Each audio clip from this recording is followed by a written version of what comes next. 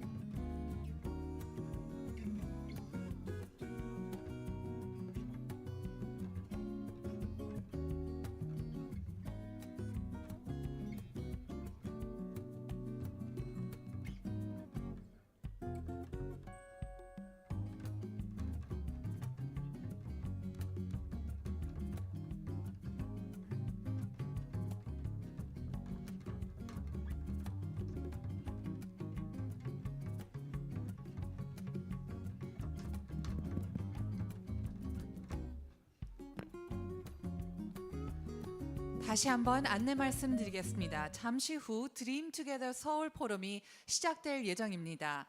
내외 귀빈 여러분들께서는 행사장 내로 입장하셔서 착석해 주시면 감사하겠습니다.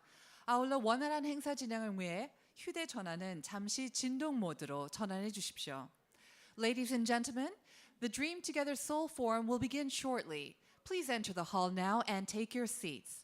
Also, we ask you to take a moment to ensure that your phones are in silent mode. Thank you very much.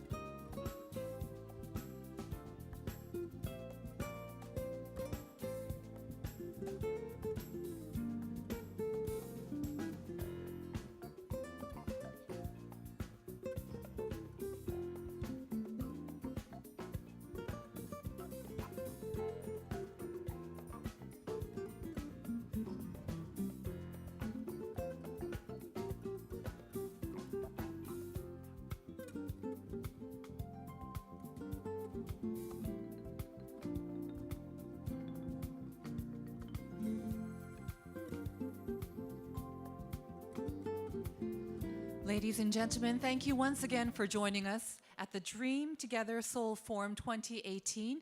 If you will take your seats, we will begin shortly. Thank you very much.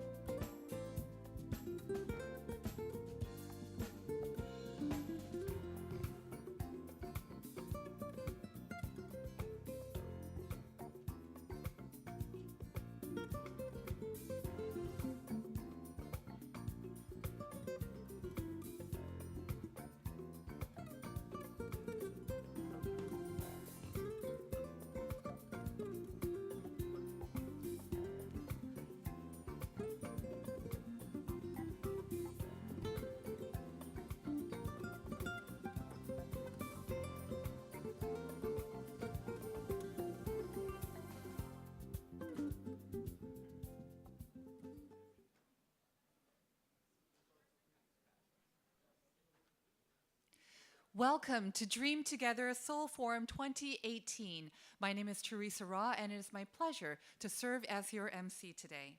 The theme of this year's forum is Sport for Peace, and we have a wonderful lineup of speakers who are here to share their insights and experiences.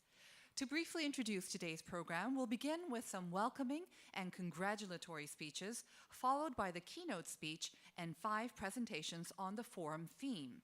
We will then hold a panel discussion and invite the audience to participate with their questions. Simultaneous interpretation is provided with Korean on channel 1 and English on channel 2 of your receivers. 본 포럼은 한국어와 영어 동시 통역이 제공됩니다. 통역기 한국어는 1번이고요. 영어는 2번이 되겠습니다. Before we begin with the official program, please allow me to introduce the representatives of the host organizations. When I call out your name, would you please stand and take a bow? Vice Minister of Culture, Sports, and Tourism of the Republic of Korea, Mr. Tae Kang-no.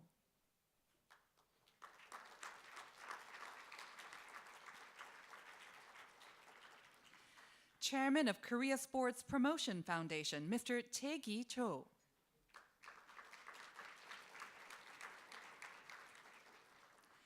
Acting President of Seoul National University, Dr. Chanuk Park.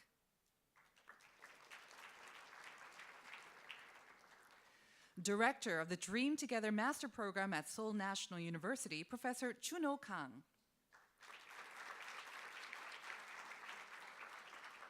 And now it's my pleasure to introduce our 7 speakers. Member of the International Olympic Committee, founder and chairman of Generations for Peace, His Royal Highness the Prince Faisal Al Hussein of Jordan.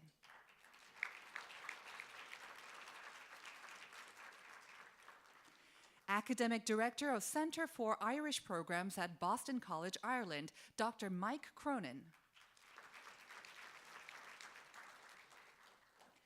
Executive Director and founder of International Group for Peace, Ms. Beatriz Mejia. Professor of German Sport University, Cologne, Dr. Manfred Lemmer.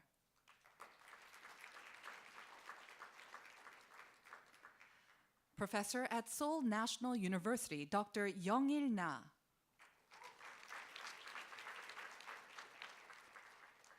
Deputy Secretary General of the Ministry of Youth and Sports Malaysia, Ms. Ramona Mohid Razali. And last but not least, Special Office to the Secretary General of Ministry of Sports, Youth and Sports Malaysia, and also a graduate of the 3rd group of Dream Together Master Program, Mr. Noor Kamarul Noorzam. Allow me to also introduce some of our special guests of honor. Member of the International Olympic Committee, Korea, Mr. Seung-min Yoo.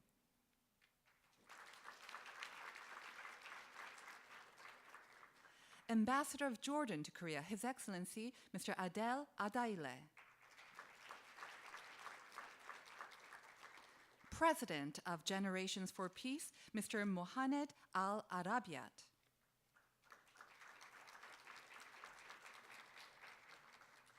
First Secretary of the Embassy of the Republic of Tunisia, Ms. Noureddin Dali. Mr. Noureddin Dali, excuse me. International Academic Cooperation Coordinator of the Embassy of Ecuador, Ms. Diana Vizcaino. She is here as a representative of the ambassador. I think she's just on her way. We're also joined by the Charge d'Affaires of the Embassy of Bolivia, Mr. Luis Pablo Ocio Bustiosius, also on his way, I believe. And the First Secretary and Consul of the Embassy of Guatemala, Ms. Andrea Natalia Ruiz Jordan. We're also joined by Professor of Seoul National University of Education, Mr. Yang Ok An. Also on his way. Thank you very much. We have also some very special guests joining us. 10 of the Dream Together Master Program alumni and their colleagues from their home countries are here, and they are sitting in the third row. Would you please stand, and our audience, if you could give them a big round of applause, we'd appreciate that.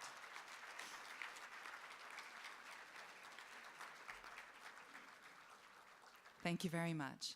Of course, we are joined by many, many distinguished guests, and we're very grateful for taking the time out of their busy schedule to join us. Unfortunately, due to time constraints, we cannot introduce all of you, but we ask for your understanding. Now, the Dream Together Seoul Forum is now in its 5th year. It began in 2013 to contribute to international sport development.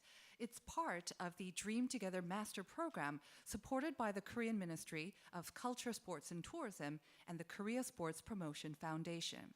And we'd now like to show you a short video introducing the Dream Together Master Program.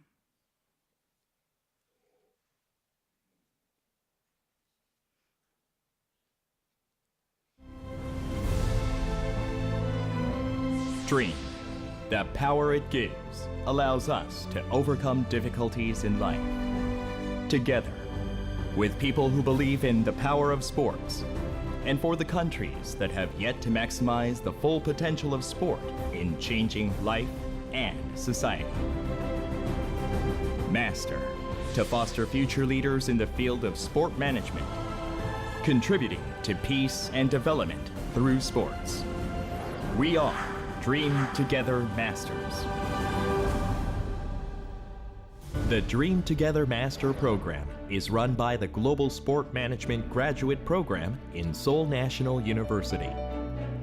The program was launched in 2013 with a mission to nurture and foster next-generation sport administrators from around the world, with support from the Korean Ministry of Culture, Sports and Tourism, and the Korea Sports Promotion Foundation. It is in cooperation with the Korean Sport and Olympic Committee and in partnership with the Association of National Olympic Committees, the International University Sports Federation, and the World Taekwondo. The students of the program receive master's degree under full scholarships at Seoul National University, which ranks among the world's top 30 educational institutions. For the most recent 5 years, 115 visionary and passionate sport administrators and athletes from 43 countries were selected through a competitive and selective process. After completion of the curriculum during their study in Korea for 17 months, the students will become inspirational leaders to contribute to the development of sports in their countries of origin. Yes, that was intended. Thank you very much. If you can have a round of applause. The entire video is said to be much longer, so we just shortened and showed you the best part of it. I would now like to invite to the stage our first speaker, Professor Chun Ho Kang, Director of the Dream Together Master Program at Seoul National University. Please applaud Professor Kang.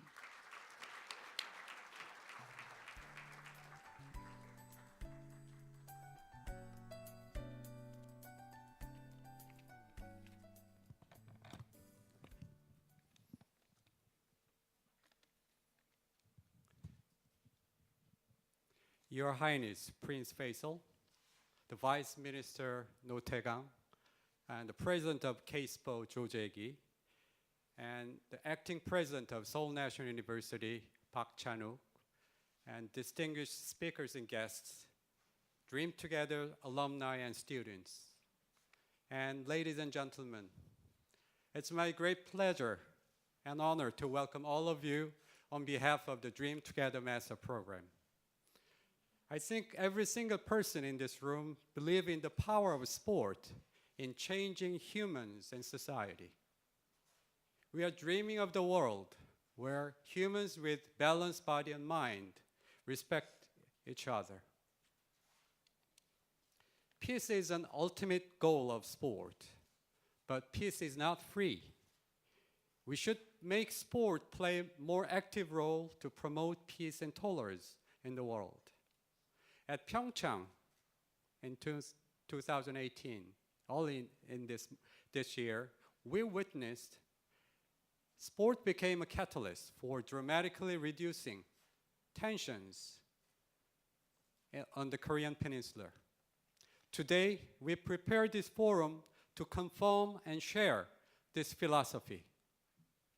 I would like to welcome and thank special guests today and His Excellence, His Royal Excellence and Prince Faisal Al Hussein, IOC member, the President of Jordan Olympic Committee, and founder and chairman of Generations for Peace Foundations, will deliver his keynote speech on the role of sport for peace building.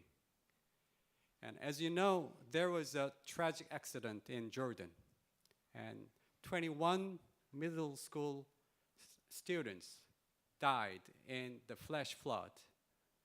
And I would like to express my deepest condolence to the Jordan people, and special thanks to Your Highness.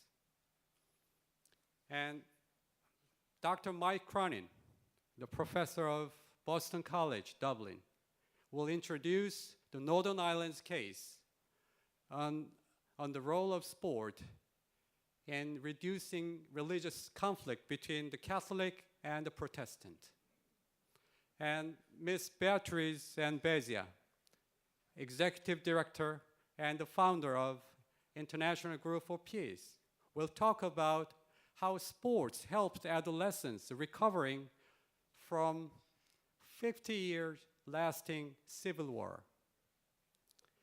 And Professor Manfred Lemmer, Professor Emeritus of German University, Sports University, Cologne, will present his intuition from the Germany's historic reunification case. And Professor Na Young-il will provide the vision and the direction of South and North Korea's peace-building effort through sport. Last but not least, Ms. Ramona Razali, the Deputy Secretary General of the Ministry of Youth and Sports in Malaysia, and our proud alumnus,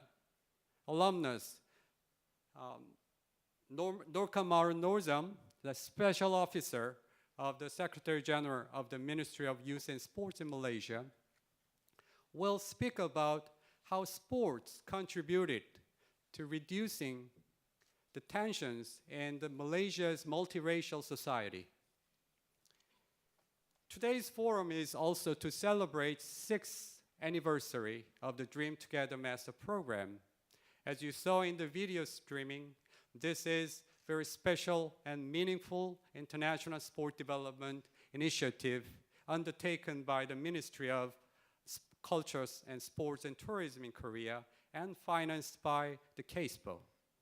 Especially this week, 10 Dream Together Master alumni invited, along with their bosses in their respective organizations, to the alumni reunion event, so-called the Dream Together Plus. I'm very happy they are with us now and here. I hope that this forum will serve as a platform for peace building through sports. I'd like to thank all the speakers and guests and the staffs preparing this forum for their valuable time and efforts. Please enjoy this forum. Thank you. Thank you, Professor Kang. And now we'd like to invite to the stage Mr. No Tae-gang, Vice Minister of Culture, Sports and Tourism of the Republic of Korea. The Vice Minister will provide congratulatory remarks. Please welcome him with a big round of applause.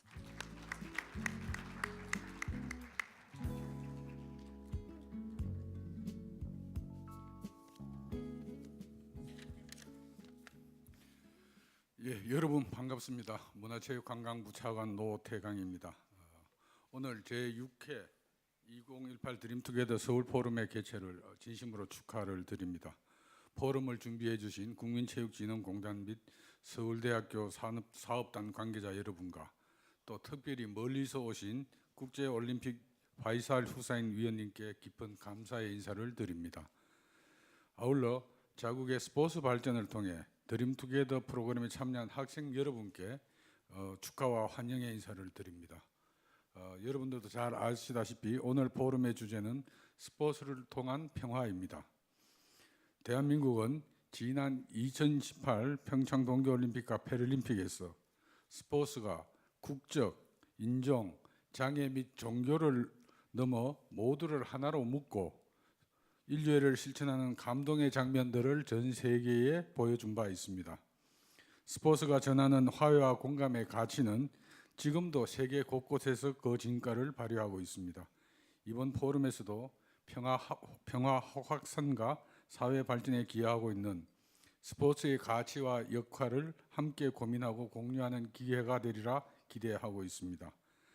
대한민국 정부는 스포츠가 단순히 국가의 위상을 높이고 서로 경쟁하기보다는 모두가 함께 참여하고 평등하게 즐길 수 있는 기회의 장이 되기를 기대합니다.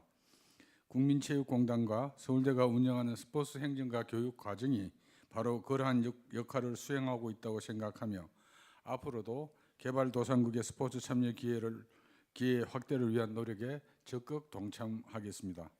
다시 한번 이번 포럼의 개최를 축하드리며 함께하신 모든 분들의 지혜와 경험을 공유하고 우리 모두의 시야를 넓힐 수 있는 장이 되기를 기대합니다. 고맙습니다. Thank you very much, Vice Minister No, for your remarks and for your continued support. I'd now like to invite to the podium the chairman of Korea Sports Promotion Foundation, Mr. Cho Jae-ki. Please welcome Mr. Cho with a big round of applause.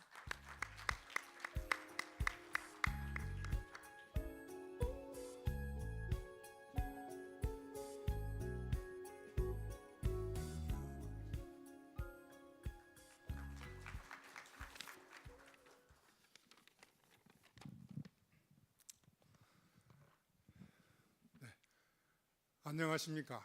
국민체육진흥공단 이사장 조재익입니다. 이렇게 여러분들을 만나니까 매우 반갑습니다. 먼저 드림투게더 서울포럼 2018의 개최를 축하드리며 오늘 이 자리를 빛내기 위해 참석해 주신 노태강 문화체육관광부 차관님,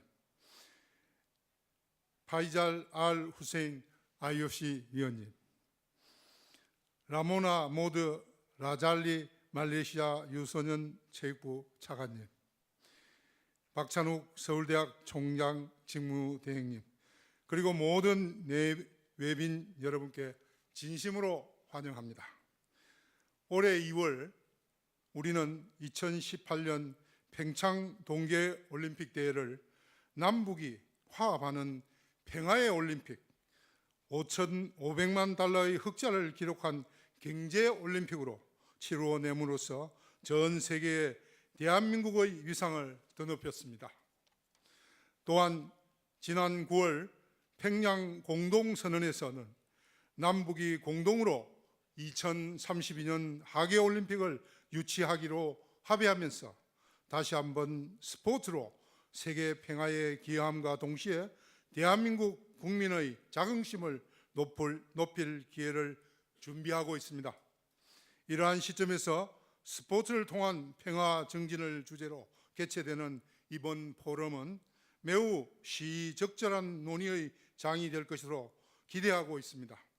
오늘 제시해 주시는 여러분들의 고견은 향후 2031년 하계올림픽 유치를 위한 국민체육진흥공단의 지원에 적극 반영토록 노력하겠습니다.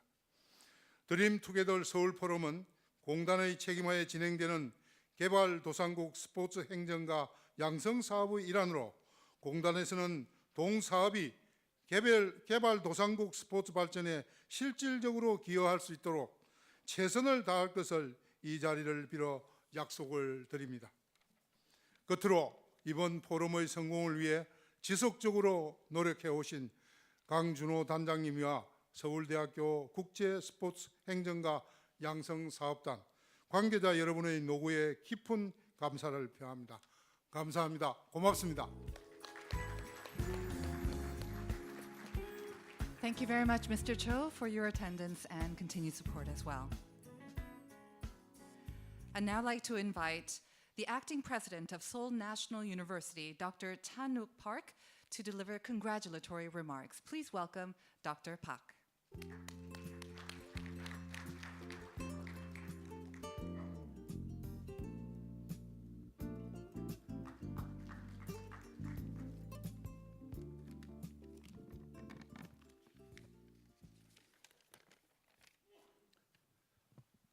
Distinguished guests, ladies and gentlemen, good afternoon. I'm Chan-wook Park, acting president of Seoul National University. It is a great honor for me to make a congratulatory remarks at the 2018 Seoul Forum on Sport for Peace, hosted by Dream Together Master Program of Seoul National University. On behalf of Seoul National University, I would like to cordially welcome and thank special guests and speakers, His Royal Highness Prince Faisal Al Hussein, Boston College Island Professor Mike Cronin, International Group for Peace Director Ms. Beatrice Mejia, Emeritus Professor Manfred Lemmer of the German Sports University, or in German, Deutsche Sporthochschule Köln, and Deputy Secretary General Mrs. Ramona Maud Razali, and Special Aide Mr. Nur Kamarul Nurzam of Malaysian Ministry of Youth and Sports. I also extend a heartfelt welcome to all the scholars and experts, colleagues and guests who take part in this significant forum.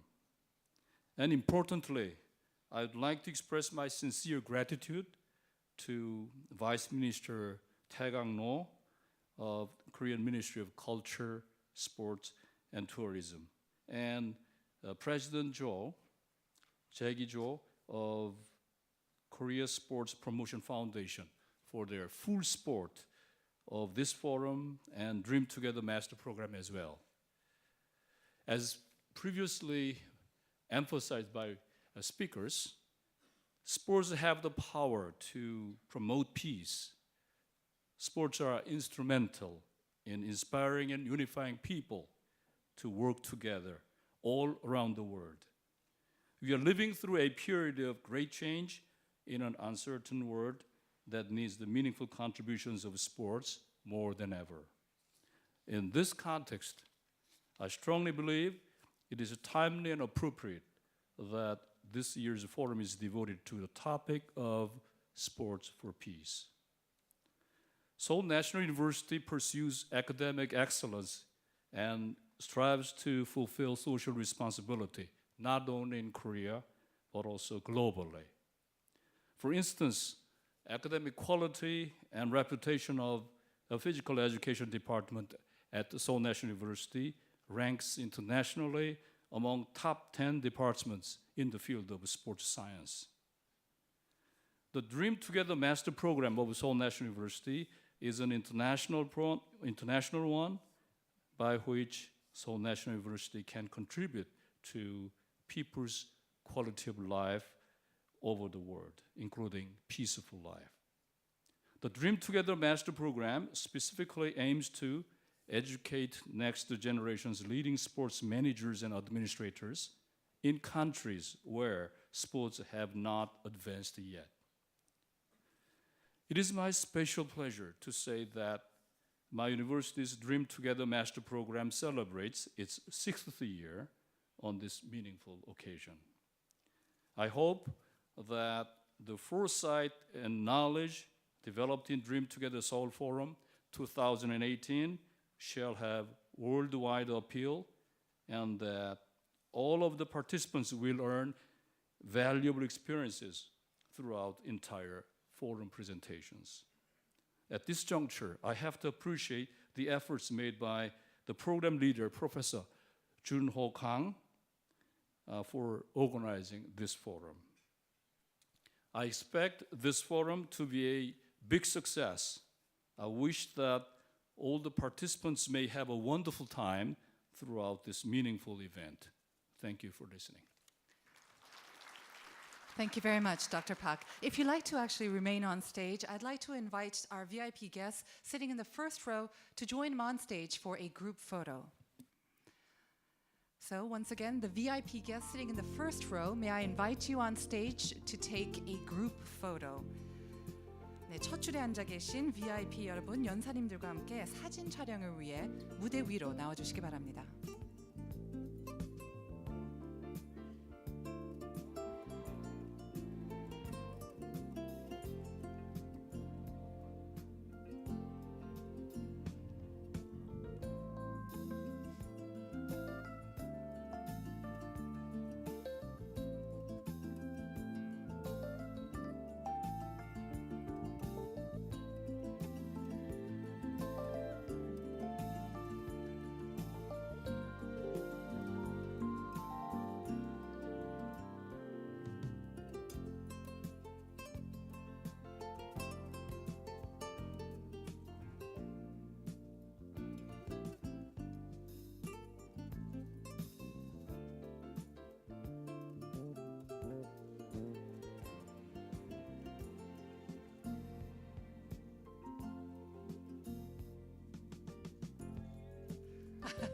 Big smiles, please.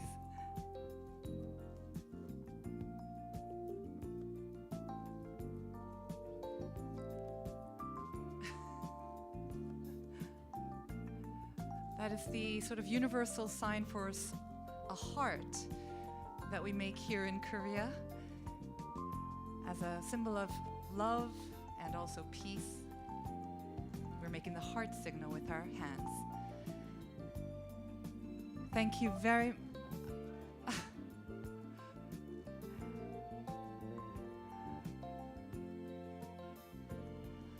Ladies and gentlemen, may I ask you to give them a big round of applause once again to our VIP guests. Thank you very much. You may now return to your seats.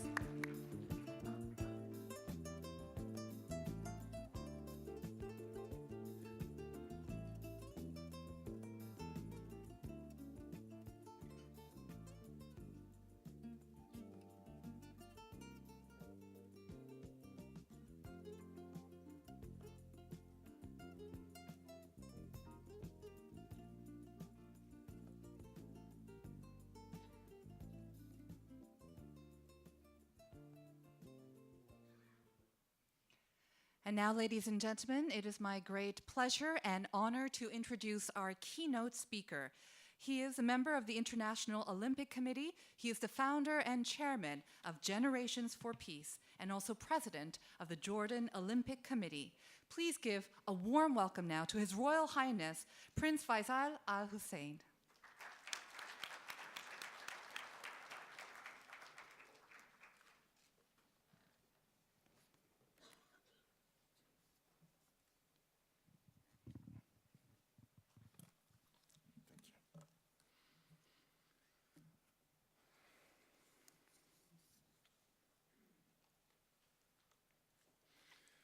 Bismillah ar-Rahman ar-Rahim.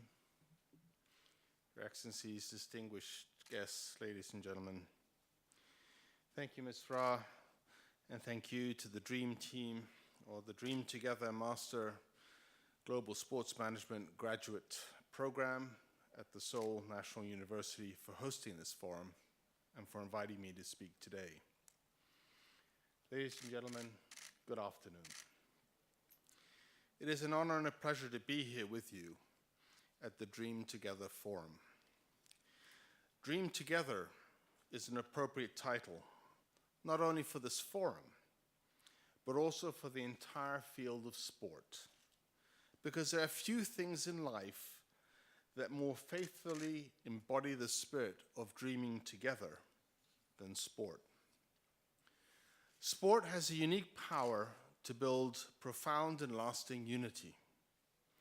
Sport inspires dreams and empowers the world to achieve them.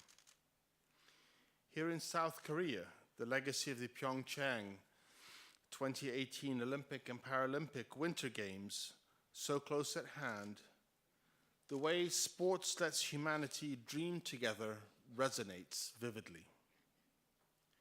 Pyeongchang 2018 was a game of peace and hope.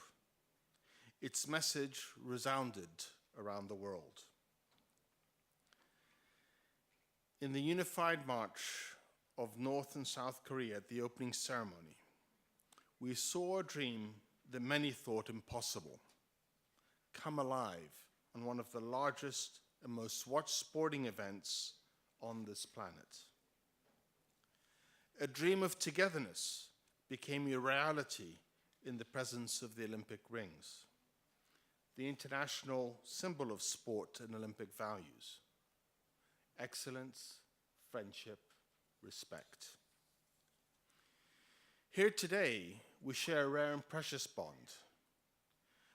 We may differ in race, religion, or political ideology, but everyone in this room is linked by our belief, our conviction in the remarkable power of sport. We all also have something else in common, something recognized in the 2018 Dream Together Forum theme of sports and peace. And that is the human need for peaceful coexistence. Over 18 years ago, the international community, led by the United Nations, defined the 8 Millennium Development Goal, from fighting extreme poverty and promoting gender equality to combating disease and partnering for development. All are critically important.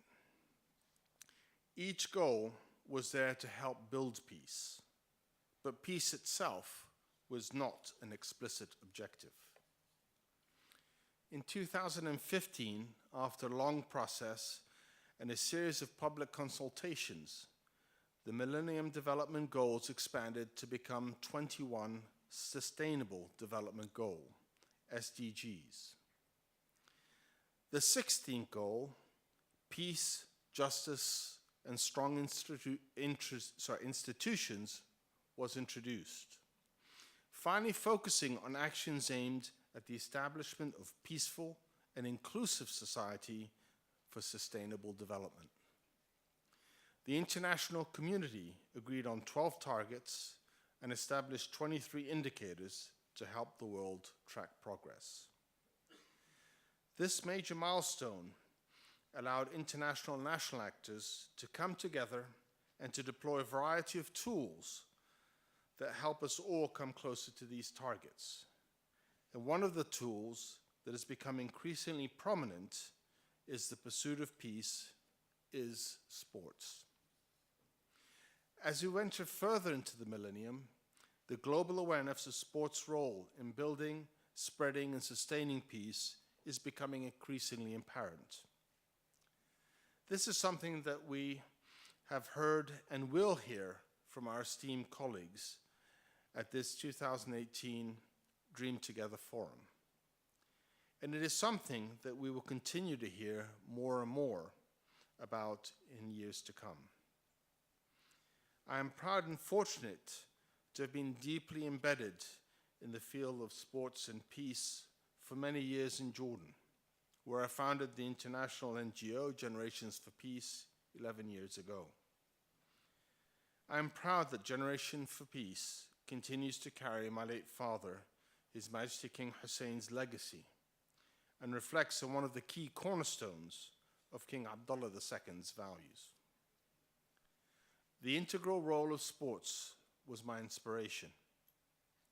The Generations for Peace vision is to harness the unique power of sports to guide leaders of young people to speak and teach its universal language, and so to instill the culture of understanding, tolerance, and peace amidst the chaos of violent conflict. Over the years, Generations for Peace has begun to integrate other tools in our approach to help establish sustainable peace in conflict-ridden communities. But sports, specifically the idea of sports for peace, remains firmly in our DNA. It's a philosophy shared by peace-building organizations the world over. The UN may have closed its office on sports for development and peace, but it finds increasingly impactful and innovative ways to support the successful deployment of sporting programs in the field.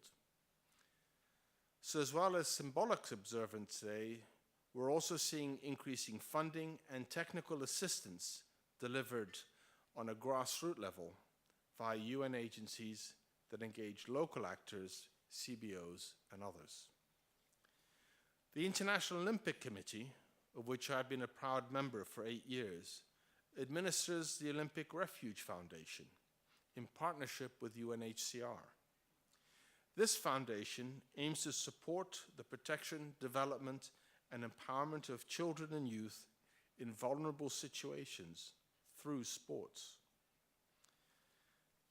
These supremely important initiatives join countless others, point to the recognition of the bond between sports and peace. Today, I want to focus on what we at Generations for Peace have learned in countless communities around the world since we applied our Sports for Peace methodology over a decade ago.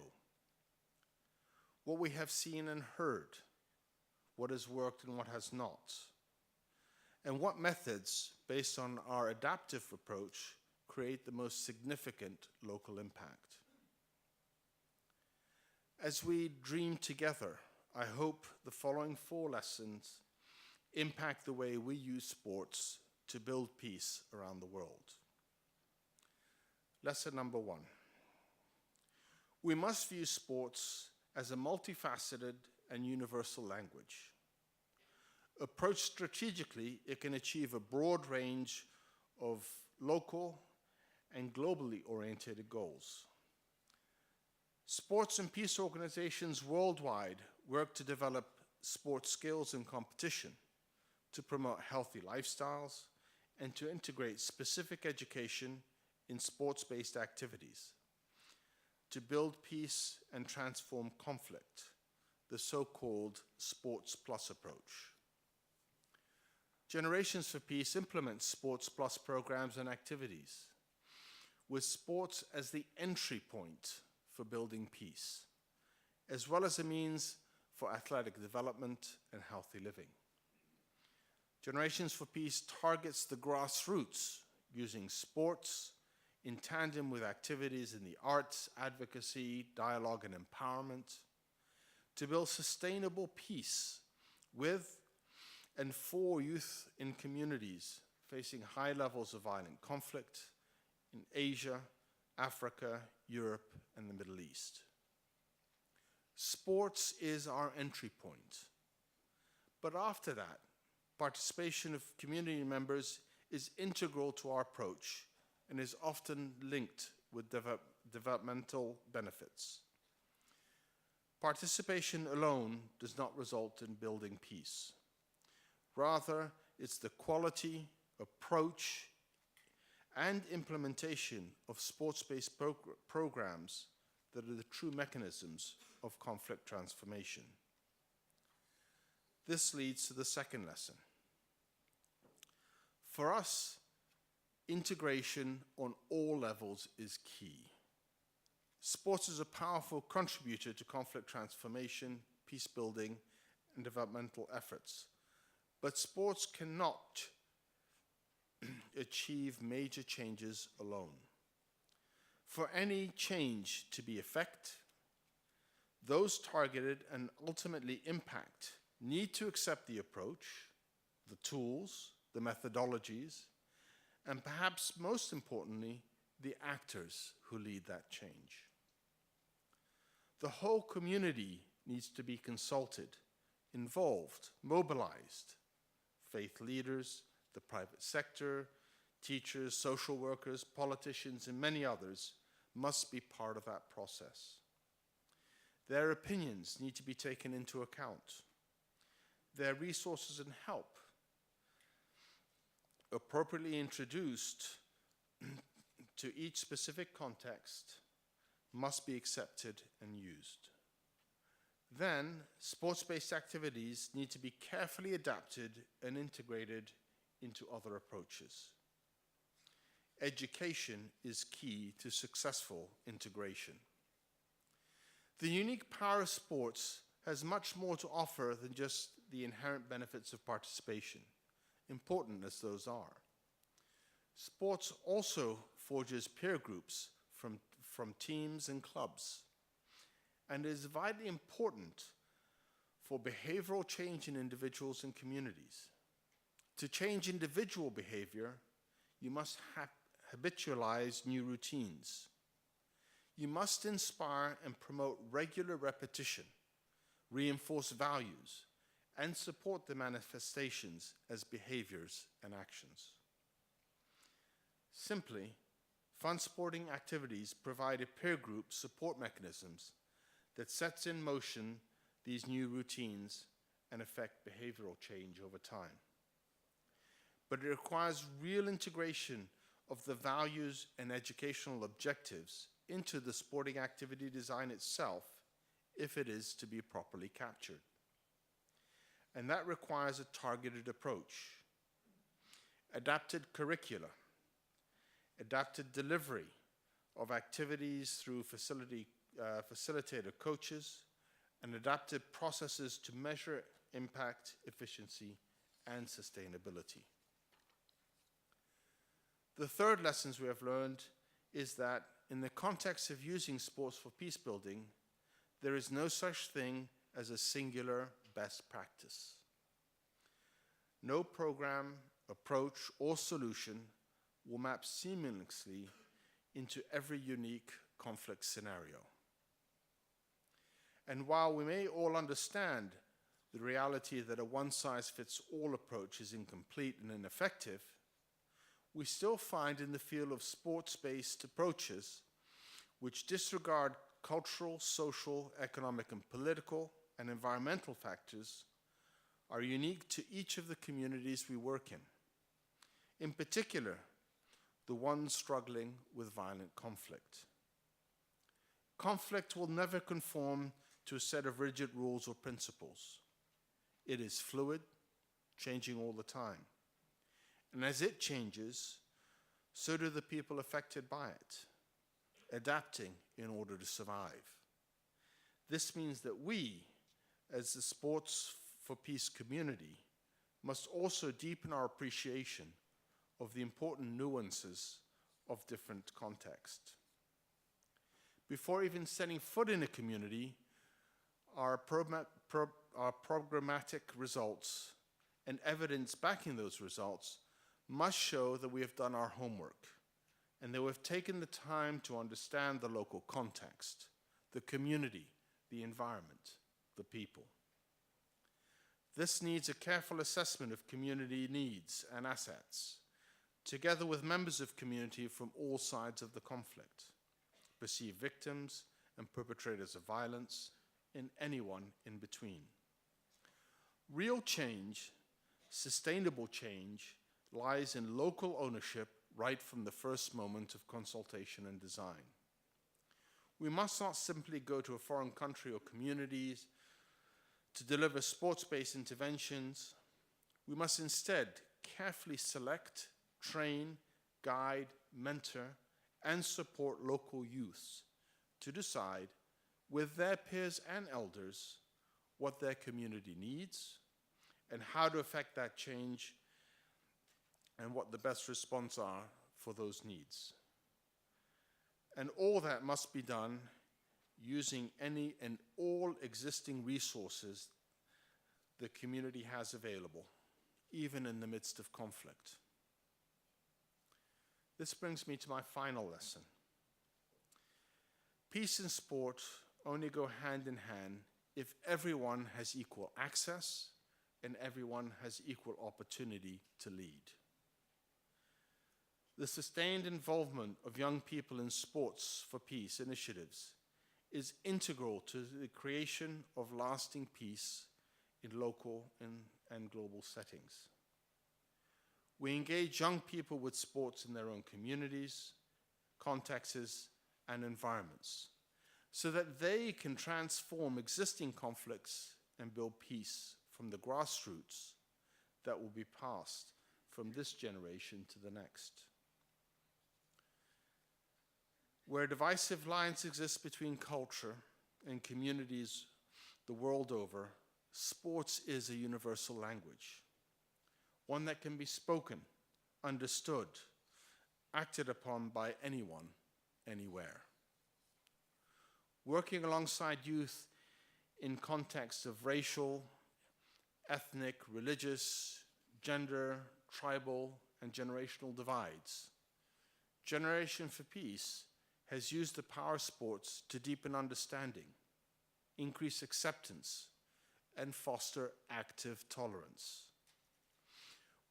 We unite those that were once set in opposition to work together to transform conflict and to build a more peaceful future. The youth of today hold this peaceful future in their hands. We cannot expect to approach them with short-term training and one-off competitions if we hope to create through them a peace that transforms the conflicts of today and maybe even prevent conflicts of tomorrow. They will be empowered not with a single session, but by giving them the trust and opportunity to put their leadership into action. That is why Generations for Peace works directly with young people to design, develop, and implement sporting activities that empower young people to build the peace for their communities and indeed the world. In the aftermath of the recent conflict in South Sudan, after a new nation had declared independence, Generations for Peace identified it as a high priority location for youth-led programs in sports for peace. The broader conflict appears to have subsided, but it was clear that in the context of this young, new country, the journey of transforming conflict and building peace had to be initiated early on under the leadership of empowered local youth. Within this framework of newly established local partnerships and volunteers, Generations for Peace worked with communities, especially young people, to identify the key points of the conflict and the best way to use sports to address them collaboratively. Today here, we honor and celebrate this bond between sports and peace by promoting global sports development in educating international sport administrators. It has been 5 years since the launch of the Dream Together Master Program. Already, it boasts an impressive range of alumni working in all corners of the globe in their own communities, from the grassroots to the boardrooms. These young men and women working together in their homes and around the world with communities in which they are immersed are the future torchbearers of this sports and peace movement. Dream Together graduates will lead that change, whether in South Sudan or Yemen, Myanmar or Sri Lanka, Syria or Venezuela. If we dream together, I have no doubt that together we can achieve unity, achieve progress, and achieve peace. When we come together around sports, we magnify our impact and broaden our scope. It does not take an international committee to begin this work. It takes dedicated individuals passionate about sports to make the world a better, more peaceful, and more unified place. So I'll leave you with a simple video that tells the story of Letitia, a young South Sudanese girl who's gone through unimaginable loss and pain due to the civil war that has plagued her young country for nearly 5 years. She shows that grassroots sports at the heart of local communities does indeed have the power to build peace, fulfill dreams, and foster unity. Thank you very much.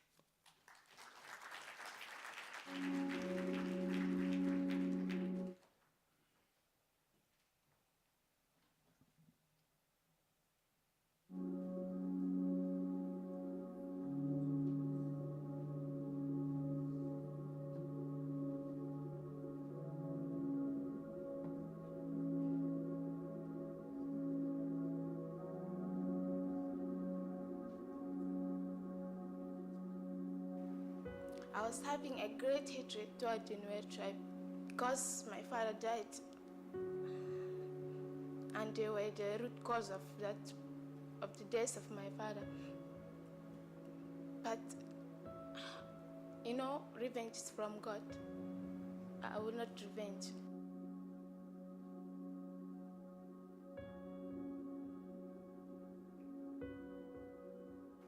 After the death of my father, the life was very difficult.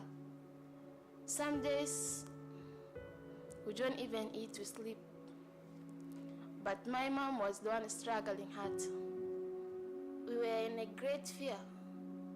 We thought that the Nuer tribe will also kill us like the way they have killed my dad. But we are now alive. Sometimes when I see some children moving their father, I feel so bad because I don't have someone. I have a great dream that one day, one time, I'll make a big orphanage whereby all orphans of South Sudan will be just there. I will be providing for them everything. Good educational system, food program, games, everything that they want. Because I don't want them to feel the same feeling of it. No one to support me. I have no one to support me.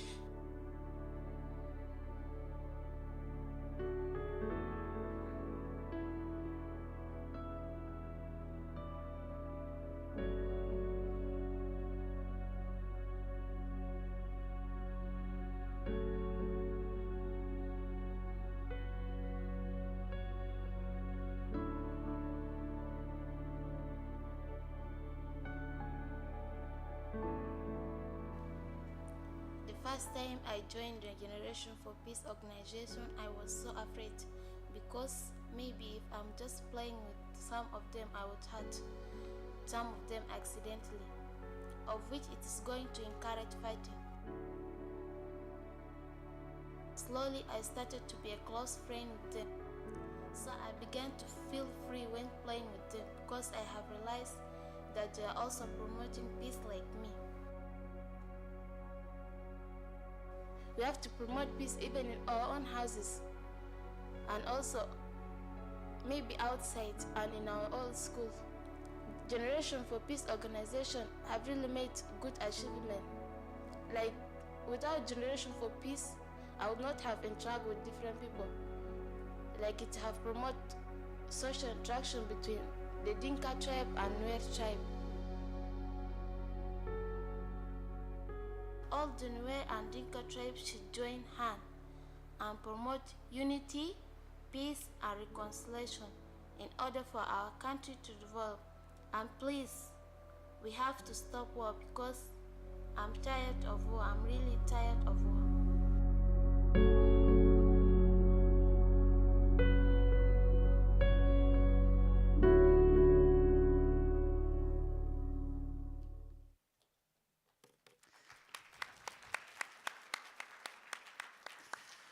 We'd like to thank His Royal Highness Prince Faisal once again for that wonderful keynote speech and for sharing Generations for Peace work in engaging and empowering young people to harness the power of sports to build, spread, and sustain peace. Thank you very much, Your Royal Highness. And now I'd like to introduce our first presenter. Academic Director of Center for Irish Programs at Boston College, Ireland, Dr. Mike Cronin will present under the topic of Peace Comes Dropping Slow, How Sport Works in Post-Conflict Northern Ireland. Please applaud Dr. Cronin.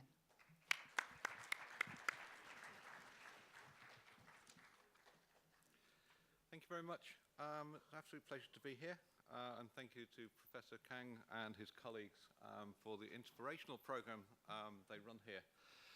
What I want to try and do today is just take you through the conflict in Northern Ireland, which ran for 30 years. But just to take a step back to understand where this came from.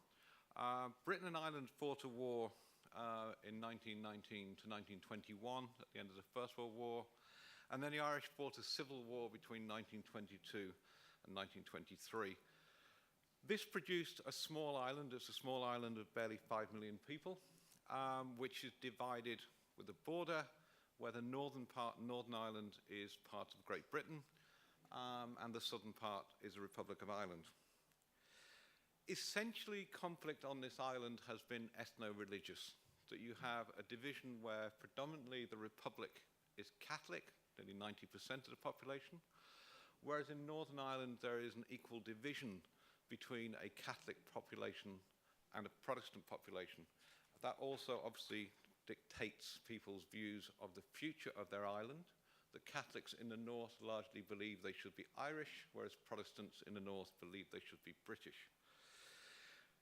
When that partition happened in 1922, it clearly affected sport. And what you saw was a group of sporting organizations in the 1920s making decisions. Were they Irish? Were they Northern Irish and British? Were they going to try and be both? You have a split in soccer, which leads to a Northern Irish team and a Republic of Ireland team. Rugby decides to stay as an all-island team, so it doesn't effectively recognise the border. The largest sport in Ireland, the Gaelic Athletic Association, the games of hurling and Gaelic football, again choose to take an all-island approach. Re-emergent cricket in recent years has taken the same stance, but critically many individual sports take different routes. Athletics, track and field, for example, decides that Northern Ireland should remain part of Britain and is recognised by the IOC as such, whereas other sports decide they will organise on an all-island basis and not recognise the border. Boxing would be a good example, and conversely, the IOC also recognises that decision. The confusion about the border and what borders mean in a post-conflict world is complex. So the picture there is of a man called Johnny Carey. Until FIFA stepped in the 1960s, both Irish teams, Northern Ireland and Ireland, selected its players from the whole of Ireland. So Johnny Carey literally played for Ireland and then Northern Ireland in the space of 4 days in the 1940s. And it's not until FIFA get involved. And I think it's one of the problems for post-conflict countries, post-conflict regions, is how international sporting bodies respond to the complexities of what happens. Clearly the issue I'm talking about today is the Northern Ireland conflict that runs from 1968 to 1998.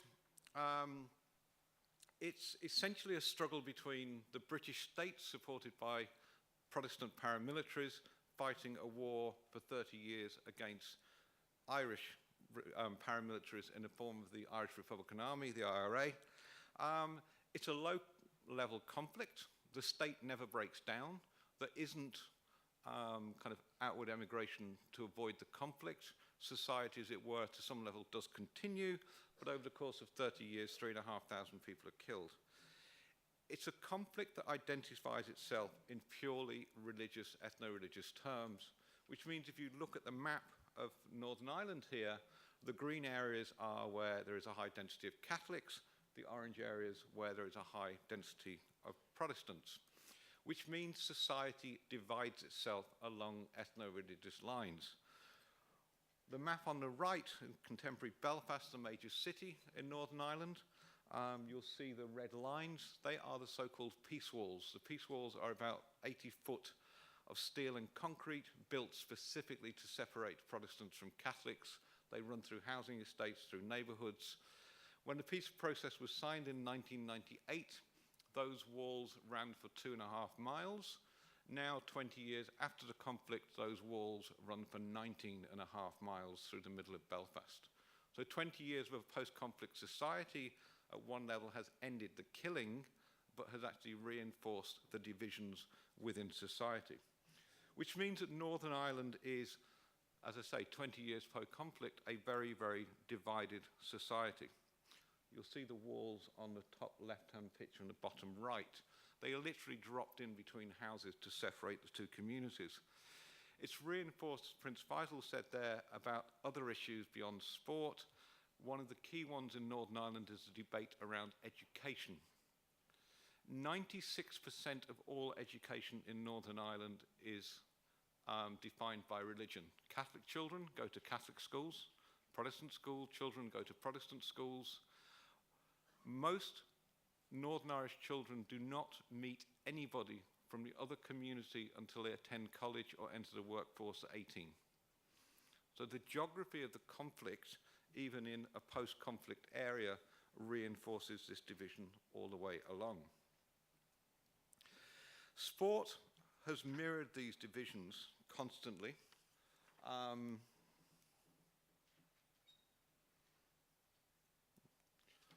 So that you see in soccer, which is perceived as a Protestant game, rugby would be the same. Gaelic games would be considered Catholic sports. And sport is a direct victim, if you like, of the conflict. On the left there, Derry City was the only Catholic team in the entire Northern Irish Soccer League. It left the league in 1972, and from 1984 plays its games in the League of the Irish Republic. 20 years after the conflict, Derry City is still playing in a foreign league. Simply every year there is a security assessment. Can Derry City return to soccer as a Catholic team? And every year the police rule that they cannot guarantee the safety of the players or the supporters if a Catholic team is seen to play a Protestant game. The GAA had the same problems where their grounds were used by the British military.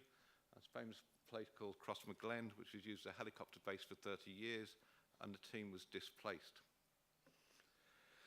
There is also a perception within sport that sport denotes identity.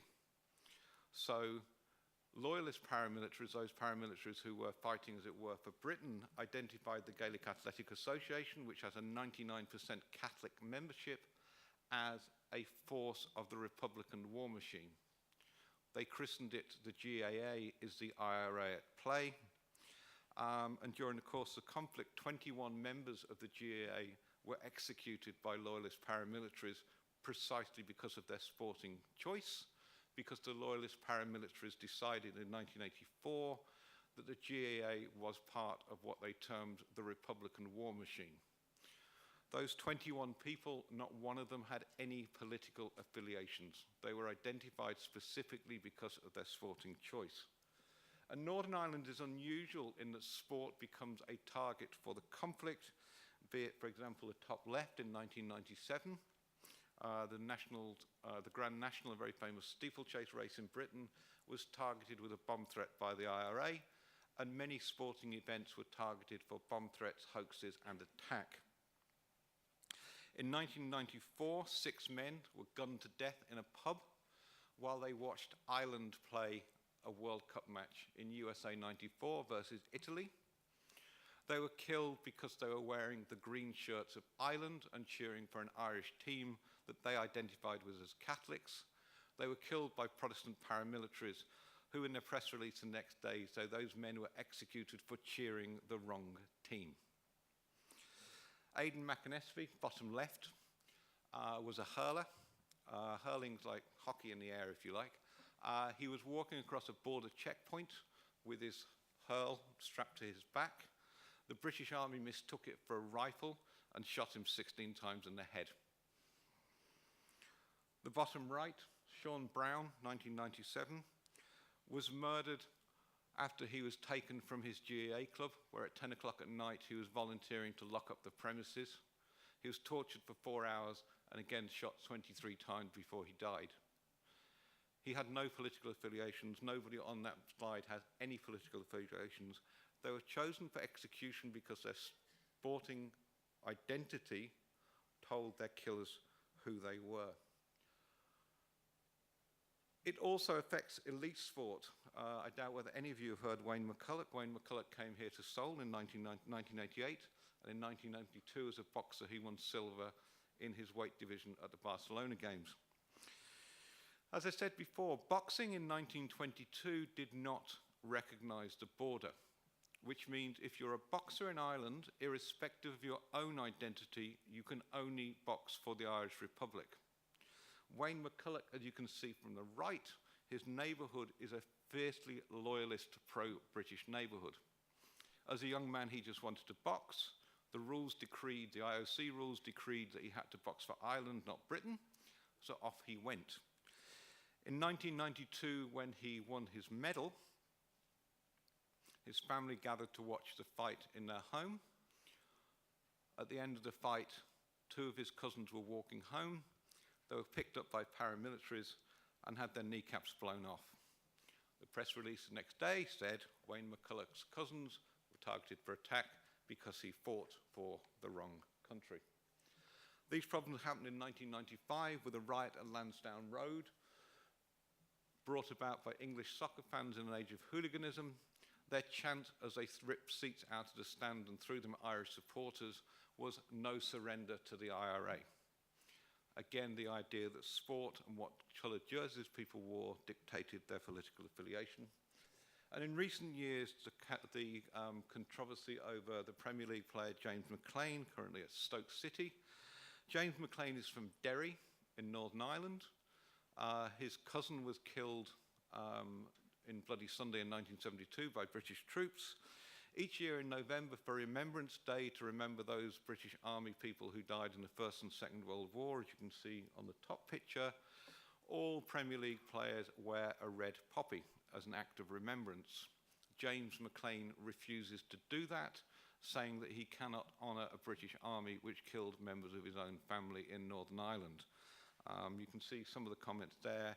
James McClean has become this very divisive figure because he again is bringing sport and politics together. The peace process has been a complex 20 years. One of the big steps was that the GAA opened the grounds to soccer and to rugby. Previously, the GAA had denied access to their grounds of what they called the foreign games. In 2011, part of the post-conflict reforms was to bring about a police force which represented both parts of the community, Catholic and Protestant. In 1998, when the peace deal was signed, only 10% of the police force was Catholic. It was mandated by the peace process that it should be 50-50, and one of the young men who joined was a Catholic called Ronan Kerr, also a very active Gaelic athletic footballer, as befits his religion.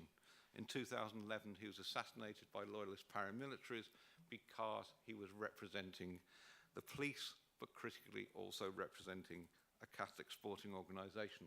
One of the key symbolisms of Kerr's sad death was that his funeral, when his funeral took place, his coffin was symbolically passed, you can see here, from the police he represented, which was seen as a Protestant body, to his teammates in his football squad, a Catholic body.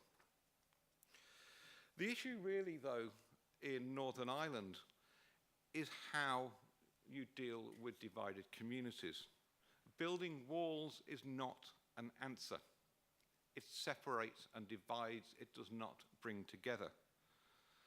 And that has been a problem for sporting facilities. You see here on the right, the Falls Road Leisure Centre, which provides sports facilities for the Catholic community in Belfast.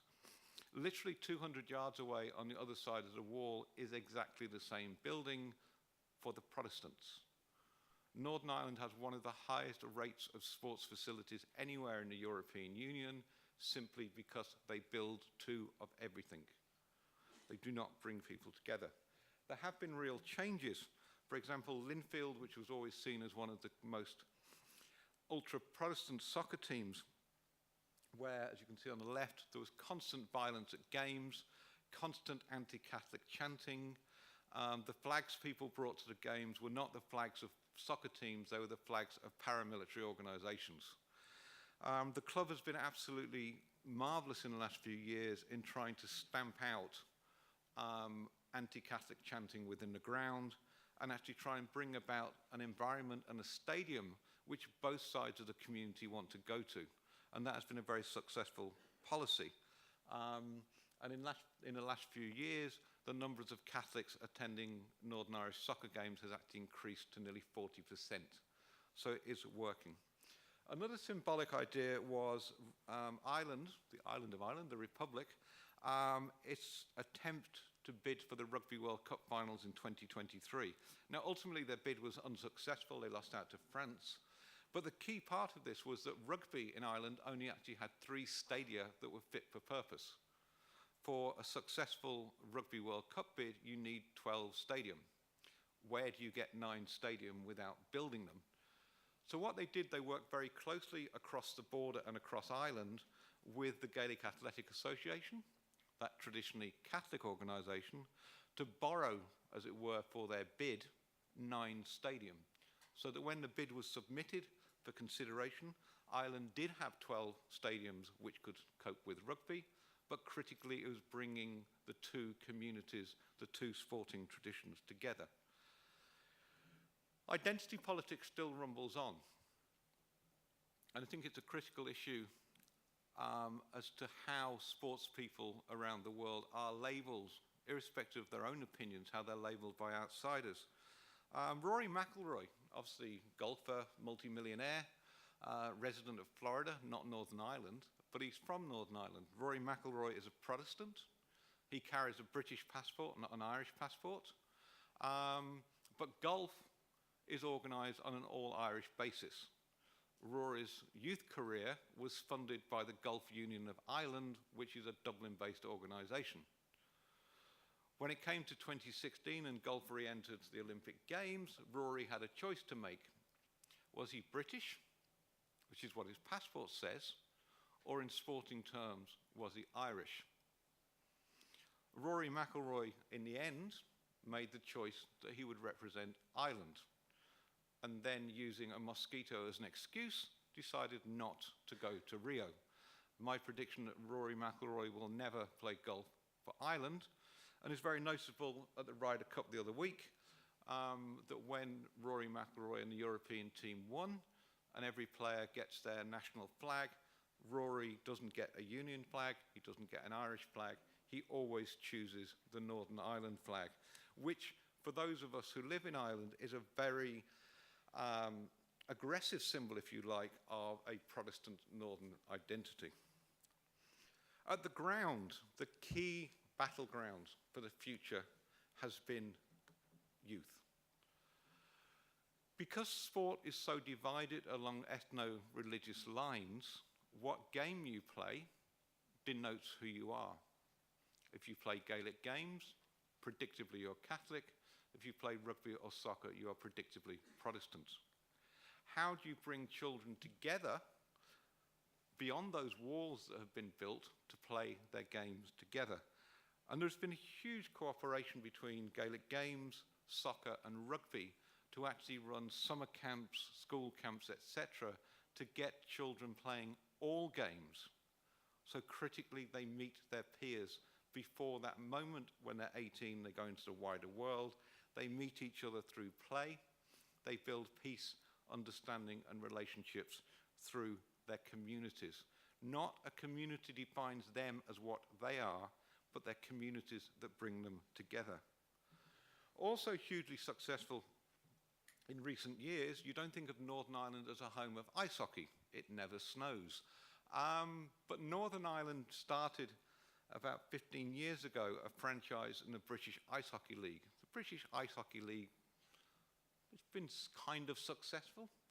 In Northern Ireland, it is the hottest ticket in town. Why? Because it's a neutral sporting space.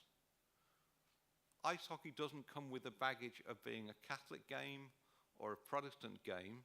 It is a neutral space where the community can go together and cheer on the Belfast Giants, who've been very successful, where they're not defined by which neighbourhoods they've driven in from.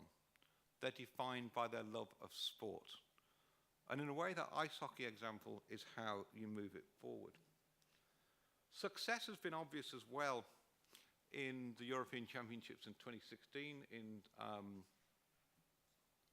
France, when both, sorry, the World Cup rather, when both, sorry, I'm right, the European Championships 2016, when both Northern Ireland and Ireland qualified for the finals. The fear had always been that when Northern Ireland travel, it would take a predominantly Protestant crowd, and that once they gathered, they would resort to old-fashioned ways and chant anti-Irish and anti-Catholic songs, and that the flags they would bring would speak to the conflict, not to a new world. I won't play you the videos on YouTube if you want to look at it. What was heartening was that the years of education seemed to have paid off. First of all, the research showed that of those people who travelled to France to watch Northern Ireland actually represented the country in terms of it was a 50-50 split between Protestants and Catholics. They got behind their team. And rather than chanting anti-Irish songs, they took to their hearts and through their voices Neil Diamond's Sweet Caroline. Okay, not my favourite song, maybe not a great song, but to hear 20,000 Northern Irishmen and women and children singing this rather joyful song in a sunlit Paris day showed you how far the Northern Irish peace process had worked through sport, in that they saw their game as celebratory, not as a way of marking territory. It was not a means of marking themselves out as one thing against the other. So to conclude, I want to sort of look at some issues and challenges. I think in a post-conflict situation where an agency, an NGO, or a government can go into, if you like, virgin territory and say to divided communities, let's play together, you can build that process. When you're going into a place like Northern Ireland, where people have had sporting identities tied to their ethno-religious identities for 100 years, and ask them to play together, they cannot conceive how they can do that. Because they have their games, and the other side have their games also, but the two games are not the same. And this is a problem in Northern Ireland. There is no one sport, apart from ice hockey, the example I gave you, around which to build consensus, around which to build a joy and an excitement and a passion for sport, which is not weighed down with the baggage of history, of conflict and murder. And sport, in that sense, too often functions as part of a community's cultural heritage, which is historic rather than something that is forward-looking or future-thinking. And it is the critical thing in post-conflict societies that you have to address the deeper issues. Sport, as was said before, cannot do this alone. Unless you address basic human needs, be it food or water in some situations, or in a place like Northern Ireland, where it is housing, education, and employment, where everybody, irrespective of their background or perceived background, is treated with respect, sport will not cure all. This has to be a complete approach. And it's still a problem when the very idea of Northern Ireland is contested, where still, in the most recent opinion poll, 45% of the people in Northern Ireland want to create a greater Ireland rather than remaining part of Britain. And clearly the issues around Brexit, Britain leaving the European Union, it's fine for Britain, it's an island. For Northern Ireland, it's a problem. It has a land border with the Republic. It has a land border with Europe. How does sport flow across potentially a hard border? And it's hard to envisage at some levels, and that's why I use the example of the Northern Irish soccer team. It's hard to envisage a genuinely shared sporting identity within post-conflict Northern Ireland. After 20 years, that work is ongoing, but until the walls and the divisions, the hard divisions between communities are torn down, where children can run down the street, not hit a wall, but can go through a space and play with their peers, then actually the creation of shared space is complex. So as I say, sport is part of a toolbox for peace.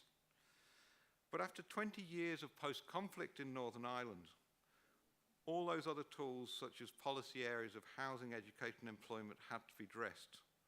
But sport should be a shared space where people and communities come together. They come together to play, and critically, as you do, they come together and dream.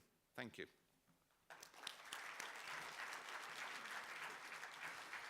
Thank you very much, Dr. Cronin, for your presentation and for illustrating some of the challenges and maybe some hopeful leads that sport can play for peace, especially in a post-conflict situation.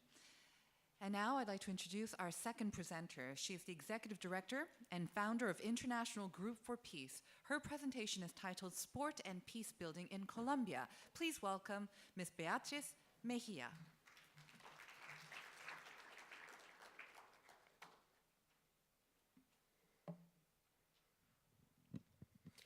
Thank you very much for the invitation and for providing a wonderful venue here.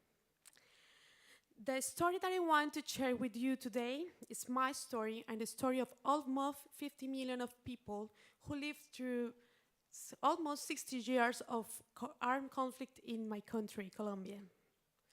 The longest war of the region, with 12% as direct victims. Tomorrow I will turn 38 years old, and I have never lived in a country in peace. On the contrary, I have seen how the armed conflict devastated the dreams of 18,000 children recruited for war. How thousands of mothers buried their children, and how almost 13% of population abandoned their land. The war has caused deep emotional impacts on the victims, on the direct victims, who don't have any skills to respond, to face, to reestablish their life. But also, the war has caused a transformation in the mind of the Colombian people, especially in the new generations. We lost the trust in the others. We lost the hope in the future. We lost the capability to resolve our conflict, the capability to cooperate. So we got fear. We got fear to dream, fear to remember, fear to cooperate, fear to others, fear of others. So nevertheless, there's something we didn't lose. It's sport. In the middle of the armed conflict, the people in the community were looking for a way to practice sport. And the reason for that they kept the sport is because it's the unique space where the people kept dreaming, and unique space where the people didn't lose sight of common goal. The unique space where the people felt safe, equal, recognized. So 9 years ago, I founded an NGO dedicated to the peace building through sport of one of the most powerful transformation tools, sport. The main challenge of International Group for Peace is recover the value of the life in the territories that are more affected by the armed conflict. We seek to strengthen the capability of individual, of community for the reconstructions of peace in society that has traditionally used the violence like a means to resolve the conflict. So sport has been the central element in this search.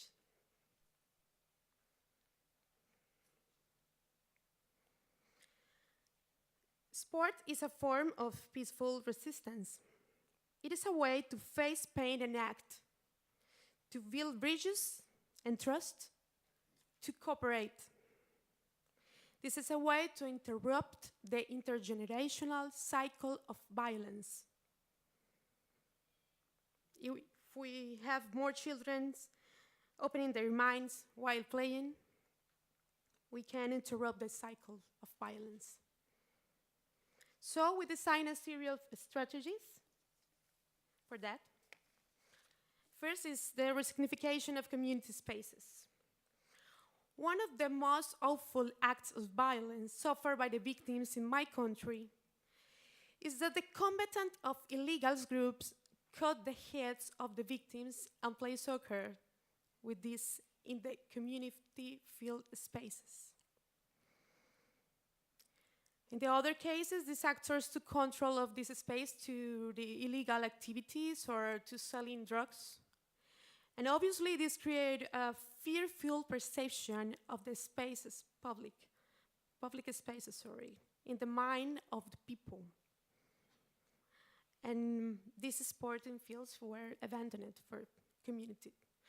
And we need to recover the true meaning of the fields as a space for life, as a space for education, as a space for community meetings, as a space for living the human rights.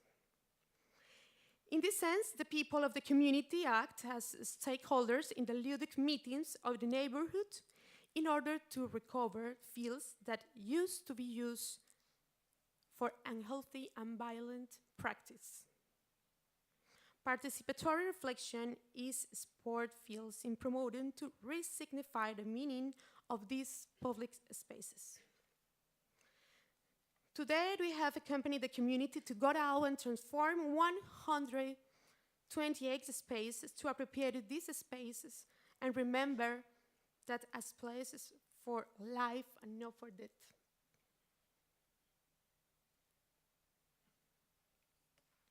The second one, the building of a bridge between ex-combatant and community. Sport makes it possible to reconcile former adversary and to contribute to the reintegration into society. Right now, some ex-combatants change their rifle for balls and are preparing to become coaches and leaders of peace. Moreover, in the sport practice, the children of ex-combatants and the children of victims of the violence are sharing the fields and play together the same game, the same of peace.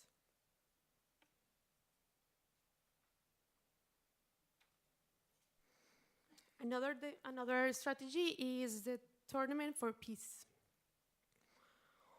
One of the irrefutable consequences of the conflict is overappreciation of power figures that are part of armed conflict and promote violence as means to achieve the goals.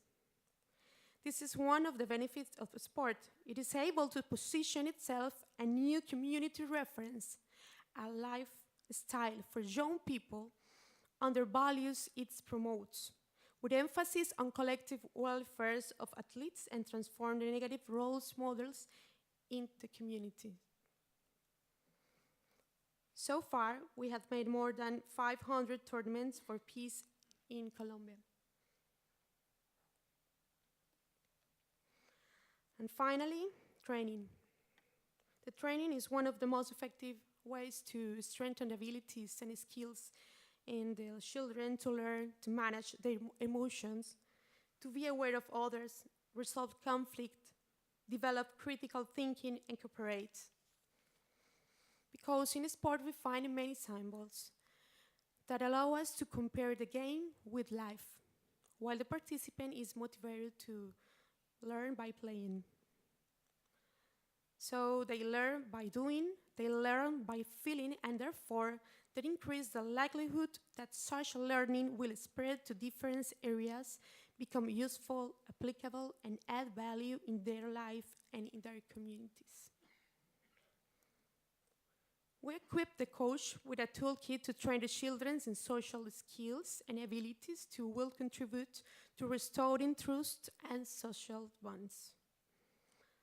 Something important is that we don't open new process.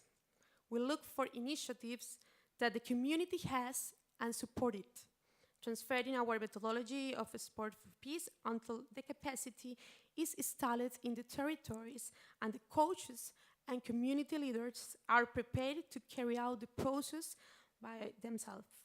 After 3 years, the coaches are certificated as peace leaders. To date, we have supported 110 coaches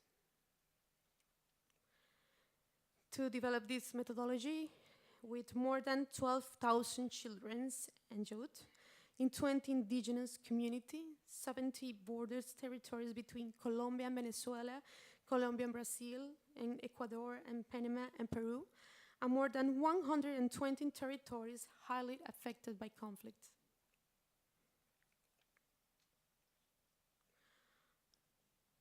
Our challenge is the cultural change through sport, not only to increasing knowledge, not only to strengthen individual skills, but to developing capabilities to act in a collective way.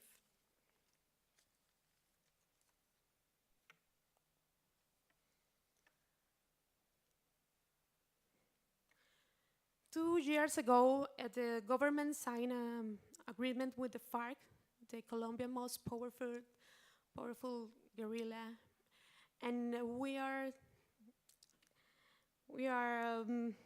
exciting for this, but this is not the end of the war. This is the beginning of the peace, of the construction of peace in Colombia.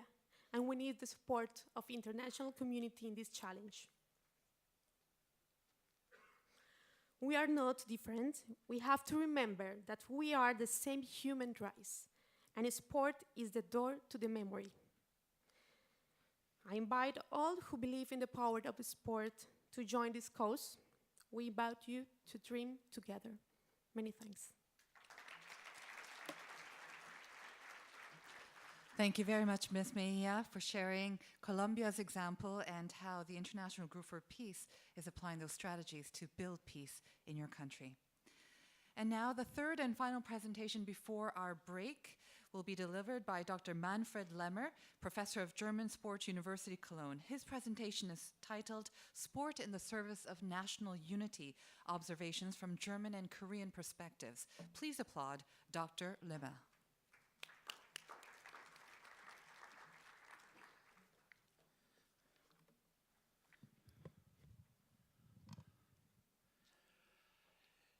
Dear colleague Kang, thank you very much for the invitation to this big event. I'm not for the first time in Korea, you know, but this is really a very, very special moment. When on the 6th of July in 2011, the IOC announced that Pyeongchang had won the bid for the 2018 Winter Olympic Games, it was with the hope that hosting this big event would contribute to improving the relations between the two states on the Korean Peninsula. Many people remember the positive impact the Olympic Games in Seoul 1988 had on the political and social development in Korea. However, before the Games, the region was in a state of extreme tension, which did not exclude the possibility of military action. The Winter Olympic Games in Pyeongchang were a great success.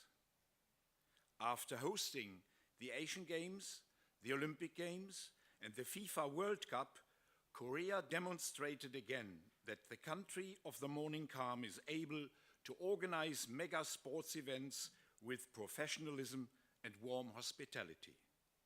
But the Winter Olympic Games were also a milestone on the way to a better understanding between the two Korean states.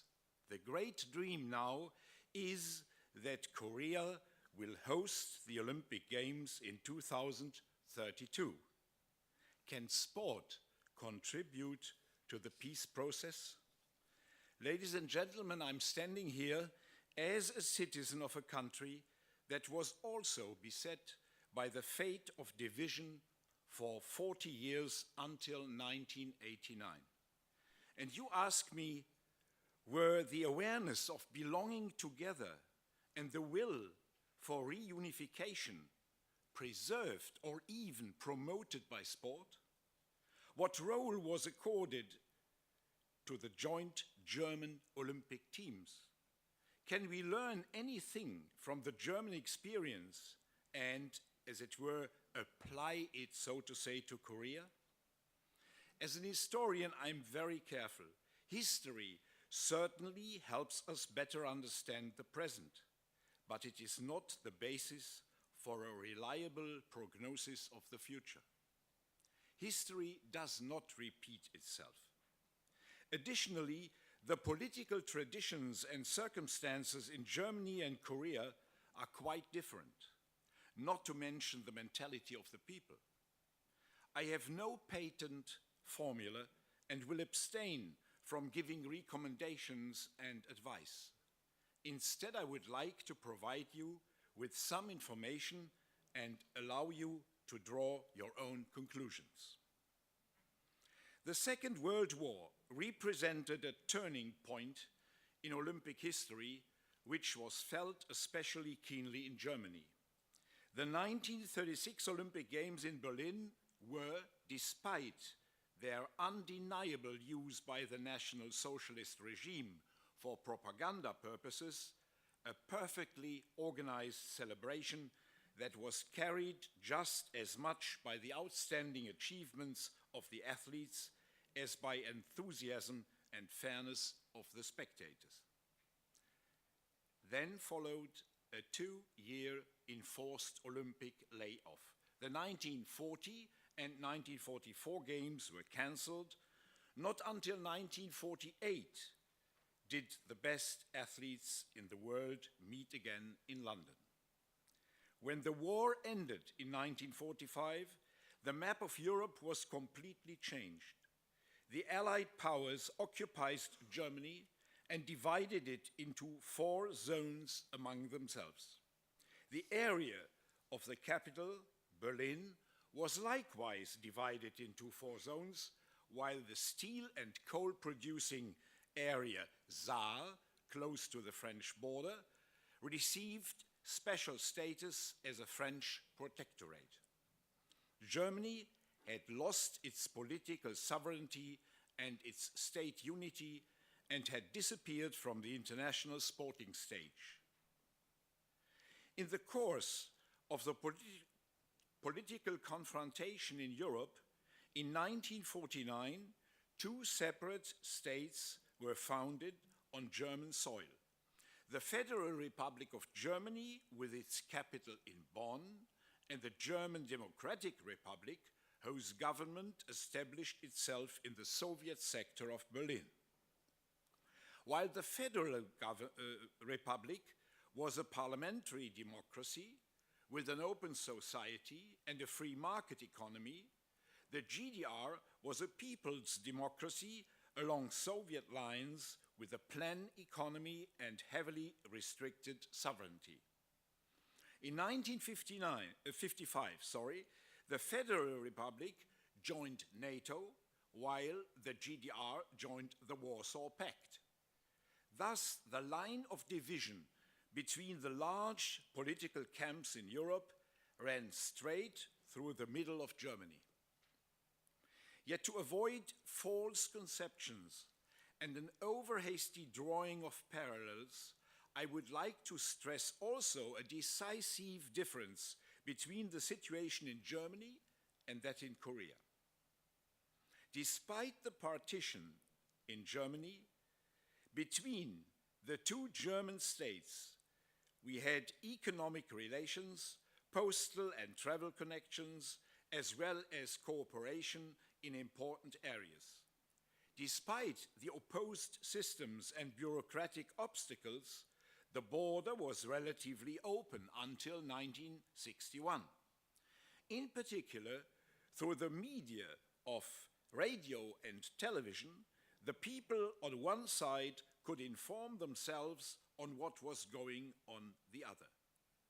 The different economic development and the political oppression in East Germany led, after all, to more than 3 million people fleeing from the east to the west from 1949 to 1961. As early as one day after the founding of the Federal Republic, a National Olympic Committee was set up in Bonn on the 24th of September in 1949 that claimed at once responsibility for the whole German sport. The founding of a National Olympic Committee of East Germany, of the GDR, was not completed until April 1951, because the Soviet Union had only decided shortly beforehand to join the Olympic movement, which it had criticized before as a tool of the bourgeoisie and international capitalism. At its session from the 7th to the 9th of May in 1951 in Vienna, the IOC pronounced its official recognition of the West German NOC and requested the representatives of the NOC of the GDR to send its athletes to Oslo and Helsinki under the umbrella of the West German NOC. After the East German side had, after many rounds of negotiations, accepted the conditions of the IOC and had signed a corresponding agreement in Lausanne, it had to withdraw upon intervention from their government. Thus, only athletes from the Federal Republic and West Berlin competed under the flag of the NOC for Germany at the 1952 Olympic Games in Oslo and Helsinki. I forgot to mention that, of course, Germany, like Japan, was excluded, or better to say, not admitted to the London Games in 1948, because both countries didn't have any recognized National Olympic Committee. But these were not the only German athletes. As early as the 15th of May 1950, the IOC had recognized an Olympic Committee for the Saar, this small area close to the French border, and in so doing had corresponded to the political pressure from France, which led to the detachment of this area from Germany. From an all-German perspective, the situation at this time was contradictory. West German NOC laid claim to responsibility for the Olympic interests throughout the whole of Germany and clung onto the goal of reunification. The NOCs of the GDR and the Saar area, on the other hand, stood quite clearly in the service of the attempts of the Soviet Union and France to gain state independence and international recognition of the two territories under their respective influence.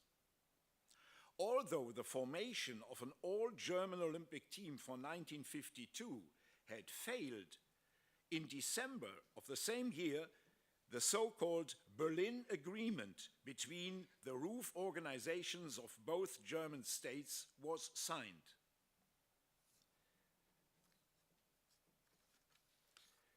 On the basis of this agreement, there developed in the years following all German sports relations and of considerable size, even at club level. Regarding the representation of Germany at Olympic Games, however, the IOC stuck by its line. While it pronounced provisional recognition of the NOC of the GDR in 1955, it combined this once again with the condition to form under the umbrella of the West German NOC a joint Olympic team. And so at the 1956 Winter Olympics in Cortina d'Ampezzo and at the Olympic Games in Melbourne, German athletes from East and West competed together for medals for the first time.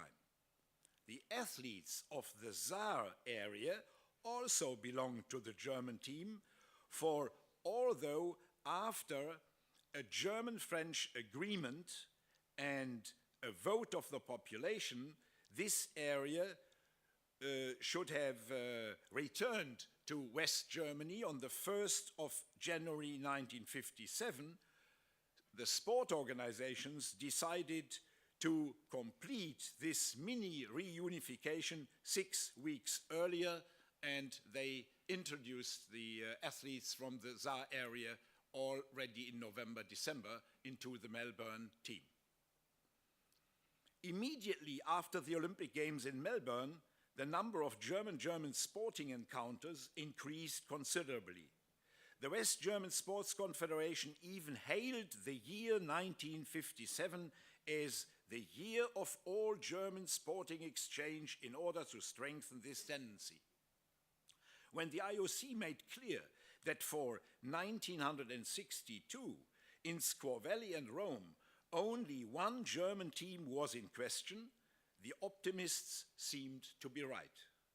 However, the Soviets then changed their policy regarding Germany, and this also affected sport. Significant legal and protocol difficulties arose when in October 1959, the GDR inserted their own state coat of arms into the traditional German flag. The High Court of West Germany declared the symbol to be unconstitutional and forbade its use on West German territory at public events. This obstacle was overcome by discussions with the IOC. At the same time, negotiations were being held regarding the formation of an all-German Olympic team for the Winter Games in Squaw Valley and the Summer Games in Rome. When a German athlete was honored at the victory ceremony, the black, red, and gold national flag with the Olympic rings in the middle was to be hissed. It was an idea of every Brundage. The instrumental version of the chorale finale of Beethoven's Ninth Symphony was chosen as the common anthem, now known as the Hymn of the European Union. When the wave of refugees from east to west reached a new peak the following year, the GDR decided to act. In August, on the 13th of August 1961, it sealed off its whole territory to West Germany and West Berlin. Those responsible believed these measures would keep their system from collapsing economically and politically. The building of the Berlin Wall was the beginning of the real division of Germany. 3 days later, the roof organizations of West German sport made a resolution to break off all relations to the GDR. However, the IOC insisted, even in this situation, on the formation of an all-German team for the Olympic Games of 1964 in Innsbruck and Tokyo. And 1 year later, both sides found themselves sitting at the negotiation table again. On the 6th of February 1963, they reached an understanding. On the basis of the agreements of 1960, a team was chosen after very serious qualifiers. It consisted out of 194 athletes from the GDR and 177 from West Germany, and therefore the GDR for the first time provided the chef de mission. The post-Olympic year 1965 was very important for further developments. On the 8th of October 1965 in Madrid, the IOC resolved to fully recognize the NOC of the GDR, thereby according it the right to compete at the 1968 Olympic Games in Mexico City for the first time with its own team. However, the existing regulation regarding the flag and anthem remained. Following this, both teams entered the stadium behind the flag with the Olympic rings in two separate blocks. At the victory ceremony, German athletes were honored by Beethoven's chorale, irrespective of whether they came from East or West. For the president of the NOC for Germany and IOC member Willi Daume, the result of the Madrid session was not only a disappointment, it was also a challenge. A few days later, he decided on a plan to host the Olympic Games in Germany. He was quickly assured of support from sporting, political, and business sectors. The bid was prepared in 6 weeks because the deadline for the bid was the 31st of December, and he had the idea on the last day of October. So he had only 6 or 7 weeks at his disposal. And at its session in Rome on the 26th of April 1966, that means 4 months later, the IOC awarded the 1972 Games to Munich, and in doing so, for the first time, to a divided country. If you consider that today a bidding process takes 7 years, this was really a world record in bidding processes, altogether 4.5 months.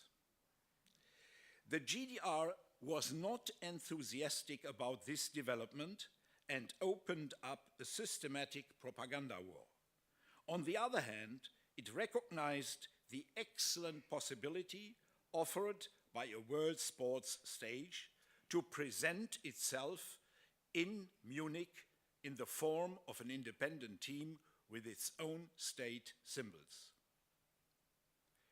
From 1976 until 1988, here in Seoul, 2 German teams participated in the Olympic Games, which demonstrated to the world the separation of our country.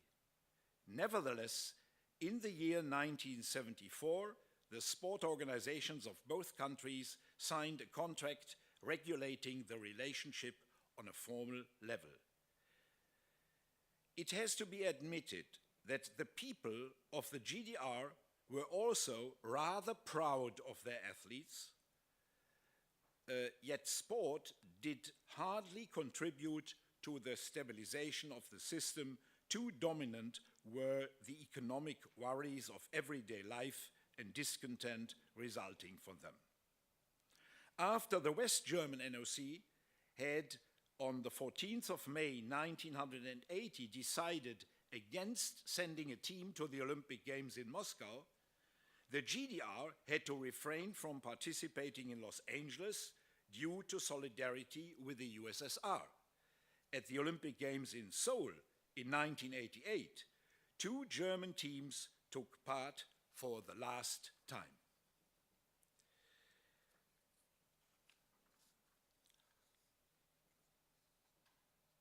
The formation of the all-Germany Olympic team was not an instance of ping-pong diplomacy, which might have preceded the inauguration of political contacts, because in spite of specific difficulties, political and economic relationships between both German states were intensive and more flexible than in Korea. Athletes appreciated the existence of a common team, but on the other hand, criticized the tough qualification competitions and the cut of their contingents, both of which stood in the way of their participation in the Olympic Games. If you have only one team, you have only 50% of the opportunities for athletes to compete.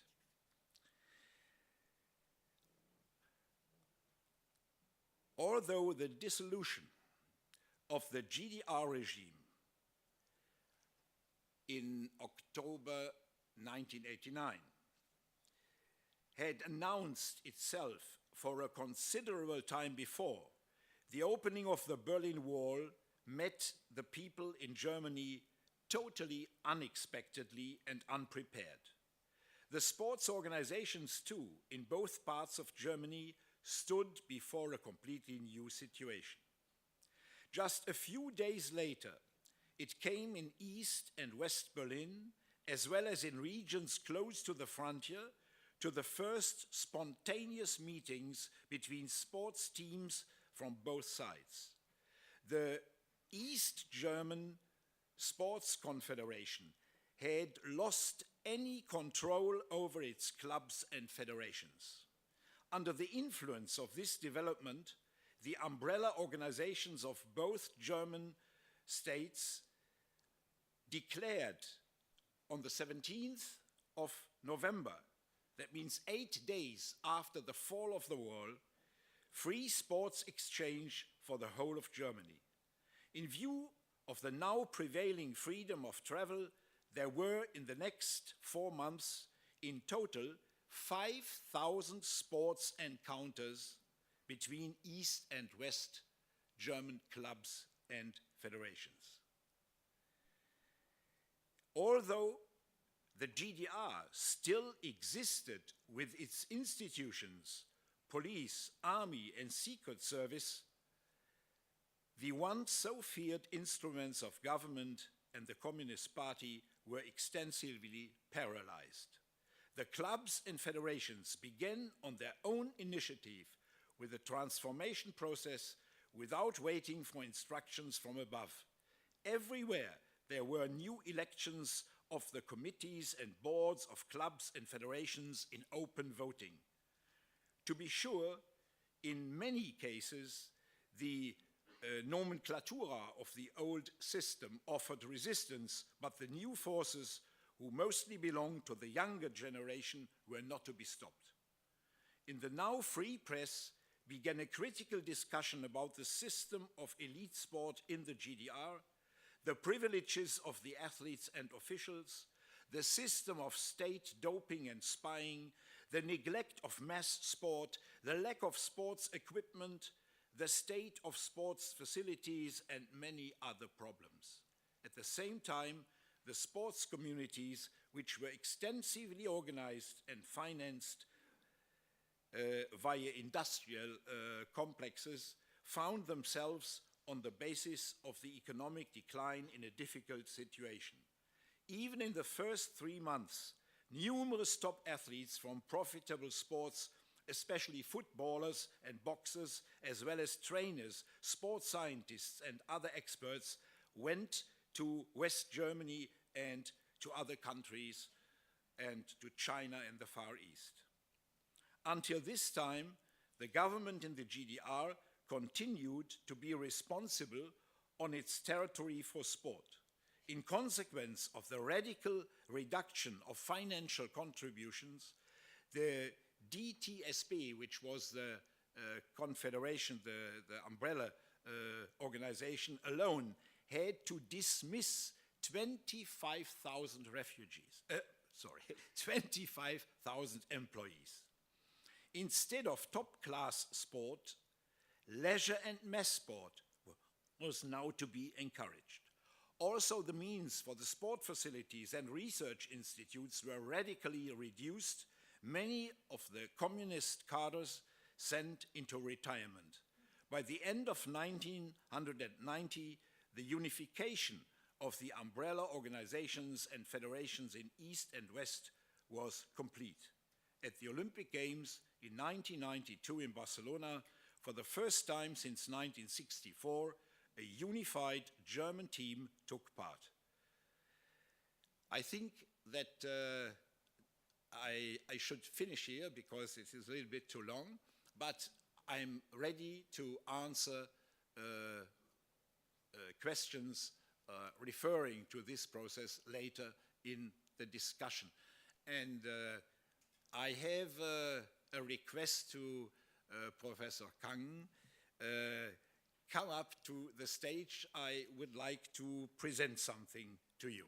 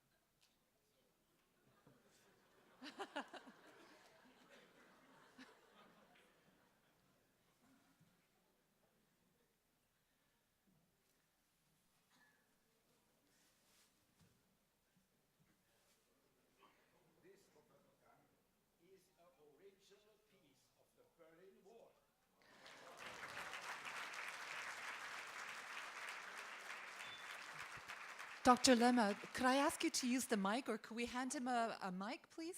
We're not able to listen. Please wait for the mic. There, we have a mic coming.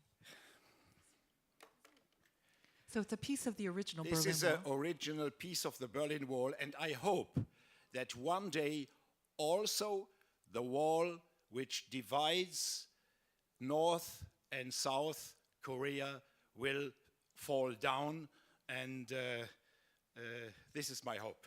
Good. Oh, thank you. That is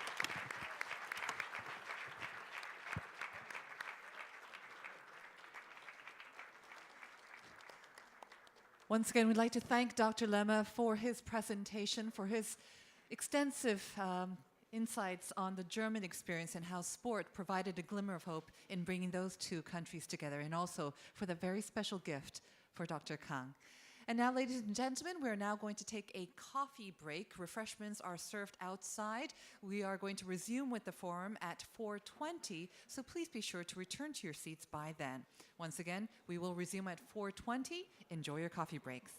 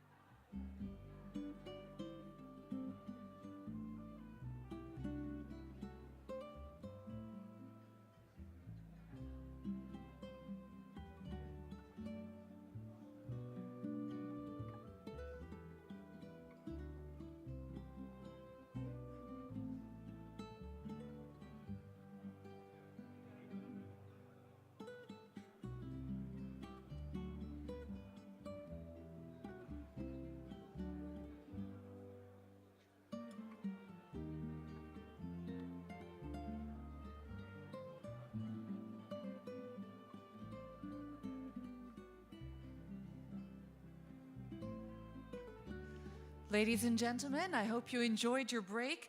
The Dream Together Seoul Forum 2018 will now resume, so we'd like to invite all speakers and participants to please take their seats inside the hall. Once again, ladies and gentlemen, the forum will resume momentarily. Please enter the hall now and take your seats.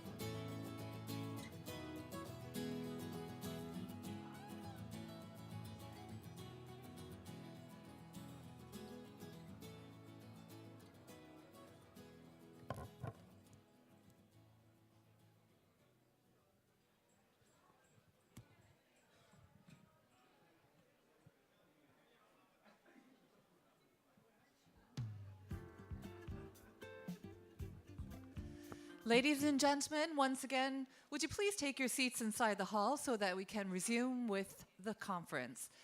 Once again, May we ask you to please take your seats inside the hall so that we can begin the presentations and resume with Dream Together Seoul Forum. Thank you very much.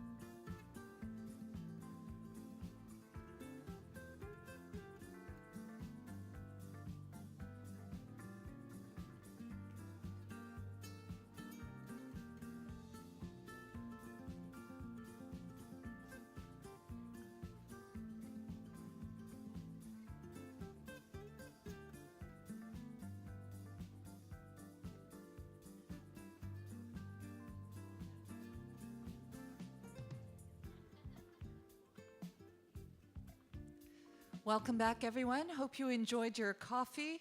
Hope you're refueled on some caffeine and also sugar, ready for the second round of presentation.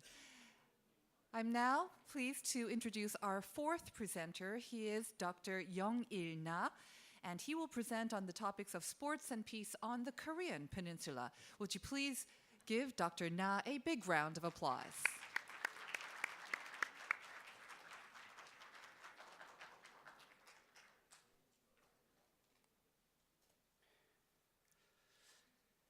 Good afternoon. And my topic is sports and peace on the Korean Peninsula.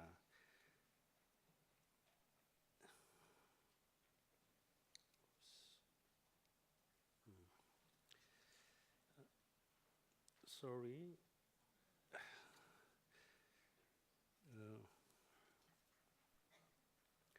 Last year, when the World Taekwondo Federation championship held in Muju, President Moon Jae-in formally requested North Korea to participate in the Pyeongchang Winter Olympic Games. Since then, he had invited 4 times officially. At last, North Korea Chairman Kim Jong-un announced his intention to participate in the Pyeongchang Winter Olympic Games through New Year message.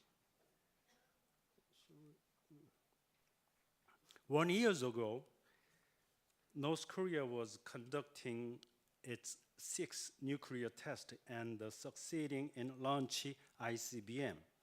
Many people think something happened in war in Korean Peninsula, but suddenly changed when North Korea announced participates in the Pyeongchang Winter Olympic. Since then, the Inter-Korean Summit held 3 times, and a summit meeting in Singapore between North Korea Chairman Kim Jong-un and USA President Trump. At last, Pope Francis expressed his willing to visit Pyongyang. Many of you read novel the Tolstoy, War and Peace. Or maybe you have been seen a movie. It is the story of Napoleon invade Russia. We don't know well about war and peace and love.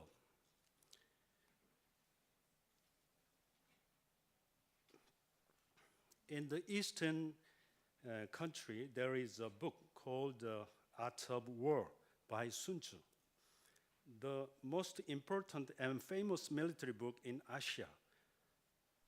At the first sentence of the first chapter, Sun Tzu said, "The war is vital, important to the state. It is a matter of life and death, allowed either to safety or to ruin." Yes, war is a matter of life and death. I have written the book called The Art of War for Sports at 2004. I write about how war and sports are different. War and sports have many things in common when seen from the perspective of competition.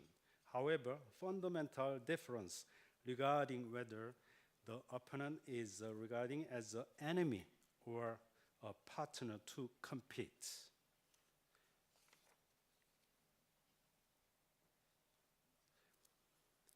We have Korean people a huge war called the Korean War. It was a terrible war. Was signed armistice agreement was on July 27, 1953, without South Korea. It is big problem.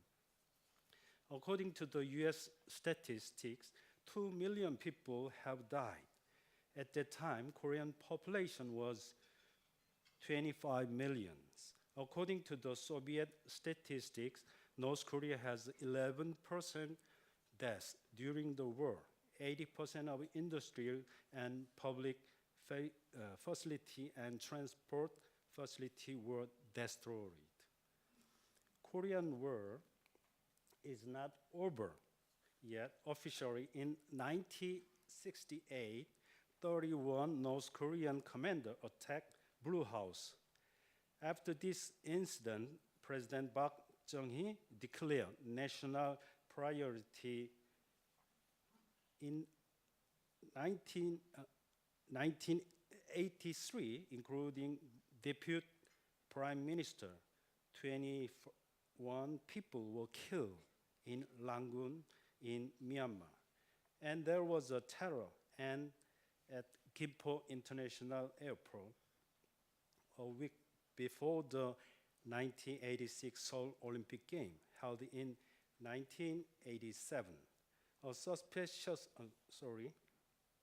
A week before the 1986 Seoul Asian Games held in 1987, a suspicious explosion of Korean air occurred and 115 innocent people died. Also in 2010, Yeonpyeong Island bombing occurred. 4 people dead and 17 people wounded. The war in Korean Peninsula is continuing. Before the Tokyo Olympic and the Munich Olympic, 2 Korea compete severe each other. The sports confrontation between South and North Korea was a surrogate war without gun. In South Korea, the Taeneung Training Center for Elite Prayer was established in 1966, and a system was established in 1972 to provide special admission benefit to outstanding high school player. And 1973, the rules were made to exemption excellent national athlete from military service. As a result, school sports and grass sports have become almost impossible. During the Korean War, Korean government moved to the Busan from Seoul. At the time, before the Helsinki 1952 Olympic, congressmen's opinion divided should participate side and should not participate one. Non-participation side said many young men, include UN ally, dying. So participate to the Olympic is not suitable for the international trust and moral. And participation side said, despite the ravage of the war, our people, without losing courage and to inform the freedom value to the world and international goodwill through sports, diplomacy also greater. Finally, the National Assembly has approved the dispatch the Helsinki Olympic. The slide show the document to approve it and the picture to participate athlete with President Lee Seung-man. We could divide the inter-Korean sports talking as 5 periods. From September 1990 to 2007, there has been a real inter-Korean sports exchange and talks. Maybe it has to do with the change in the world political situation. And this year also, North Korea participate in the Pyeongchang 2018 Winter Olympic, marked a new milestone in inter-Korean relations. During 70 years, North Korea had only 3 leaders, but South Korea had many presidents because of a single-term presidency.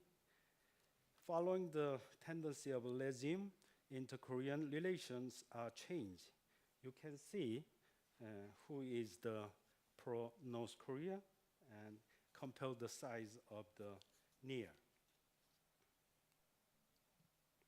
According to the 2018 Unification White Paper, there was 643 inter-Korean dialogue, and there was a wide difference in the tendency of a regime. In this figure, sports talk are included in the humanitarian category. Compare with down the table,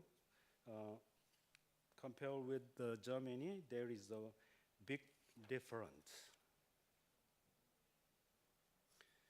2000, called the millennium, peace and conflict involvement by UN begin. So with the support of the UN, the 2 Korea take joint entry at the Sydney 2000 Olympic. The UN former Secretary General Ban Ki-moon states at the Sports Peace Forum co-organized by UN and IOC. Sports by its nature may be competitive, but sports can be a very powerful tool and vehicle to promote dialogue and peace and reconciliation. Unfortunately, we are experiencing problems in many parts of the world, but through sports we can promote peace and dialogue and reconciliation. This is exactly what the United Nations and the IOC share, the same goal and objective.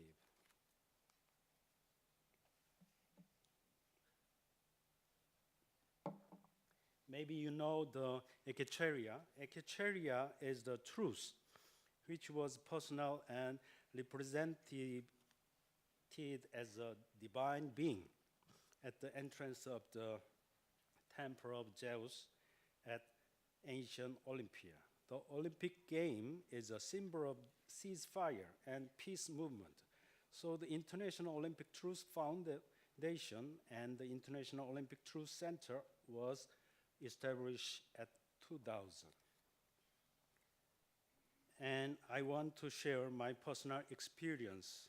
On 2013, as a co-chair of a civic network for justice of sports in Korea, I host a 300-kilometer marathon and International Sports Forum, Peace Forum, with France FSGT, which has been campaign against apartheid, and Japan NJST, which insisting against war and shouting anti-nuclear. And I have support the first Football for Peace training camp at the Seoul National University with Korean Sharing Movement and University of Brighton at 2015. In April 2015, I had to conduct experimental education on IOC Olympic Value Education. OVEP is Olympic Value Education Program for elementary school students for 8 months with my colleague. After major earthquake happened in Nepal in 2015, next year I went to go there and carry out volunteer activity and Olympic value education for Nepal students with DTM alumni. Many of you, Lita, and her husband also participate this program.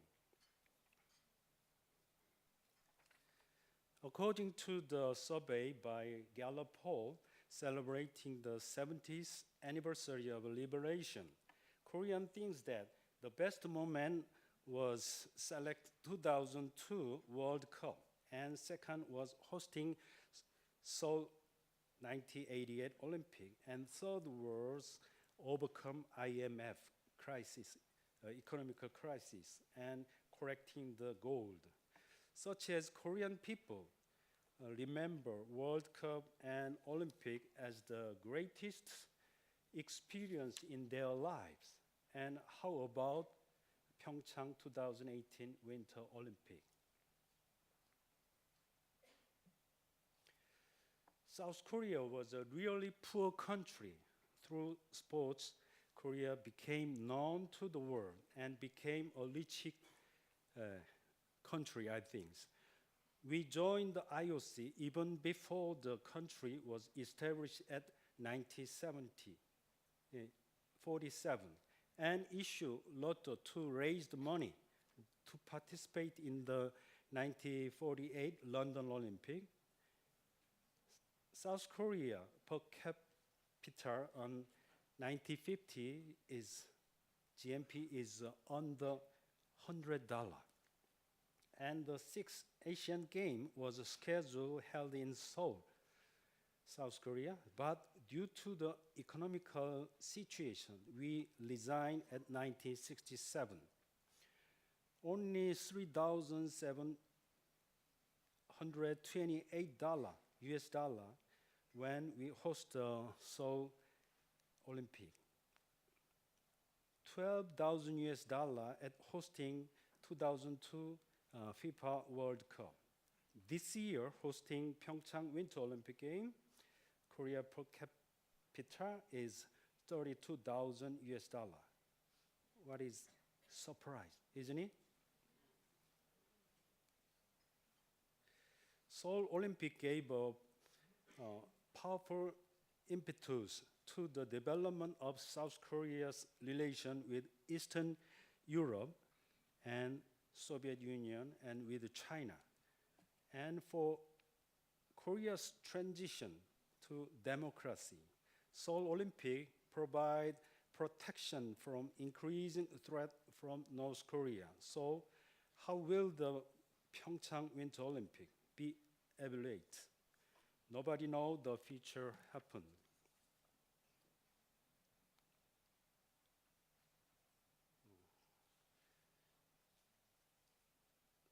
Last month, I and Professor Lemmer participated in the seminar organized by the Konrad Adenauer Foundation and the Seoul Sports Council. I had present the direction of inter-Korean sport exchange policy after Pyeongchang 2018 Winter Olympic.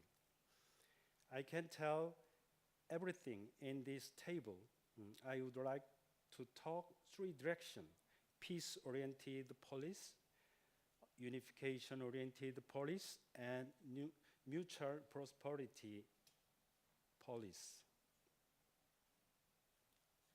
It's time to talk about the conclusion. September 29, two leaders agree North-South Summit Pyongyang Joint Declaration. There is something important to us. In the Article 4, second, the two sides agreed to actively participate together in the 2020 Summer Olympic Game and other international games, and to cooperate in bidding for the joint hosting of the 2032 Summer Olympic Games.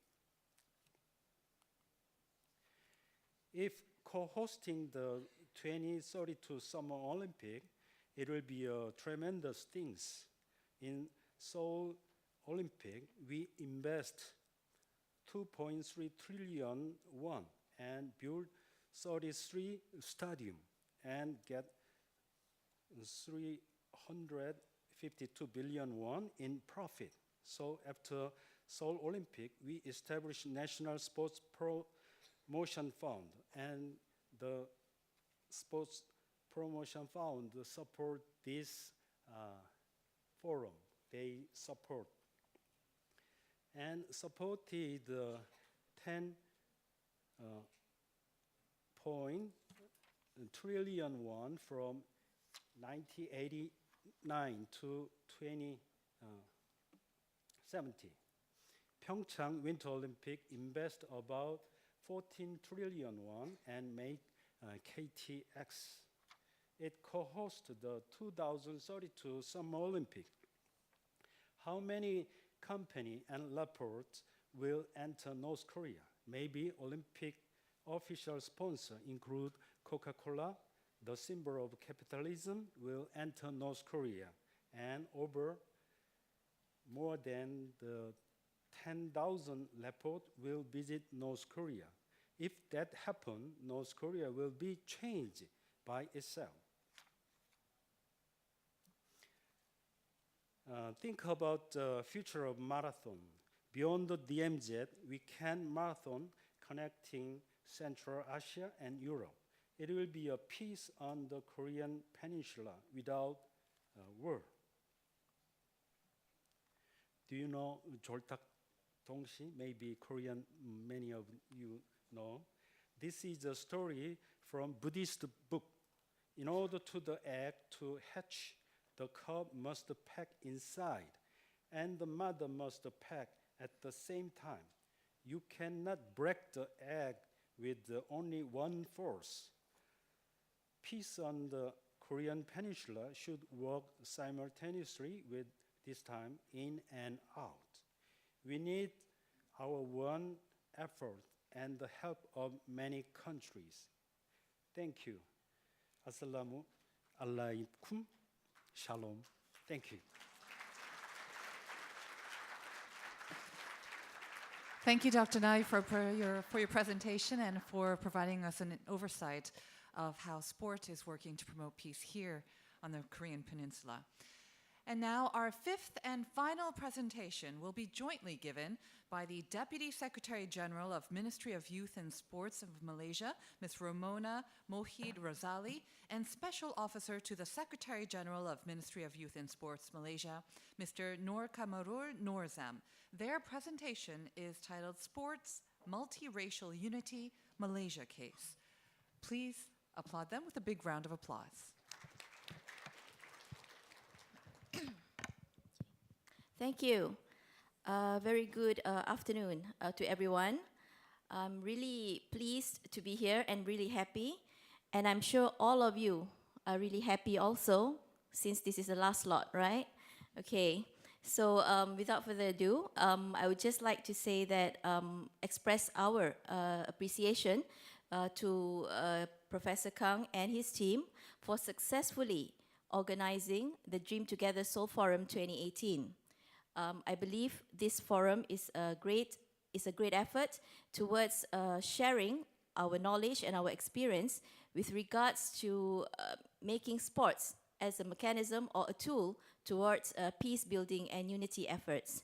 And through the presentation from the whole afternoon just now, we could see that the role that sports play is really important, especially in nations and communities in conflict.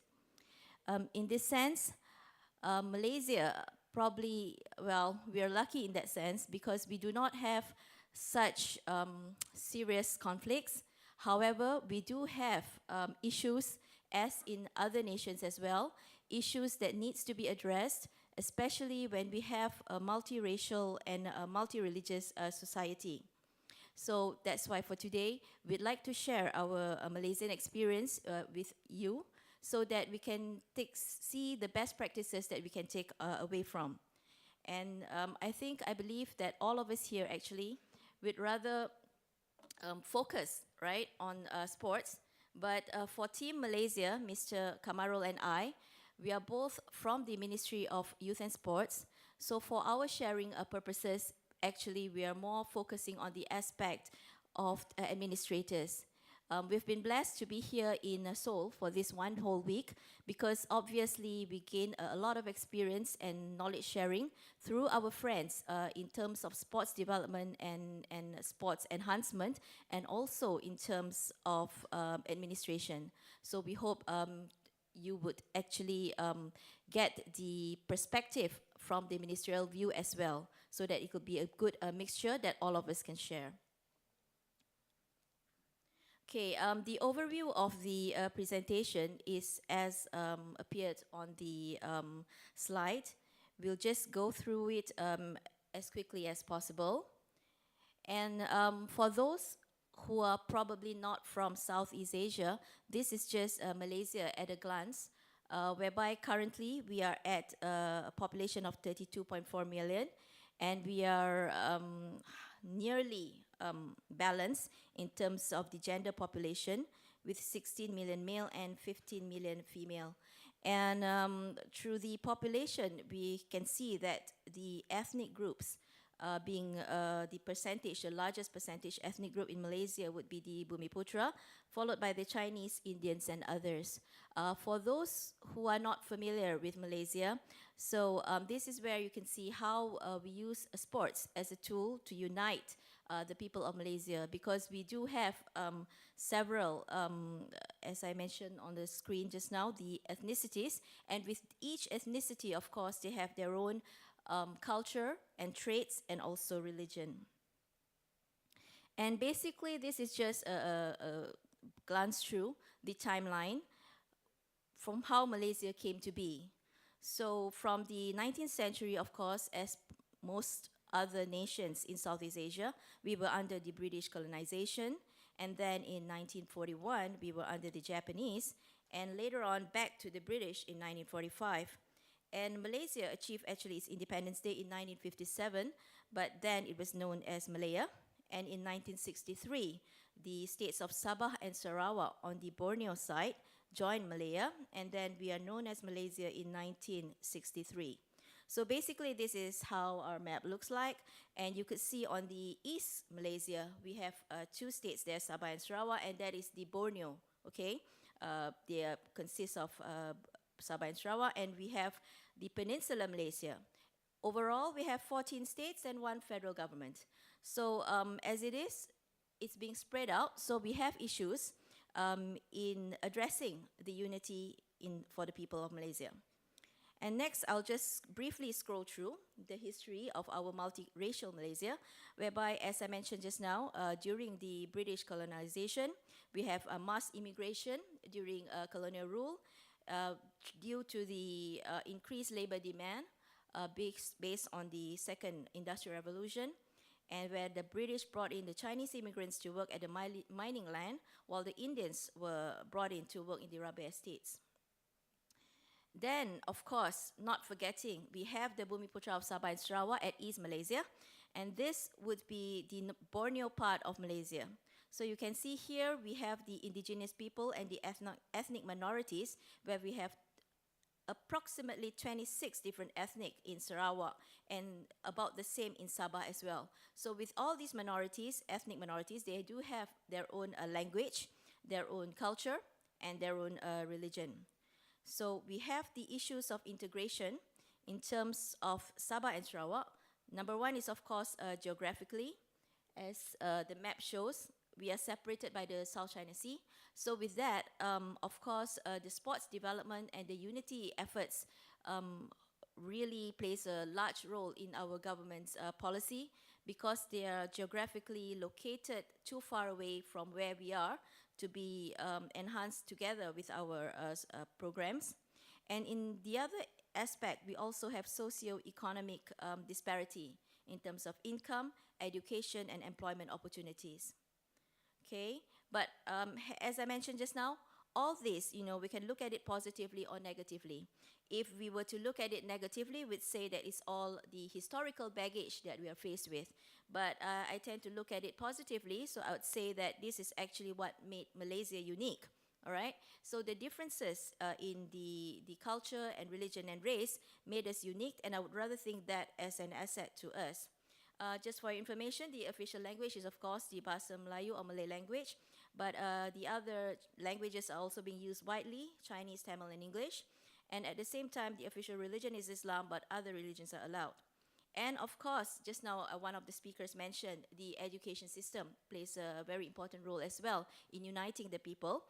And currently in Malaysia, we do have several education systems. We have the national system, the vernacular system, whereby we still have the Chinese and Tamil education, and we have private school, and recently we have all the international school systems. So obviously, all these schooling systems, they have their own set of differences, and they tend to create issues whereby particular segmented youth are separated accordingly to their schools. But then this is something that the government is aware of, so therefore we shall see how the government address these issues through the development of sports and using sports as a strategy in uniting our country. So with that, I end my part of the presentation, and I'd like to invite my colleague to focus more on the sport as a strategy.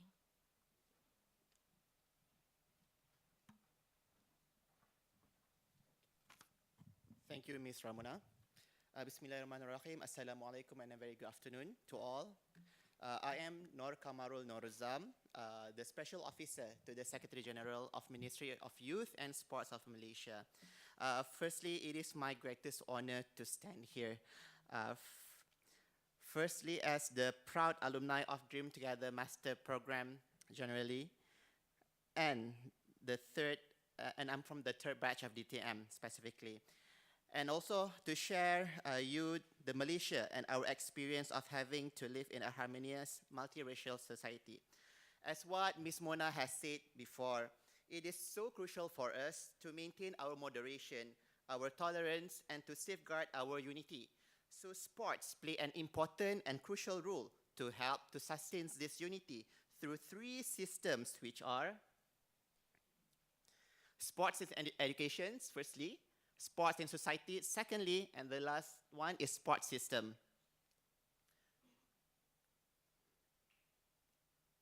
Sorry, so they don't appear here. Okay, it's okay. I will explain for this. For the first one, the sports and education, just to quote what His Royal Highness Faisal just said before, education is key to the integrations of people. Through sports and education, we encourage the interactions and integrations among races and ethnics, starting from the very young. And to make sure this mission runs smoothly, National School Sports Council was established since 1958. If you remember, Malaysia got his independence in 1957. So it is exactly 1 year after our independence. We established National School Sports Council. This shows how sports play a vital role in uniting all races since the very beginning. Let me share how sports in education run in Malaysia. If you can see on the slide, every school will run their school sports day in every district. There is a district sports council that will organize a sports event and competition on a district level. The same goes on a state sports council. For a university student, once a year, National University Sports Council will hold a major sports tournament. Among 20 local universities and more than 43 private universities in Malaysia, all of their organized sports events leads to interactions and integrations of the multi-races and ethnics in Malaysia. Ladies and gentlemen, for the second part is the sports in society. For this one, as a Ministry of Youth, Sports, we are aiming for a grassroots participation. Again, apart from promoting interactions among races and ethnics, we are strongly encourage Malaysians to move and be physically active. Nowadays, there are many events or activities were being organized either by the government side or by the corporate companies or by an individual. As you can see, for an example, since 2015, every 13th October, we will hold a National Sports Day. The government will organize this National Sports Day, like what on the slide that you can see. That are the numbers that we participated in National Sports Day. There are many more activities organized, like Fit Malaysia, which basically run throughout the year. And many marathons are being organized throughout the year too. This leads to more interactions and integrations among the multiracial and ethnics in Malaysia. Let me share you one of the grassroots activities that happen, because football is like in any other countries, is the most loved sports. And it's easier to find kids and youth that play football. So we come up with a program named National Football Development Program, which to increase the quality of national football from the involvement of grassroots participation. This encompasses all races and ethnics in grassroots participations as well. As you can see, this starting from the school up to an academy that we built named Muhtar Dahari Academy, just to train the athletes. Last but not least, we cannot forget high-performance athletes under the sports system. Why are we emphasizing so much on high-performance athletes? I think we all know, right? How we celebrate athletes' victory when they won a medal. Let's say gold medal in Olympic or winning a World Cup. It's not like Malaysia have won it before, but yes, I cross my fingers that one day it will happen. So this is what brings us together as one. Okay. Having to say that, I believe together we can achieve unity in diversity. With that, thank you.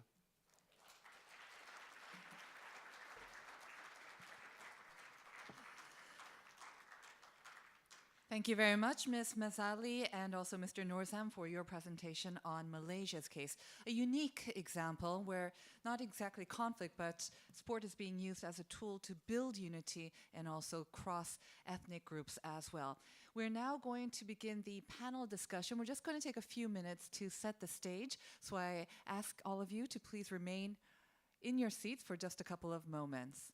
And also, think of some questions that you'd like to pose to our panelists as well. We're going to have all 7 speakers provide us with some insights and experiences as well as answers to your questions, as well as 2 members from the Dream Together Master Program. They are students of the Master Program right now. So joining us with the 7 speakers are Mr. Gobinath Sibaraja from Sri Lanka. He's also enjoying a big fan base there, Provisional National Course Director of the National Olympic Committee of Sri Lanka. And the other participant from the DTM is Mr. Nicholas Chipeta, yes, from Zambia, who's a sport instructor from the Ministry of General Education of Zambia. So once again, we ask for your patience as we ready the stage.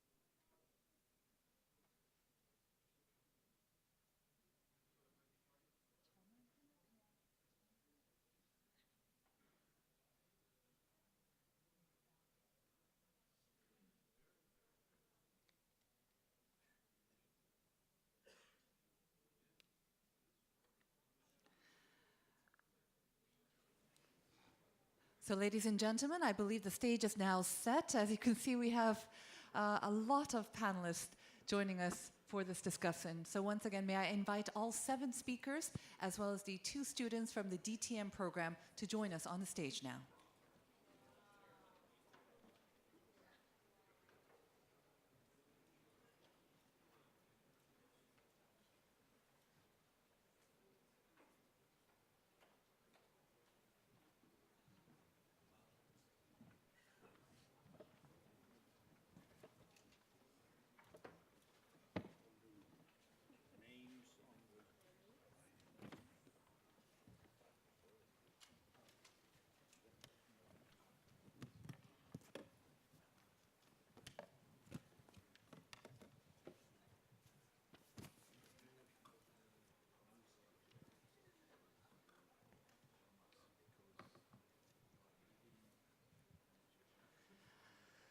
So we have a little under about an hour and a half for this panel discussion.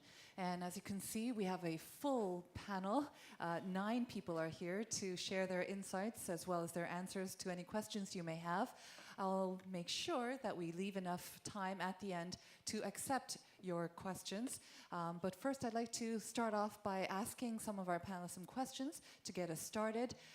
May I ask all of our panelists to please try to keep your initial answers to around 5 minutes or less, because even if all of you have a chance at 5 minutes or so, that'll take up about 50 minutes or 40 minutes. So I ask you to exercise a little bit of discretion in your answers as well. Why don't I begin with probably a general, maybe a very broad question to start us off. We're talking about sport for peace. So my first question, and I'd like to pose it to His Royal Highness Prince Faisal and also Dr. Cronin. What is it about sport that makes it so useful in promoting peace, in promoting dialogue? Prince Faisal, you mentioned that sport should be used as a multifaceted and universal language. Why did you choose sport as a tool to build peace? And Dr. Cronin, you mentioned in your case, in Ireland's case, sport was a force that united but also in a way drove people apart as well. So what makes it so useful in promoting peace as well? If you can share your 2 experiences first, and then I'll continue with some other questions. Hello? Okay. I think sports is a universal language which makes it so easy to be able to implement anywhere in the world. And in particular when we're looking at peace building and focusing on children and youth, I don't care what part of the world you come from, you put a ball in front of kids, they're going to start kicking it around. You don't need to explain them what to do. They'll immediately start to learn how to play. And I think it's every child's expectation to be able to play, and it should be their right to be able to play. So I think when you're using something that's so basic as a human characteristics from which you can build upon, it makes it so much easier. We get so many life lessons from sports, whether it's respect for other players, respect for the rules, teamwork. There's so much more into it that you can learn from. And so it makes a very natural focus point for bringing kids in. Every kid wants to play. Kids wants to have fun. And sports can provide that. So it's a natural way of being able to bring kids in to do something that I think we're all have built in us, is the love to play. And so that's what makes it so powerful and so universal. And I think that's why it's so effective in being able to teach the right life lessons and to be used as a tool for peace. Yeah, I think the one thing about the universality, when you think about the Soccer World Cup this last year, 2/3 of the world's planet watched the same game. Now, there's nothing that we do on this planet where 2/3 of it are doing it at the same time. So I think it's that universal appeal is absolutely critical, that there's pretty much nowhere in the world where people aren't playing, and that's the key thing. I mean, there's one thing about elite sport, but the idea that wherever you are in the globe, no matter what the social economic circumstances are, people will come together to play a game, to watch a game, etc. And that's different from even, forms like entertainment. For all the power, the global power of Hollywood, for example, there are endless regions where cinema isn't a thing, or there is a national or regional equivalent because of language. Other things break down that force of globalism, whereas sport doesn't have that linguistic problem. And I think the other thing as well is, as His Royal Highness was just saying, I do think one thing that's critical is the fact that sport as an activity has an ethical code. It's also active. And again, I think when we think about the idea, we've all, there's lots on this table, there's lots down there. We all have our phones, we all have our devices, we have our social media. We have this idea of connectivity, but connectivity is passive. That we live in a digital age, most of which is about consumption. Doing sport is active. Doing sport involves that very old-fashioned thing of actually communing with other people using your voice rather than using your thumb and your fingers. And I think it's those kind of critical differences. It's one of the last repositories of genuine human interaction, which doesn't involve a digital space if you're playing. It doesn't involve a pub or a bar or food. It doesn't involve, most times, kind of religious identity or politics. It just means watching the game. And I always remember an American colleague of mine, when he wrote a book, and I think he summed it up beautifully. He said, what is the most common question, if you're in an elevator in a hotel like this one, that we all understand? Who won the game? Now, we might have a discussion about which game are we talking about, but we all understand the question that somewhere in the world, whether it's a World Series, whether it's a Premier League, whether it's the Olympics, there is a game that we're all plugged into. And I think also very quickly to finish, the ethical code's important, that most of our activities don't come with meaning. So again, we can all go down to the cinema tonight or sit in front of Netflix and watch the same film. We can be engaged, we can be passive, we can fall asleep, we can talk about it. But it doesn't come with any, as it were, meaning given to us by the film itself. Whereas when we watch sport, I have a 10-year-old son, I sit and watch English Premier League football at the weekend, and I watch players diving around and referees blowing their whistles. But that critical moment, and it is critical, we have an activity that's been running in its modern form for over a century. At the end of the game, everybody shakes hands. Very simple idea. And I watch my son do it on a Saturday morning when he plays his soccer game. They all line up and they shake hands. And the players doing the World Series do it. Children in your projects do it. It's the idea at the end of it we treat each other with respect and decency. Whether it was an own goal, whether it was a penalty, who fouled who, that's all gone. And I think sport is critical in terms of peace building. It's an activity for all the passion, for all the competition. You shake hands at the end of it, you've enjoyed the experience, and then you move on with the rest of your life. Dr. Lemon, did you want? I can undersign everything what Prince Faisal bin Hussein said and what you said, Mike. And of course, when I'm involved in campaigns in Germany, I also stress the opportunities of sport, etc., etc. But we must also be aware of the fact that there are strong forces which have the opposite effect on young people. And you mentioned television, The young ones also see the bad behavior of players. They see how they discuss or even are against decision of the referee, etc. With how many tricks they work and so on. And that is, I do not mention the fact that even by chauvinism and nationalism, we had already a war in America, as you remember, as a result of a national football match. So the question is, how can we be so to how would you call it, to avoid the effect of the mass media. This is, in my opinion, the mass media are stronger than ever before. Sure. I just want to differentiate one thing that we're talking about, which is grassroots sports from professional elite sport, because in professional sports, they're examples of fantastic behavior and they're examples of horrific behavior. One example for me, which was a very touching moment for me, was when they had the World Cup in Seoul in Japan, and the fight for the bronze was between Turkey and Korea. And at the end of the match, Koreans managed to get the bronze medal, and the Turks were just completely disheartened.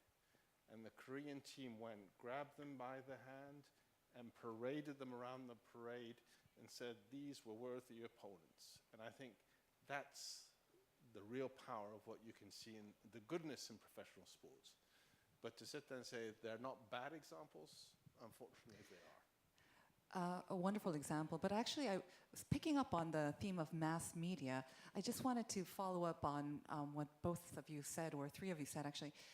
Mass media, you mentioned Netflix, you mentioned phones growing in popularity across the world now, probably in more and more areas around the world as well.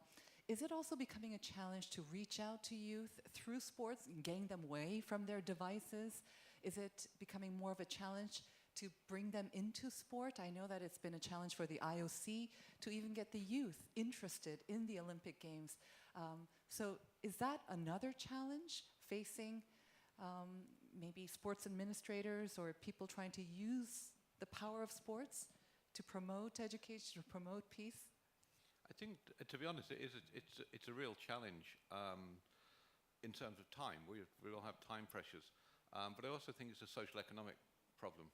That, if to use an old-fashioned term, if you think about the Western world or the developed world, what are children supposed to do? Well, they're supposed to do as much sport as possible. You know, that children go from, in my country, they go from rugby at 9 o'clock to soccer at 10 o'clock to GA at 11 o'clock. And they probably do a dance class and learn a language as well before they go to bed. It's crazy. And then they've also got their devices, and they've got Netflix, and they've got X Factor, and whatever else is going on in their life. And I do think that kind of time pressure to get the most from young people is crippling, because I think sometimes sport is just an activity which is a tick box. It's almost that children forget, or their parents rather, forget why they're doing it. And I think that kind of grassroots idea of using your body, thinking about what you're doing, about those lessons of respect, they sometimes get lost. The flip side is, in the sort of developing world, is you've got a different set of problems. You've got you know, real life issues. You've got to carve out a time for sport within that. That somebody's got to provide facilities, somebody's got to provide coaches, somebody's got to provide, you know, the equipment. And I think we can talk in this kind of panel at a very kind of glib level, a very basic level, and say, oh, sport's great. Well, sport is great. Sport's also got lots of negative points, but that grassroots point is critical. Clearly, having a child in a rich city like Seoul, Boston, Dublin, wherever, playing sport is relatively easy. Are they engaged? Are they thinking what they're doing? And that is a completely different set of questions to what does the child who is a refugee from Syria, how are they approaching it? Why are they doing it? And I think that kind of whole idea of finding that space within the mass media, I don't think it's you know, time pressures are there's different reasons why we're all sort of time poor. But I think the key thing is, as educators, as the students here, when they go out into the world and they use sport as a tool, it's giving it meaning is the critical thing. You know, number one, it should just be fun. I mean, the old, you know, why is sport so popular? It's good fun. Simple. You know, it's fun to run, it's fun to kick. There's that lesson, but then it's the idea of what else are you doing? You're playing with people you might not normally know, from different religions, different races, different parts of the city, different parts of the country. and get those kind of messages in the background.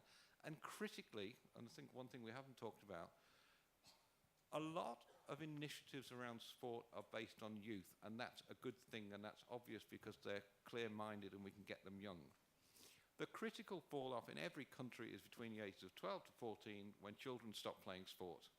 We've also got to take that through and remind the 16-year-old, the 20-year-old, the 24-year-old that sport is good fun and it has all these other messages. And that's the battle with the mass media, to keep people active and stop them becoming the person who just watches. Very good. Ms. Rosali, I know you wanted to weigh in on that.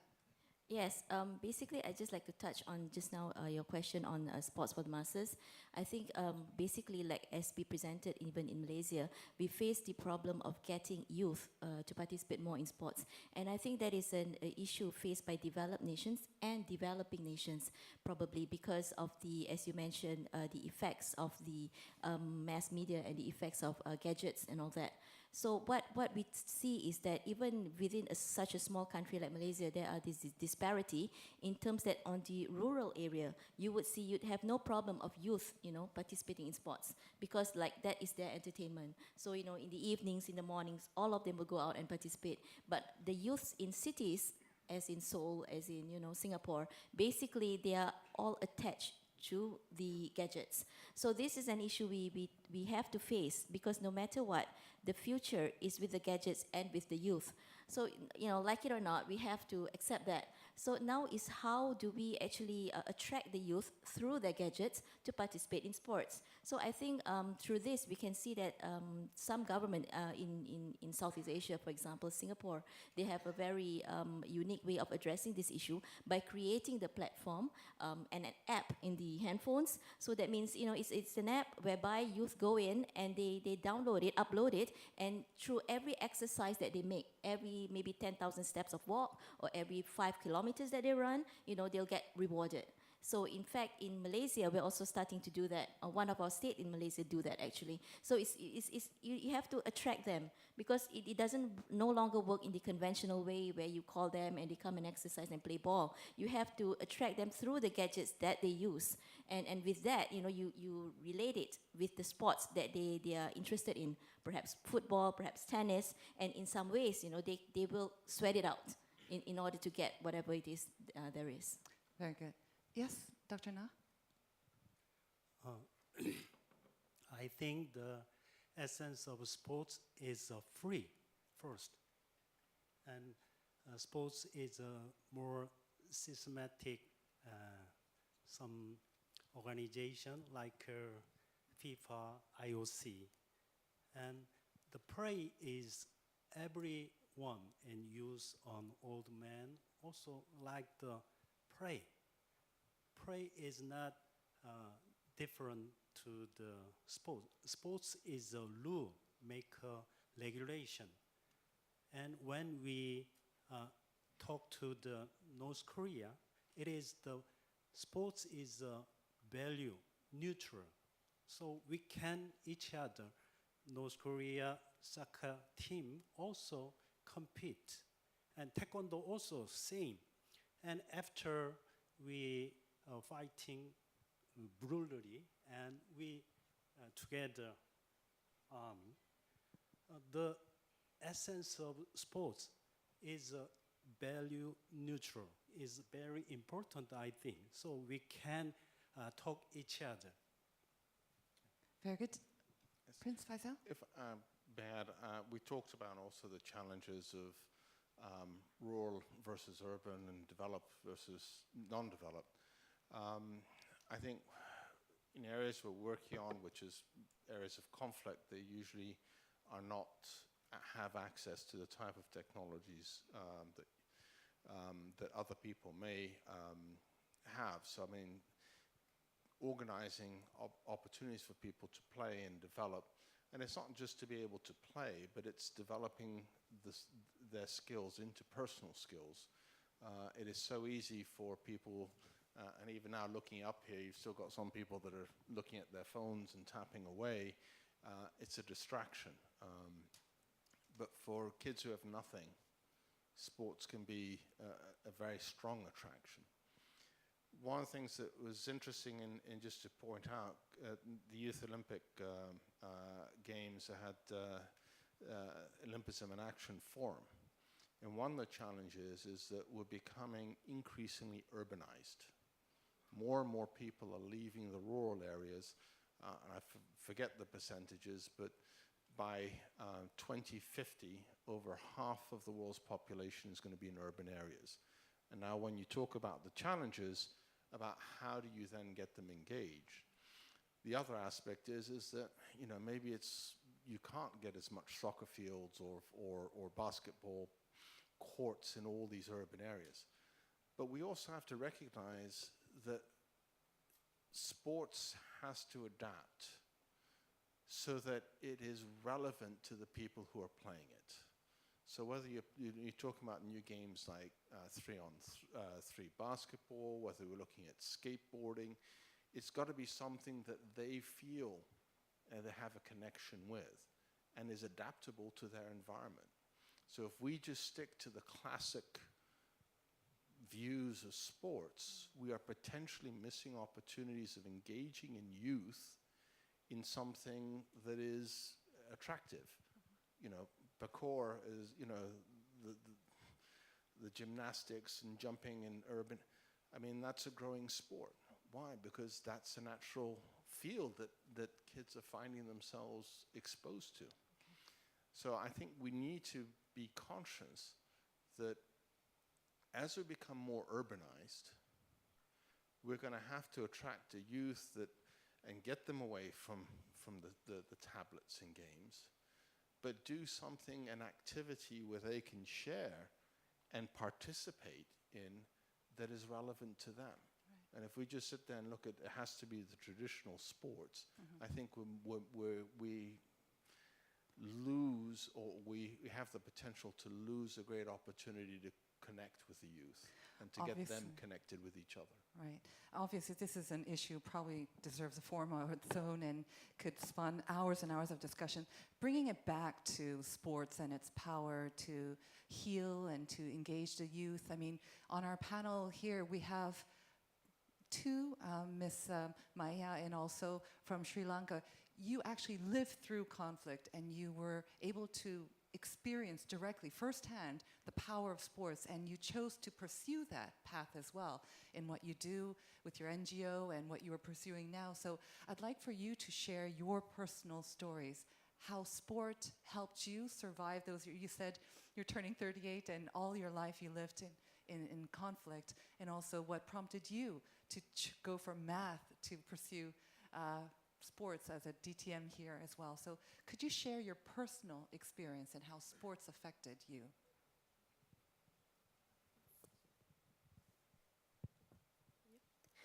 Okay, I think that we can't forget that the reason of one of the reason because the children go to war is for because they need recognition.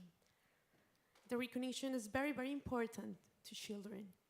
And when you give an arm to the children, they feel power. Yeah? And not only for economics reasons, the people go to war, the children and go to the war, but for other reasons as recognitions. And sport is, they give an opportunity to get the recognition in a positive way. And I think it's what you can change the rifle for the ball the children prefer to be there. And I think that it is very, very, very effective way, because when I start with the work in the territories, we ask for what is the way to reach to the population, with the people in the territories, because the peace is not only the silence of the rifles. The peace is more than the poses in the territories with actors. And when you go to the territories, you can see that they need recognitions. And I think that this is more the more important thing that I think that, for example, there are illicit group give to the children. Is they lost their trust, they lost the confidence, and the sport involve the children's in others in other things in others way to see the world, and I think that is very important for this reason. Okay. Mr. Sivaraja, if you'd like to share your experience. Yeah, well, actually, this is the week 23 years ago. As one of the person among the 500 people, the displacement happened in Sri Lanka on the 30th of October 1995. I'm very emotional and very honored to be here. Actually, the walk was to walk for our life, walk for our peaceful life. Then, like, very accidentally, sport came across in my life. I chose sports as a tool, and today I'm very peaceful to be in Korea and today talk about the sports for peace. I'm so happy about that. Actually, during my childhood, I was born in the war. I was grown up in the war. I miss my best friends. I miss my seniors and all assassinated in front of me in the school. I saw them. It was so emotional to me. Even like you have highlighted one of the soldiers, one of the guy, he was holding the hockey stick and he was assassinated the same way. One of my soldiers, he was wearing the karate belt and he was just going outside. Normally, the Sri Lankan army at the time, they told us like, you can't wear the belt because normally the rebel groups, they put the weapons here. So they said like, you cannot. He was wearing the karate belt, he was killed at the time. So these kind of things actually motivated me to like take it as a sports as a tool, and you have to show that like it can bring the peace back to my home, and I have to show it to my country, make the peace and all. So eventually when I entered to the university, so I picked up the sports. So before that I never practiced the sports. So the war ended in 2009. So after like 3, 4, 5 years, we had an opportunity to go to Colombo, the southern part of Sri Lanka, to participate in the national level sports activity. This is the very first time I'm going to the Colombo, of course. Genuinely speaking, like I'm from the northern area, the Tamil, and the war between the Tamil and the Sinhalese community. I'm sorry, my dear Sinhalese friends are here. This is my true feeling. At the time, I thought that the Sinhalese are my enemies because they were fighting against us and we were fighting against them. But it's changed on the championship. We never expected that. It was my first event in the hurdles, so when I was running, I became the first. It was a fantastic achievement for me. Then I saw the pavilion, they all gave me the standing ovation. At the time, they gave me the great respect. That the respect, actually, they made me to love them. So now, I never think that they are my enemies. I love them. I even invited my Sinhalese friends here, and they are in front of me here. I really love them, and I wanted to make this peace back to Sri Lanka. So you ask about why you dropped this mathematics and came into this sports. This is the reason I came to the sports. Like before that, we really fought between these two communities because of the discrimination between Tamils and Sinhalese. I think I'm a very good example. Like people, they said that if you are a Tamil person, you cannot go to the top level in any other administrative level in Sri Lanka. Actually, last year I was selected as one of the professional national course director in National Olympic Committee. I'm serving, I'm very proud of that. Very fortunately, like this year, our president is a Tamil guy of National Olympic Committee. It's the very first time. So there are many Tamil national team players also there. So I am here insisting that, like as Professor Kang, he wanted to like confirm that the sports reduce the tension. So another good example, when I was in the childhood, actually we could not do any activities. Even university closed, the schools closed for 8 months, and also the curfew. The curfew for about 6 months, and only three hours per day, they release it. So during the 3 hours, you have to go to the shop and buy the stuff, and you have to live inside the home. You cannot go even outside. Anytime the bomb blast happened, Glymer attack happened, and a bomber attack happened. So the soldiers said that you should not go outside. So we always keep inside. What we did at that time, we could participate, we could play only carom, chess, ludo. The people, they say that these are not sports. They are kidding about that. But at that time, those are my sports. These sports really reduced my tension that time. So as a person coming from the rural area, and really proud of that, like today I'm really feeling the peace through this peace forum as well. Thank you. Thank you for your story and for your participation here. We wish you the best of luck. Now from Zambia, Nicholas Chipeta. I know that you are here for a reason as well. Would you like to share your experience? Yes, thank you very much. Before I share my experience, I would really to take this opportunity also to express my appreciation to the Korean Ministry of Sport, Tourism and Culture, Korean Sports Promotion Foundation, and the DTM program, the director, for everything that they are doing for us as students. And it's really such a great honor for us to be here together with the prominent speakers from different parts of the world. So really, we are so grateful. Thank you very much. Well, recently we joined the Football for Peace program. One of the speakers mentioned about it, about maybe 4 students from our program. In August this year, we joined the Football for Peace program. And this program was founded by Brighton University. And here in Korea, they are working with the Korean Sharing movement. So this program is trying to use football to help bring about peace in cross-community areas where there are conflicts. And my experience so far in this program, I think, has been very encouraging. What we are doing is that we are using football to teach young kids here in Korea about values which can help them develop the peace, so which can help them have peace in the future with other people in case they have conflict. So we teach them values such as neutrality, inclusion, equity, equality, respect, and personally, I believe that these are the values we need to teach, in these kids. Because for us to attain the peace that we want to attain, I think it needs to start with these children. They are the future generation. So if we can change their mindset, I believe that even the way they'll be looking at other nations which they might consider to be their enemies will be very different. And we have really seen it, that the mindset of the kids is changing. So this program has worked in different countries where there are conflict. It has worked in the Gambia, it has worked in South Sudan, in Northern Ireland, which was already mentioned, and the Republic of Ireland. And we hope that this program can continue and that it can help continue developing the peace between South Korea and North Korea. So it has been a good experience. Thank you. Thank you very much. I want to bring it back to sort of the Korean Peninsula. We had very significant developments here over the past year. The Pyeongchang Olympics, of course, which helped to foster suddenly a melting, apparently, of tensions between the two Koreas. We saw the unified entrance of the two Koreas in the opening ceremony. We saw a unified team as well. And we have an IOC member here as well. So let me put Prince Faisal a little bit on the spot there.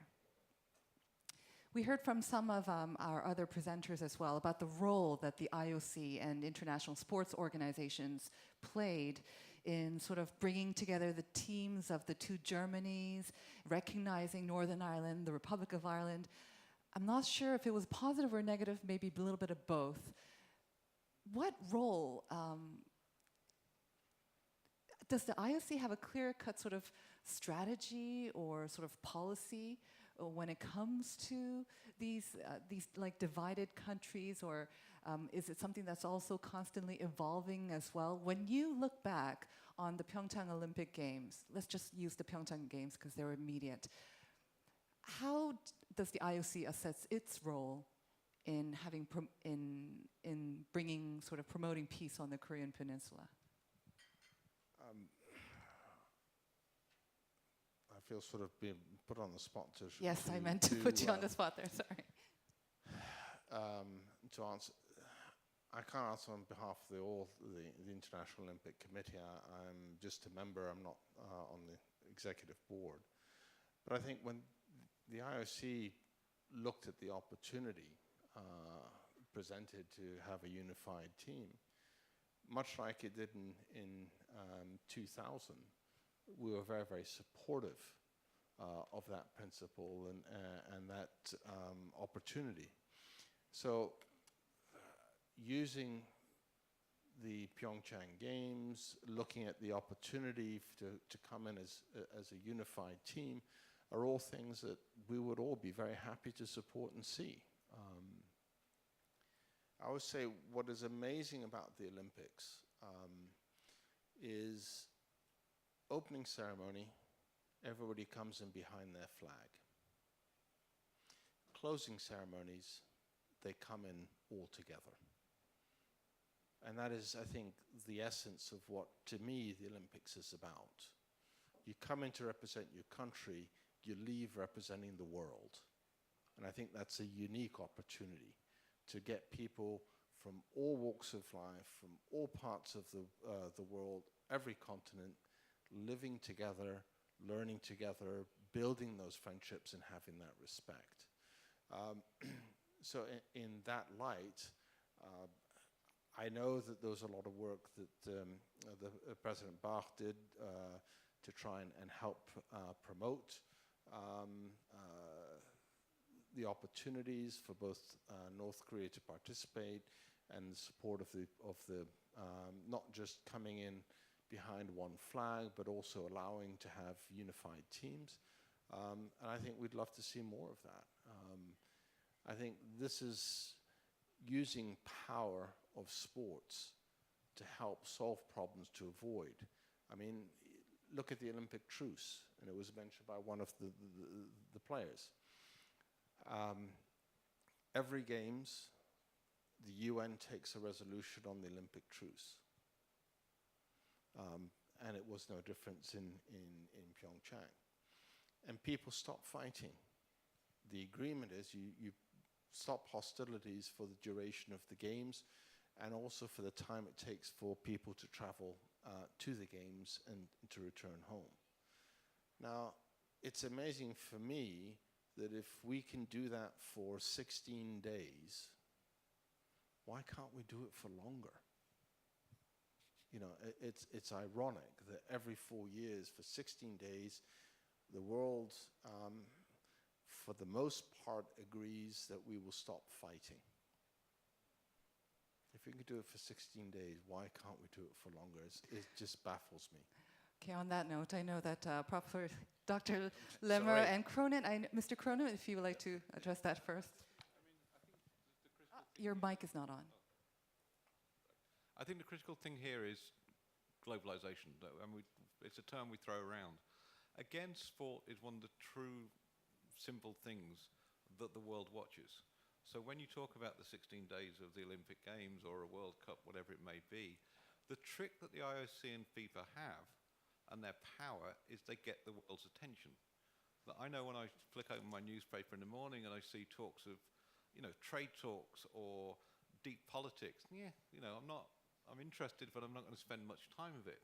Whereas that instant symbolism of an Olympic opening ceremony where new nations or nations of recent conflict march in under their flag, which I appreciate the point is wrapped in nationalism, but it's very powerful that the rest of the world who may have just had this notion in their head, oh, there's a war over there, suddenly think, oh my God, there's Iraq or whatever it may be. And I think, again, it's like with the World Cup finals this year. You had that notion that, okay, the Yugoslav war, here's Croatia. What's Croatia about? Okay, they've got the coolest football shirt in the world, we know that. But critically, it sparked a debate. Where have they come from? People like Modric, who'd had relatives killed in the war, how he'd grown up, what being a nation meant. Suddenly through sport, people have an awareness of an understanding of the Croatian journey. It's not a perfect journey, it's a very difficult journey. But sport gives it a platform that no level of discussion, documentary, whatever, on the TV or online would get that attention. And it is that simple moment the world looks. But Dr. Cronin, I just wanted to ask you, did the IOC or do the the international sports organizations, could they help in post-conflict Ireland? Did they help? Could they have done more? You mentioned how there was some confusion over the recognition of sports or over the recognition of countries. The problem for the IOC and FIFA is world politics is complex. conflicts are complex. So, I mean, a very quick example. In Northern Ireland, as part of the peace deal, each citizen can choose its nationality. If you feel Protestant and British, you go and get a British passport. If you feel Catholic and Irish, you go down to Dublin and you get an Irish passport. And that allows the two communities to wear their own nationality. FIFA in 2002 is worried about a global transfer market in soccer of people changing nationalities for gain of nations kind of utilizing footballing talent, so it made a very simple rule. It said when a squad of 24 players arrives at an international tournament, we need to see 24 identical passports. 24 German passports, 24 South Korean passports, whatever it may be. At which point half the Northern Irish squad said, if you make us have British passports, we're never playing again. So FIFA had to run around and put a little asterisk next to the rule and said this rule does not apply to Northern Irish players who can have a British or Irish passport. And I think, again, it's that complexity that you have fluid geopolitics, you have wars, you have conflicts, and so on and so forth, that when you start describing something like the conflict in Sri Lanka, you know, why should a sports administrator in Zurich or Lausanne get their head around that? You know, it's deep, complex historical questions. And I think we've got to give sports bodies a break sometimes and say, you know what, they get it wrong, and sometimes they are misguided and muddle-headed, but educate them as well. And then when you have new nations come on stream, or you have, you know, the rights of indigenous people, you have gender issues, you have religious issues, all these complexities, and just be a team and get on with and enjoy it. We've just got to actually, as administrators in sport at the national and international level, actually be alert and be aware and take information so that what you do is positive. It is about peace, it's about moving forward. It doesn't complicate matters. Dr. Lemmer? I would like to stress the point that although we heard about one declaration of the Olympic truce after another, I don't know any example that this was followed by warring groups.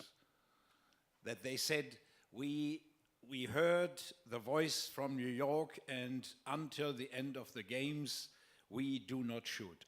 There is not a single example, and I'd like to also to add that to my colleague Na, that the Greek example is being misunderstood again and again. You know, I wrote the big article about that, and I discussed it already with Antonio Samaranch many years ago. The Greek ekechieria was only a protection of those who participated in the games, but the wars in other parts of the Greek world went on.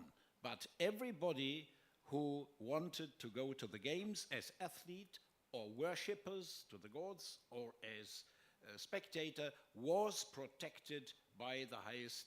It was like in the Middle Ages when the knights, you know, had their tournaments. There was a Troika Day, they called it, and after that they went on fighting. But this was misunderstood.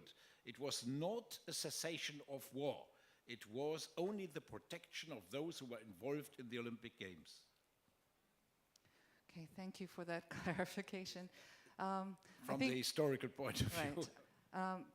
Dr. Lemmer, while you have the mic, actually, let me follow up with a question to you. I know that in your presentation you said that you did not want to offer lessons to Korea or any advice to Korea. As, I don't know, if maybe unification or more peaceful coexistence with North Korea is on the horizon.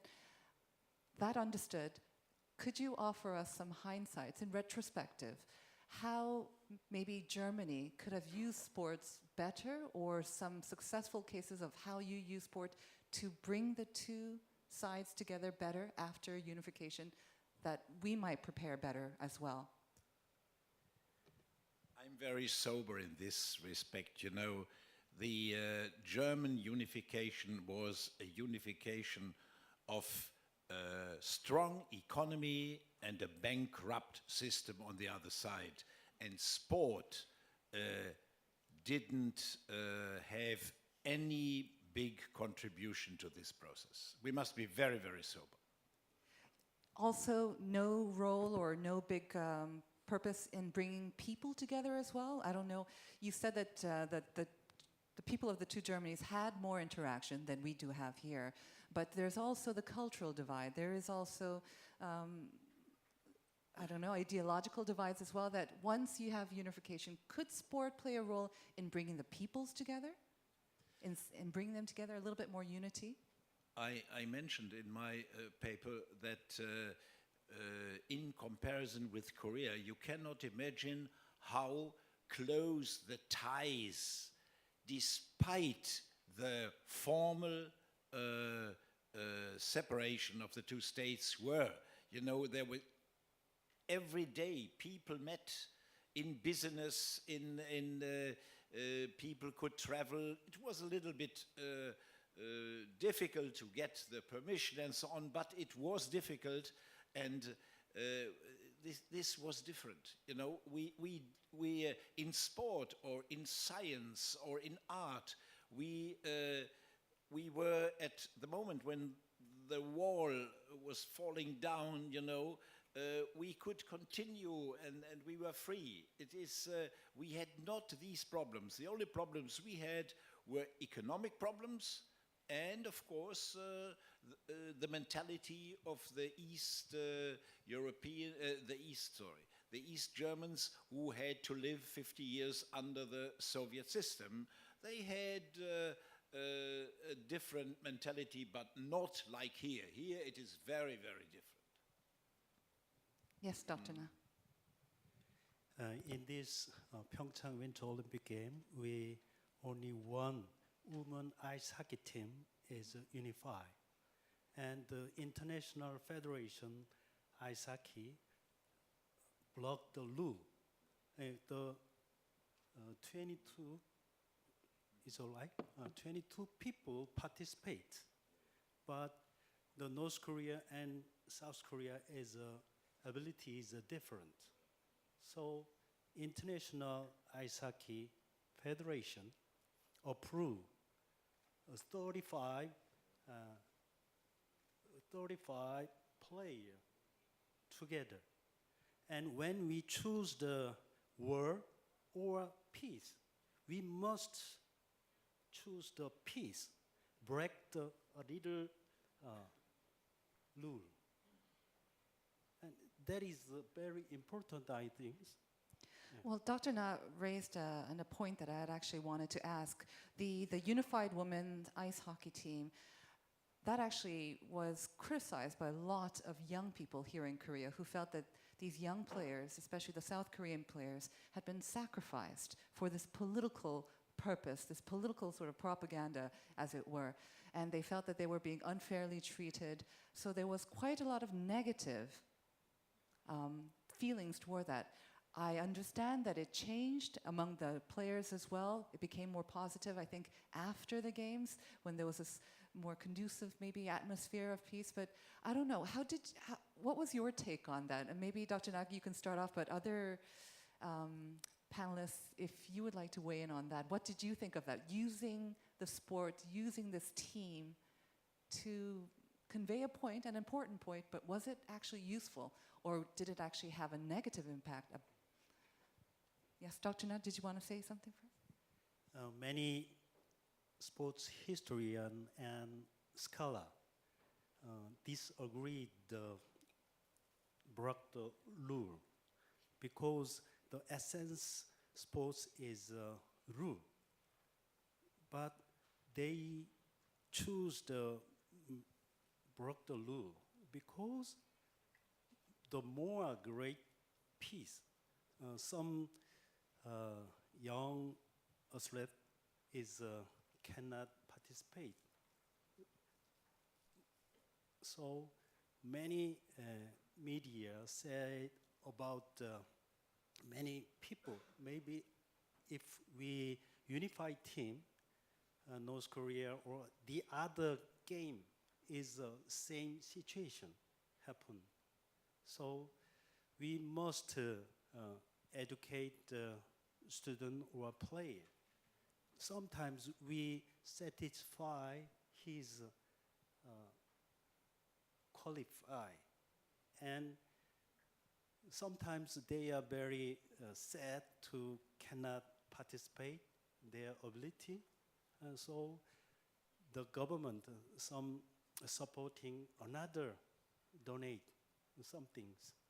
We must do something donate. I think. I think Dr. Now was trying to say that yes, although the North Korean team or the members were not able to qualify according to the regular rules, that this was a special case for the sort of the greater good, the symbolism of bringing the two teams together, and that other support measures and compensation were made to the South Korean players as well. Would any of the panelists like to weigh in on that? I think it's just a very quick point that I think when people looked at the talent question, you know, as it were, why has half the South Korean team been thrown overboard? They've trained for years, they're not going to get their moment. At the kind of notion of how we look at elite sport, everybody said that's a crying shame for them. But I think it's that innate contradiction that, you know, the byline we all work under is sport is not political, which is just nonsense. Sport is entirely political. Sport will be used for political means at the grassroots level, at the elite level, wherever it may be. A political decision was made around the Korean ice hockey team, which had a feel-good factor, which sent an international message, which sent a domestic message. It was propaganda, and fair play. I haven't got a problem with that. But then don't start boo-hooing about the athletes. Athletes know what they sign up to. They know how they're used. And that's always been the way, and that's not going to change. And I think it is, I mean, it's a slightly different issue. I mean, it's a whole issue with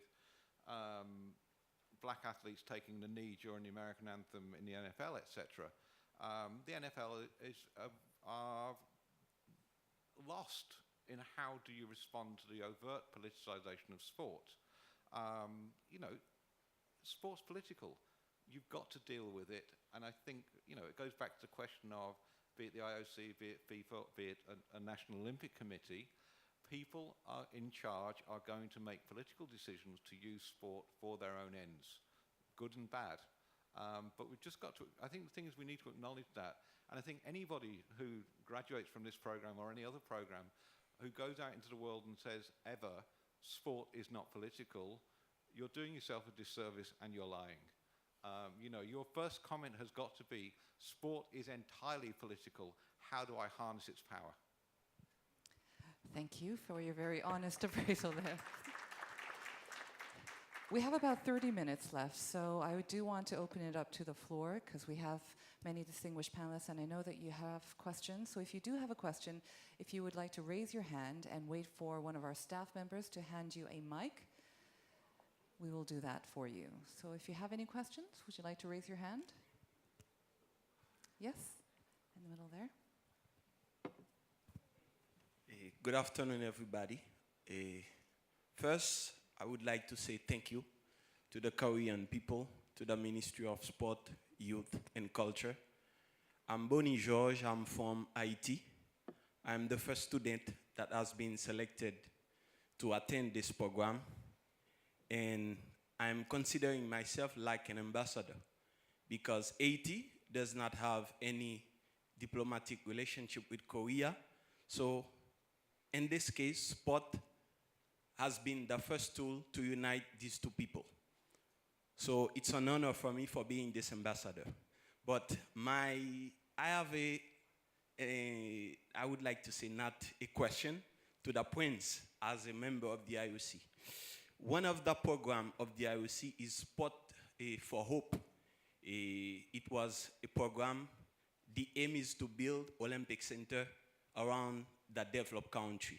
And they have built one in Zambia, one in Haiti, but the program has been stopped. So I would like you, as a member of IOC, as a person that I know that they hear a lot, that they respect a lot, to advocate for this kind of program, in benefit of other countries, because I've experienced the power of sport to change the communities, because Sport Forward Center in my country has been a great tool to unite the people. Because I would like to say that a conflict, we are talking about peace. Conflict comes most of the time is because we stereotype other people. And stereotypes lead to discrimination, lead to stigmatization. And this is where conflict stops. This is where violence stops. And the Olympic movement is about that. Because when we stereotype others, we do it based on the colors. We do it based on religion. We do it based on their political or ideological or opinions. So I would like you to advocate for this kind of program, because the Olympic values has been a tool to unite the people of Haiti that still there is struggling for his future, is struggling to meet the both end meets, because we have a lot of political turmoil. And sport has been a tool. But my question would be, what strategy we can use within all the initiative that is taking around the world for bringing sport as a tool to change the mentality of the society, to reverse the stereotype, to reverse stigmatization. What strategy we can use? I would say more focus on the communities, because sometimes our program, we focus on the children. Because when we build the children with values, when they go home, there is a distraction that is doing, because the communities has an influence and the stereotypes just goes and goes. So Very good. first, this is what I would like Let's you to do go for to the me question as an now. advocacy. Thank you. Thank you for that comment. I wish I had more IOC colleagues up here to help. I'm aware of the program that was done in Haiti. I don't have the full background, but my understanding was that that was a program that was set up with the intention of eventually working with other sponsors and donors to continue that program onwards, which unfortunately did not materialize. And I believe, if I'm correct, that that's one of the reasons why I think some of the funding has been reduced, as the IOC also is involved in other programs around the world. The problems with any of these programs, you look at it, the challenge of getting funds to support programs that are in place is a challenge that we all face. And it's not easy, particularly after they had the global recession. People are not as willing to help and donate and support. And so it will continue to be a challenge.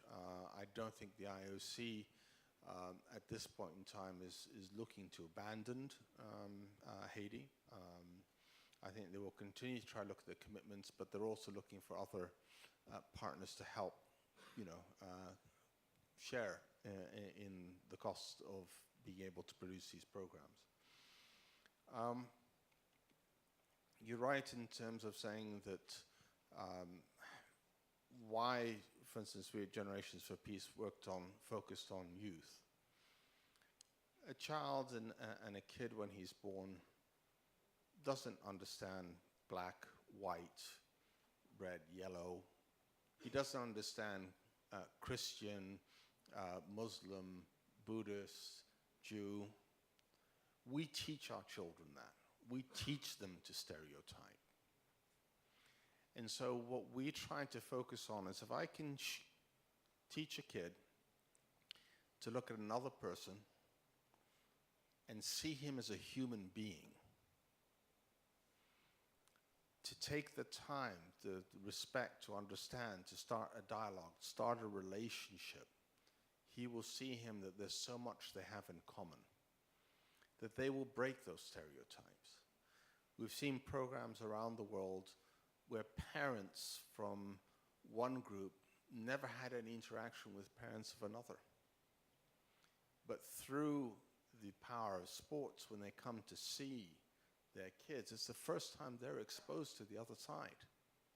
And then they look at them and say, they're not the demons and the people we thought. Actually, there's some pretty nice people out there. And it starts breaking stereotypes. The older we get, the more fixed we are in our ways, the more fixed we are in our attitudes. What we have found is kids are changing the attitudes of their parents. If we try to aim at the parents, it would take a lot of time, a lot of effort, and the results wouldn't have been great. But when their kid comes up and they're sitting at the meal and the father says, oh, these people are all criminals. And what we talk in teaching of active tolerance. Active tolerance is not allowing that behavior. So the kid turns to the father and said, no, you're wrong. There are good people. He's my friend. They're the ones that will eventually change and break the stereotypes. And so I agree, a lot of these conflicts, it's so easy to demonize the others. When you get to know them, it becomes far more difficult. Before we started Generations for Peace, we were looking at mechanisms. And I came across a program that was in Jamaica. Jamaica, they used to have a lot of gang-related teenage violence in schools. So they worked in a program, and this would have been in the 90s, I think early 2000, where they kept the schools open for an extra hour and provided football for the kids. The amount of teenage-related violence dropped in some areas by 85%. And so I asked one of these people, it's like, well, you know, how did you manage to achieve that? And he said something very simple. The kids are all playing together. It's very difficult to play together in a team and then go into the parking lot an hour later and stab your teammate. Very simple lesson. And so they started viewing not as he's from another team or from another area or from another group. He's my teammate.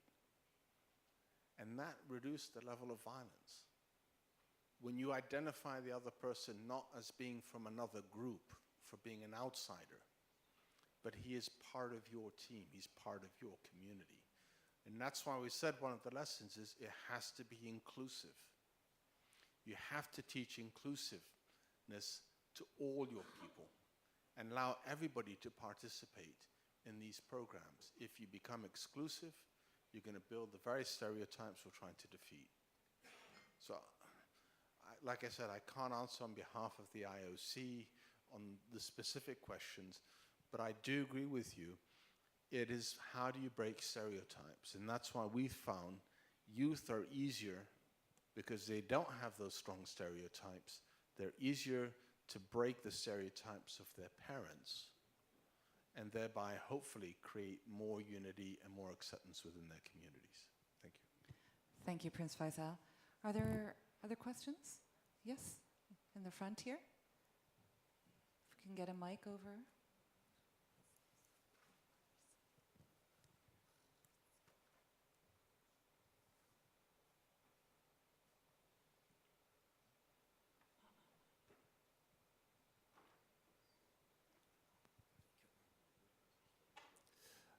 I'm Nordin Daly, First Secretary of the Embassy of Tunisia.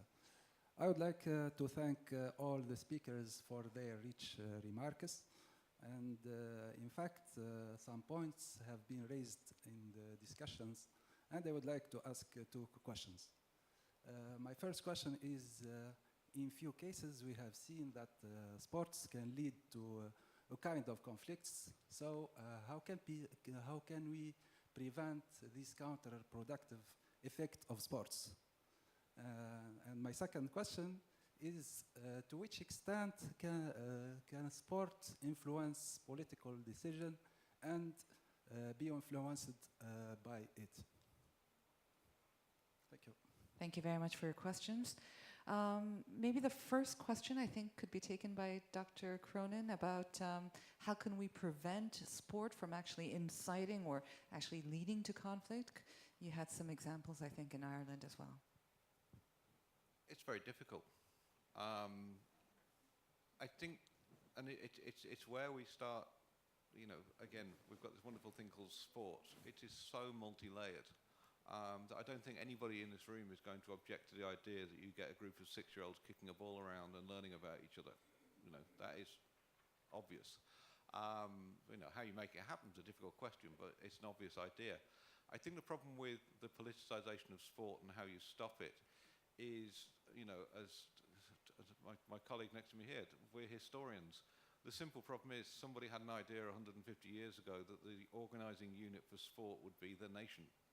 Somebody else had an idea that it would be teams, at which point you are, in a way, the kind of the beauty of Prince Faisal's idea that you don't stab your teammate works, but it also works against you, that in the wrong hands you will stab some other team, not your teammate, the opposition.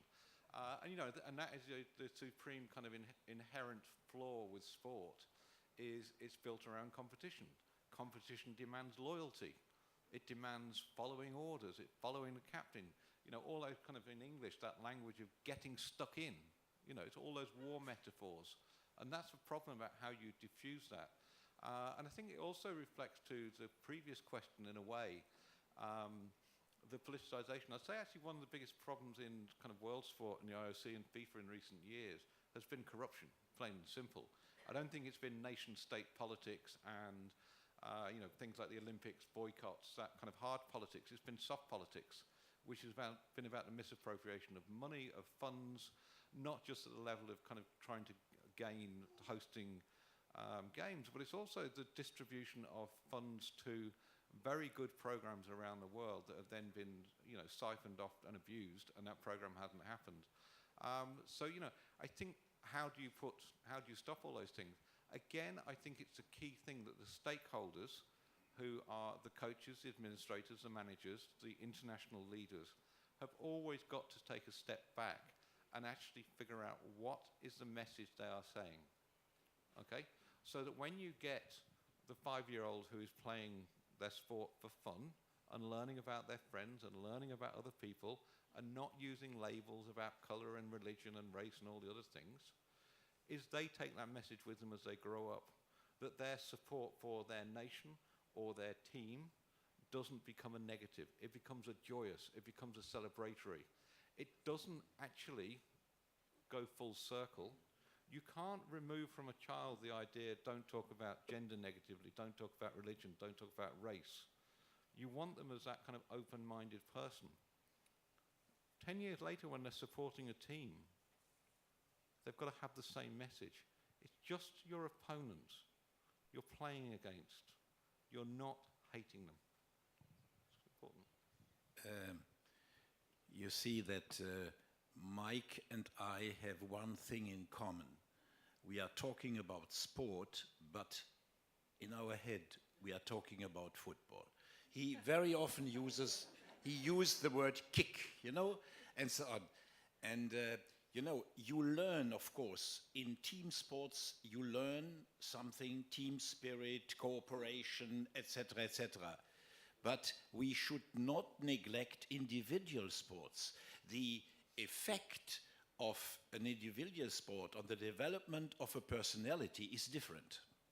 And you must be aware that out of the 32 or so Olympic sports, 22 or 23 are not team sports. They are individual sports. And to be good and to have success, you must develop completely other elements of your personality than in team sports. And I would like to have more individual sports in such programs. You see, judo is very popular in German, in refugee camps and so on. and taekwondo and so on. And yesterday a taekwondo delegation from South Korea went to the north, and according to the tradition here in the country, the effect of such a visit, I think, is not so dangerous than to send a football team. Very good, Dr. Lim. I had noticed the focus on football from a couple of our panelists, and you actually did answer a question that I had about the impact of different sports and what kind of sports, team versus individual. And thank you for answering that question, Dr. Prince Faisal. I'd just like to add one thing, and I think we've got to be realistic about the way the world is. It's difficult to disassociate politics from sports. I've been in a situation, I've been an IOC member, and I'm going to give medals to participants who have earned it. And I was talking to them just before we went out, and he said, "Oh, this is really great. Our ministers come to be here." So I said, "That's fantastic." And I saw the minister, and he's like, "Yes, I want to be there, have his photograph with the athletes that have won the prize and so on." I said, "Sir, this is a great opportunity, and I'm really glad that you're here. But I hope you visit all your athletes when they come off the field of play. When you got a nice shiny medal, politicians love to be around success. Let's be honest. It's important for them, it reflects upon them. And that's why you'll never devoid politics from getting involved in sports. That's the pure reality of it. And in its beauty and its ugliness. So if we think that we can take politics out of sports, it's a pipe dream. And I don't know if the rest of the panel would agree. But there's no way to avoid it. Politicians love to be associated with success. If you're the winning team, they want to be there, have their photographs taken with it. If you lose, then they're going to sit there and, why are we wasting so much money? Why are we doing this? And so on, because that's the reality. But that's the bare bones about, you're all in sports, you're all looking at management. I don't know if anybody would disagree with that.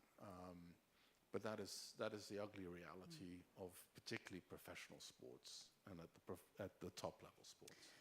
Let me just go a little bit more detail about maybe the type of sports that we need to help, especially the youth, develop the life skills that are necessary to deal with conflict that they're living with now or maybe in the future as well. So maybe Ms.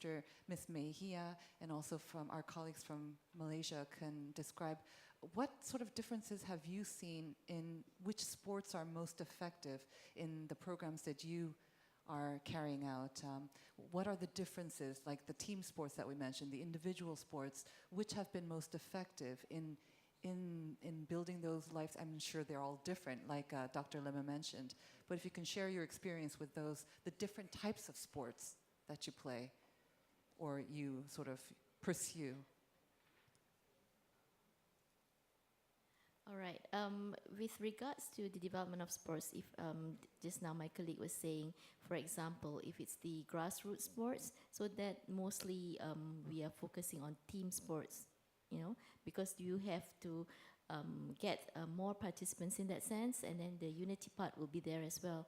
However, in terms of individual sports, then we will be focusing more on the elite programs.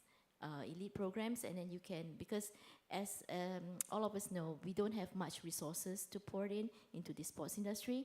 So I think most of the countries also, they do select certain sports to be placed into the elite program. And with that, the resources, will be placed, and therefore the individual athlete would be given the attention and the resources to actually improve on their performance internationally. So I think that's the balance that we have to keep between the elite sports and the grassroots sports as well. But as I mentioned, but to get to the elite portion part of the sports, you have to train the majority. So that is where from the grassroots they come in. That's the feeder for us to get it up towards the elite sports.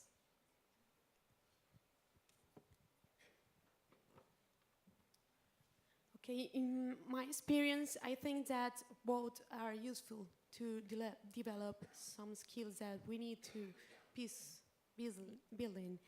For example, we promote boxing as a way to be aware of others. This is a key in this sport, for example, is one of the skills that we promote, be aware of others. And when you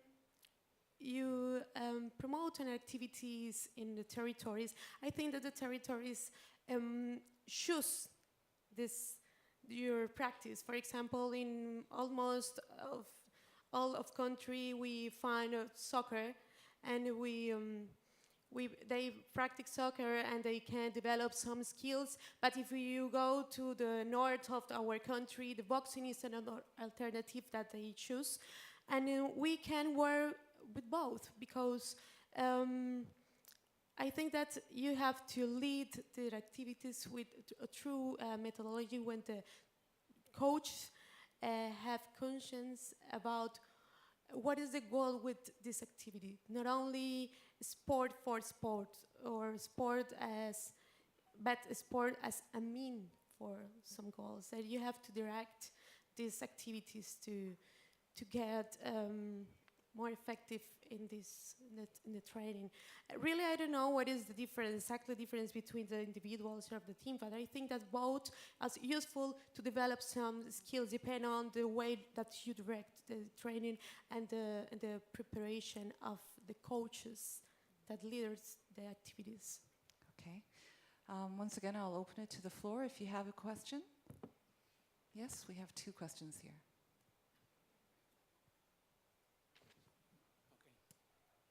Hello. Thank you very much for all the presentations. I remember sometime recently in Côte d'Ivoire, there was some crisis, and it got to a point when they involved this player, Didier Drogba, who some of us may know. And when Drogba came on television to plead with the public that their games cannot continue if there is no peace, I mean, this had a very good impact on the population, and the extent of the damage reduced. So I want to ask, especially our IOC representative, how does the IOC own the players? Because I think Football for Peace and other sports for peace initiatives are trying to build peace from the grassroots. But from the top down, I think if we can associate Messi or C. Ronaldo with peace, or with respect, or with trust, or one of the Olympic values, we can use these top players to promote the values and help people to know that sports is not only about enjoyment, it's about a philosophy. It's about a way of life. It's about respect, trust. It's about responsibility. So I want to know how much, or how does the IOC own these players so that it can take advantage of their popularity to spread the Olympic values? Thank you. Okay, I will start the answer with caveating. The IOC doesn't own any players. The IOC as an organization works to award a host city to host the games, but those games are set up by the international federations. They're responsible for the monitoring, the rules, the regulations, everything associated with their sports. So the IOC doesn't have, if you want to say, athletes directly attributed to them.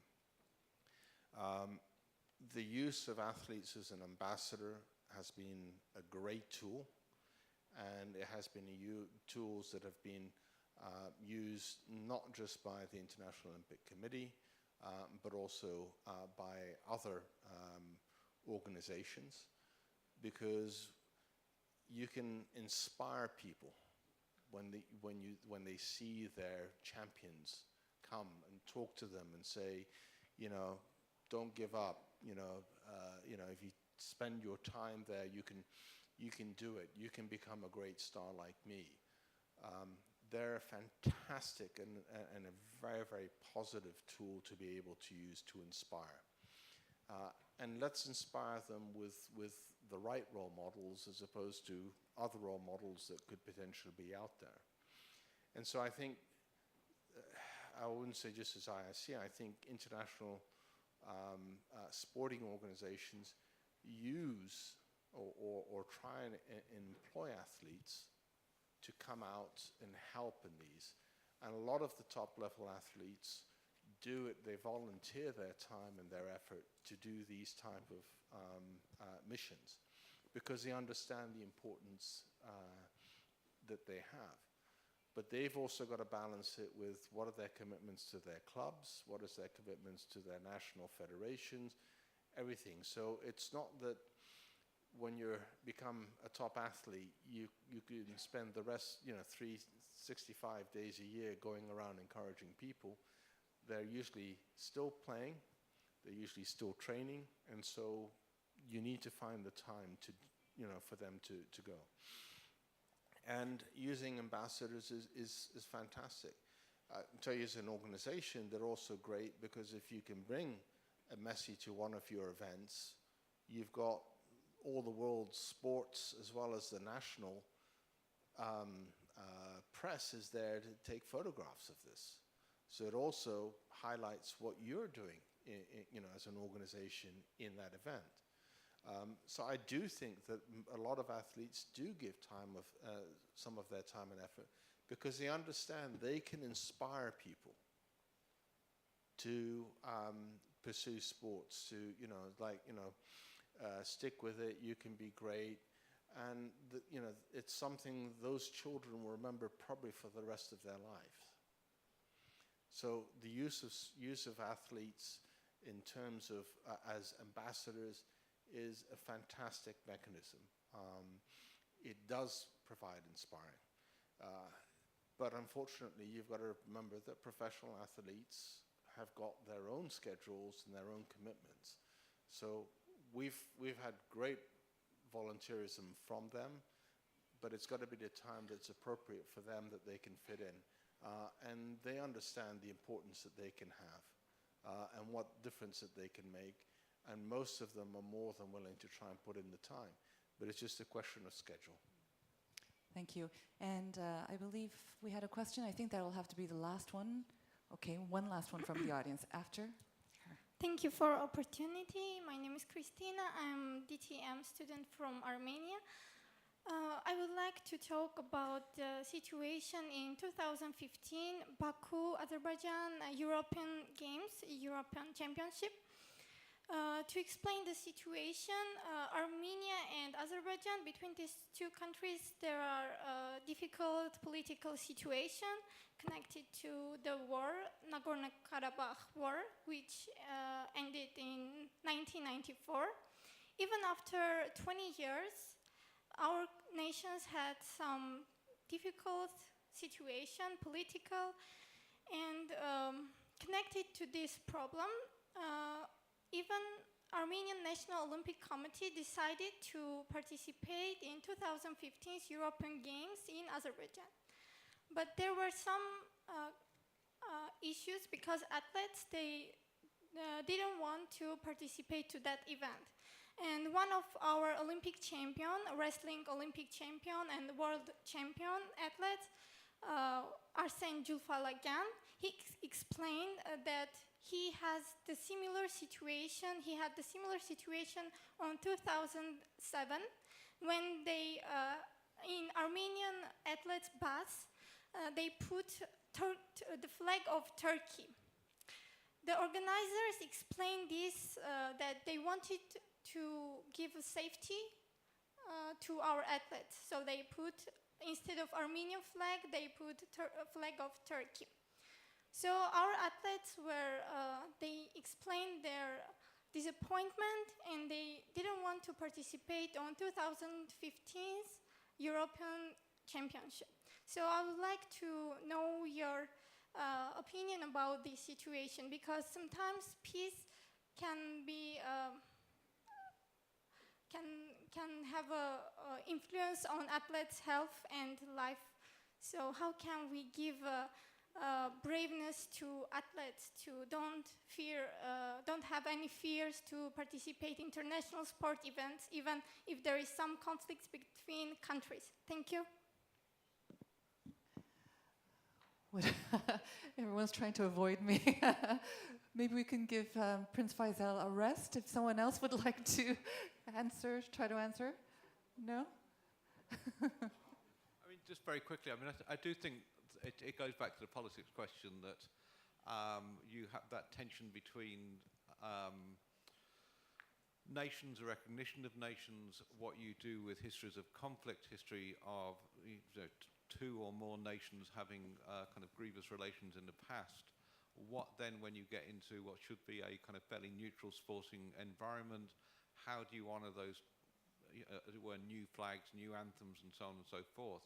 And I think it's a real problem. Again, I mean, just very quick Irish example in the game of rugby, because it's an all-Irish team. The Protestant players said, we have a real problem standing for the Irish national anthem. We have no problem playing as Ireland, but we don't like essentially a foreign anthem. So about 12 years ago, the Rugby Football Union invented a new, non-sectarian, cross-community, lovely anthem. And it's the most dreadful thing in the world, because it's meaningless. And it's that tension, I think, where you have your issue, is people want to see their flag. They don't want to see a Turkish flag. They don't want to be diminished in the eyes of themselves, etc. So I do think that, again, that's the one thing where once nations and organisers accept invitations and people turn up, you've got to have those conversations and actually say, okay, what are you? You know, what identity are you bringing to this? You know, if it's Armenia, if it's a dual career, we are respecting that. What does this look like in terms of flags, uniforms, anthems, etc., that everything is then done properly and with respect. If you want to start a row, mislabel people in any walk of life. And certainly for athletes, a wrong flag, that is just going to go down badly. So really it's trying to get the message of heart, what identity are we? I think at the end of the day,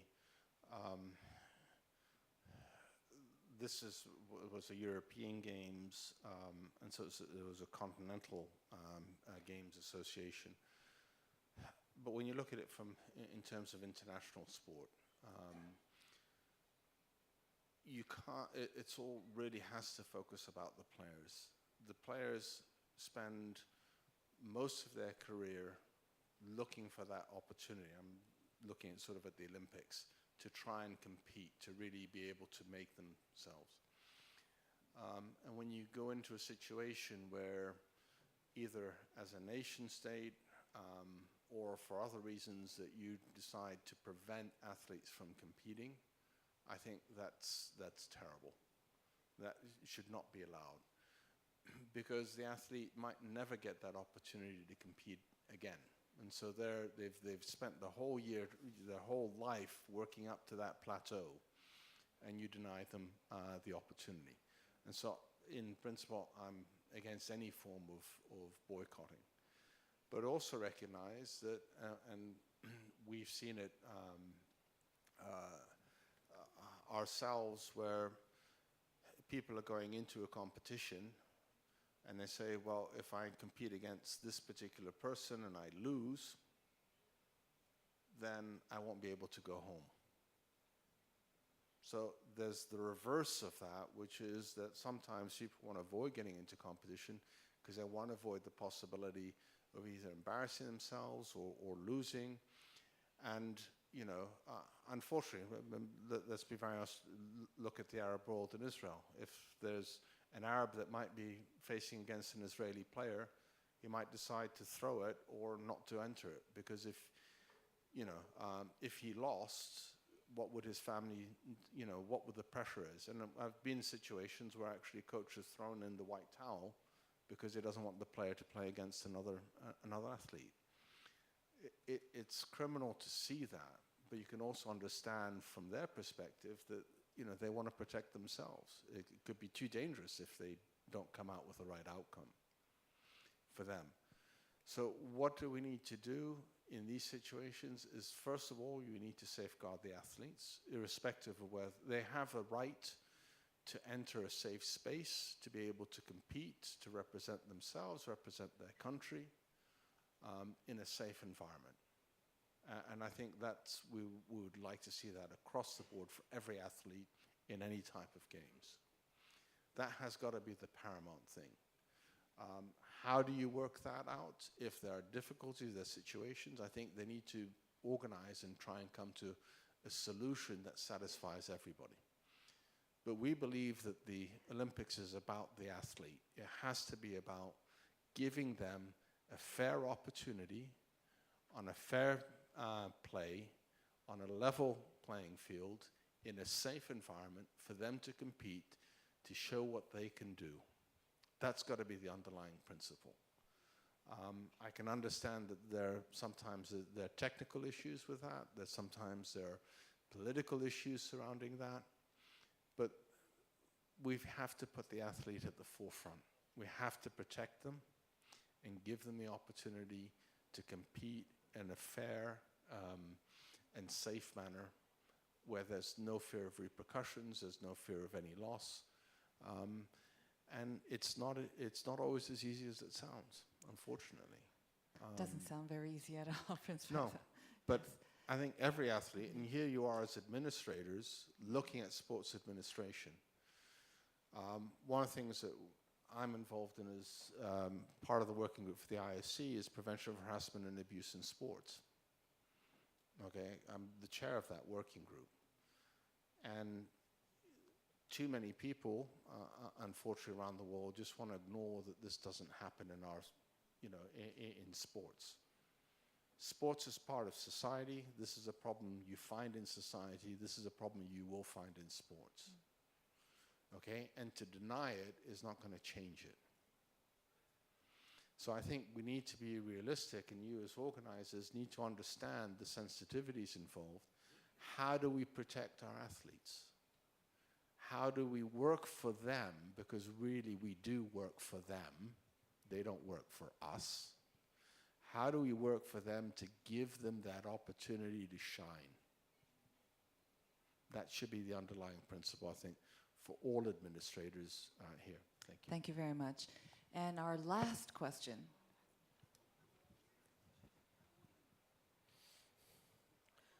Good afternoon. I am Muhammad Musharraf Hussain Mullah, Joint Secretary, Ministry of Youth and Sports, Bangladesh, and ex-student of DTM second base. First, I'd like to thank DTM Authority for organizing this seminar. I would like to know one information from our friend Malaysian speakers. Is there any special privilege, that is special quota in public sector for best player, particular retired player of minor ethnic groups? Sometimes maybe it may be enhance harmony of the society. Nowadays, in my country, it is a demand for sports leaders, federation leaders. Thank you. You mean special incentives for minorities? Special right? Something privilege, like that. particular special quota in job, for job. I see. In terms of special quota for athletes in jobs, okay, in sports. Normally, at the moment, we do not, because for us, we go by the merit. We go by the merit who is best, and therefore they will be promoted or be taken into jobs. However, in terms of incentives, incentive also, you know, as long as you perform, you will get it equally. Yeah, because when you say minority, I'm not sure which minority you're referring to, because if you were to refer to just now the presentation, the Borneo side, the Sabah Sarawak, I think they're performing really well. And for them, what we do is that the ministry, we make the facilities available to them, even though they are geographically located further across the straits, but we make sure the sports facilities are given to them. So with that, they can be on par with the rest of us as in Peninsula. Thank you very much. Unfortunately, we have run out of time, so that will have to be the last question. It will be very difficult for me to try to summarize what was discussed through the presentations throughout the day and also the discussion. I think what we can agree on is that sports and politics are intertwined. It would be unrealistic and very naive to try to deny that. And in both ways, sports and politics can influence each other for good and bad. And I think it's up to us administrators, those of us who love sport, as spectators, as practitioners of sport, to be aware of that, and to maybe at the most essential part is to practice it and to encourage our youth to practice sport at a very young age, so that it teaches us the life lessons, it teaches us the ethics and what we need to live in a more tolerant world. So I'm not sure that I was able to do justice to all of our presenters and speakers, but I hope that this will spark some more discussions and also insights as well. So would you please give our presenters and speakers a big round of applause for their contribution.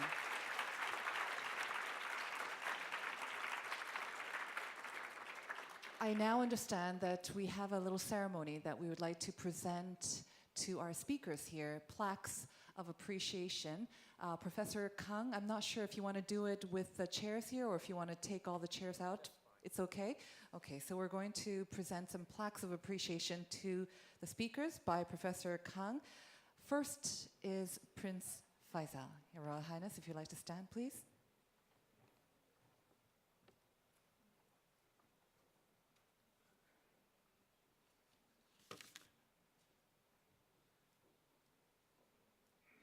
So the plaque reads, His Royal Highness, the Prince Faisal Al Hussein, IOC member, founder and chairman of Generations for Peace, in grateful appreciation for your esteemed presence as a speaker at Dream Together Seoul Forum 2018. Your invaluable insight and expertise significantly contributed to the great success of the forum and future sport development. November 1st, 2018, Chino Kang. Thank you very much, Prince Faisal. Back there, please. Next, Dr. Cronin.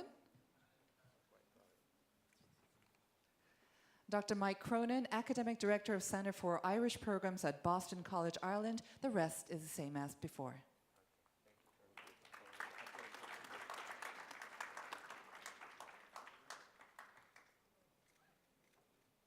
Thank you very much, Dr. Cronin. Next, Ms. Beatriz Mejia.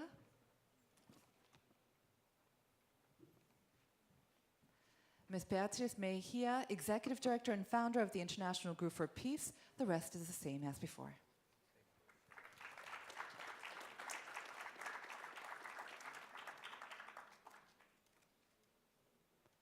Thank you very much. And next is Dr. Lemmer.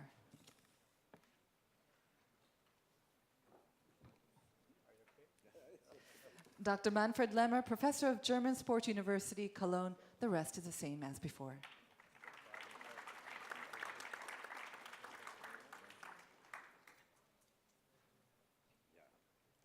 And next up, Dr. Na Young-il, Professor of Seoul National University. The rest is the same as before.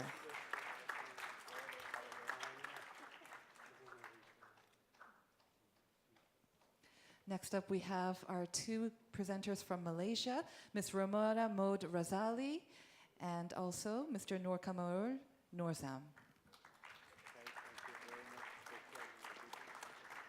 The plaques of appreciation are the same as before.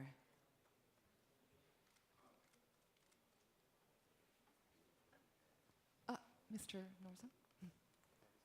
One for you as well. And Dr. Kang, I'm very grateful.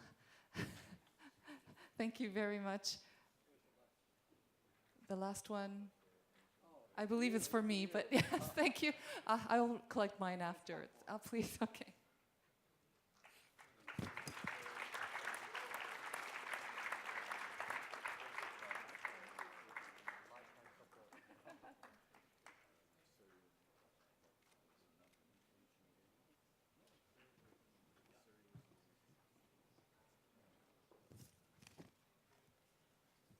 And I asked all of our presenters to stay on stage because we're now going to take a group photo. So if you'd like to please stand in front of the stage or at the front of the stage, we're going to take a photo with all of the speakers first.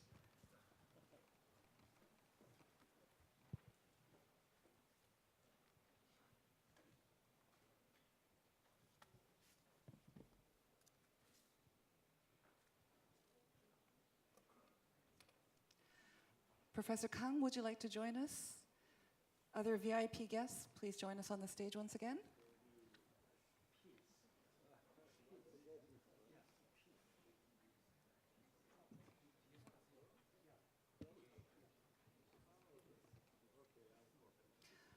So the symbol for love or peace, the crossing of the two fingers, the thumb and the index finger.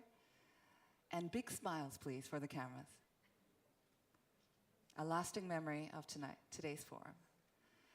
And now may I invite the students of the Dream Together Master Program to join us on stage for a big group photo. Once again, students of the DTM, please come up and pose for a big group photo.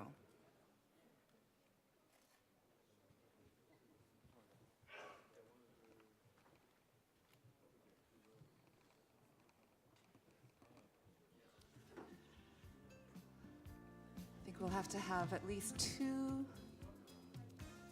levels of people standing.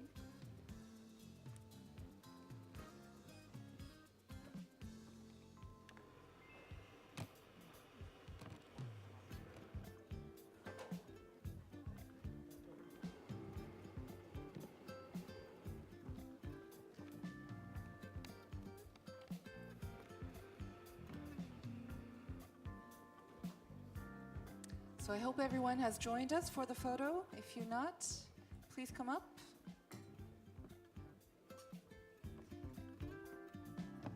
You may want to use the steps here. We have some steps.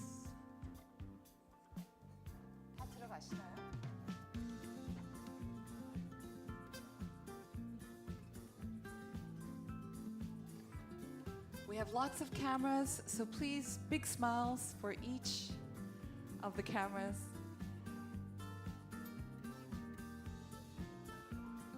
If you would like to try the symbol for peace, love, once again.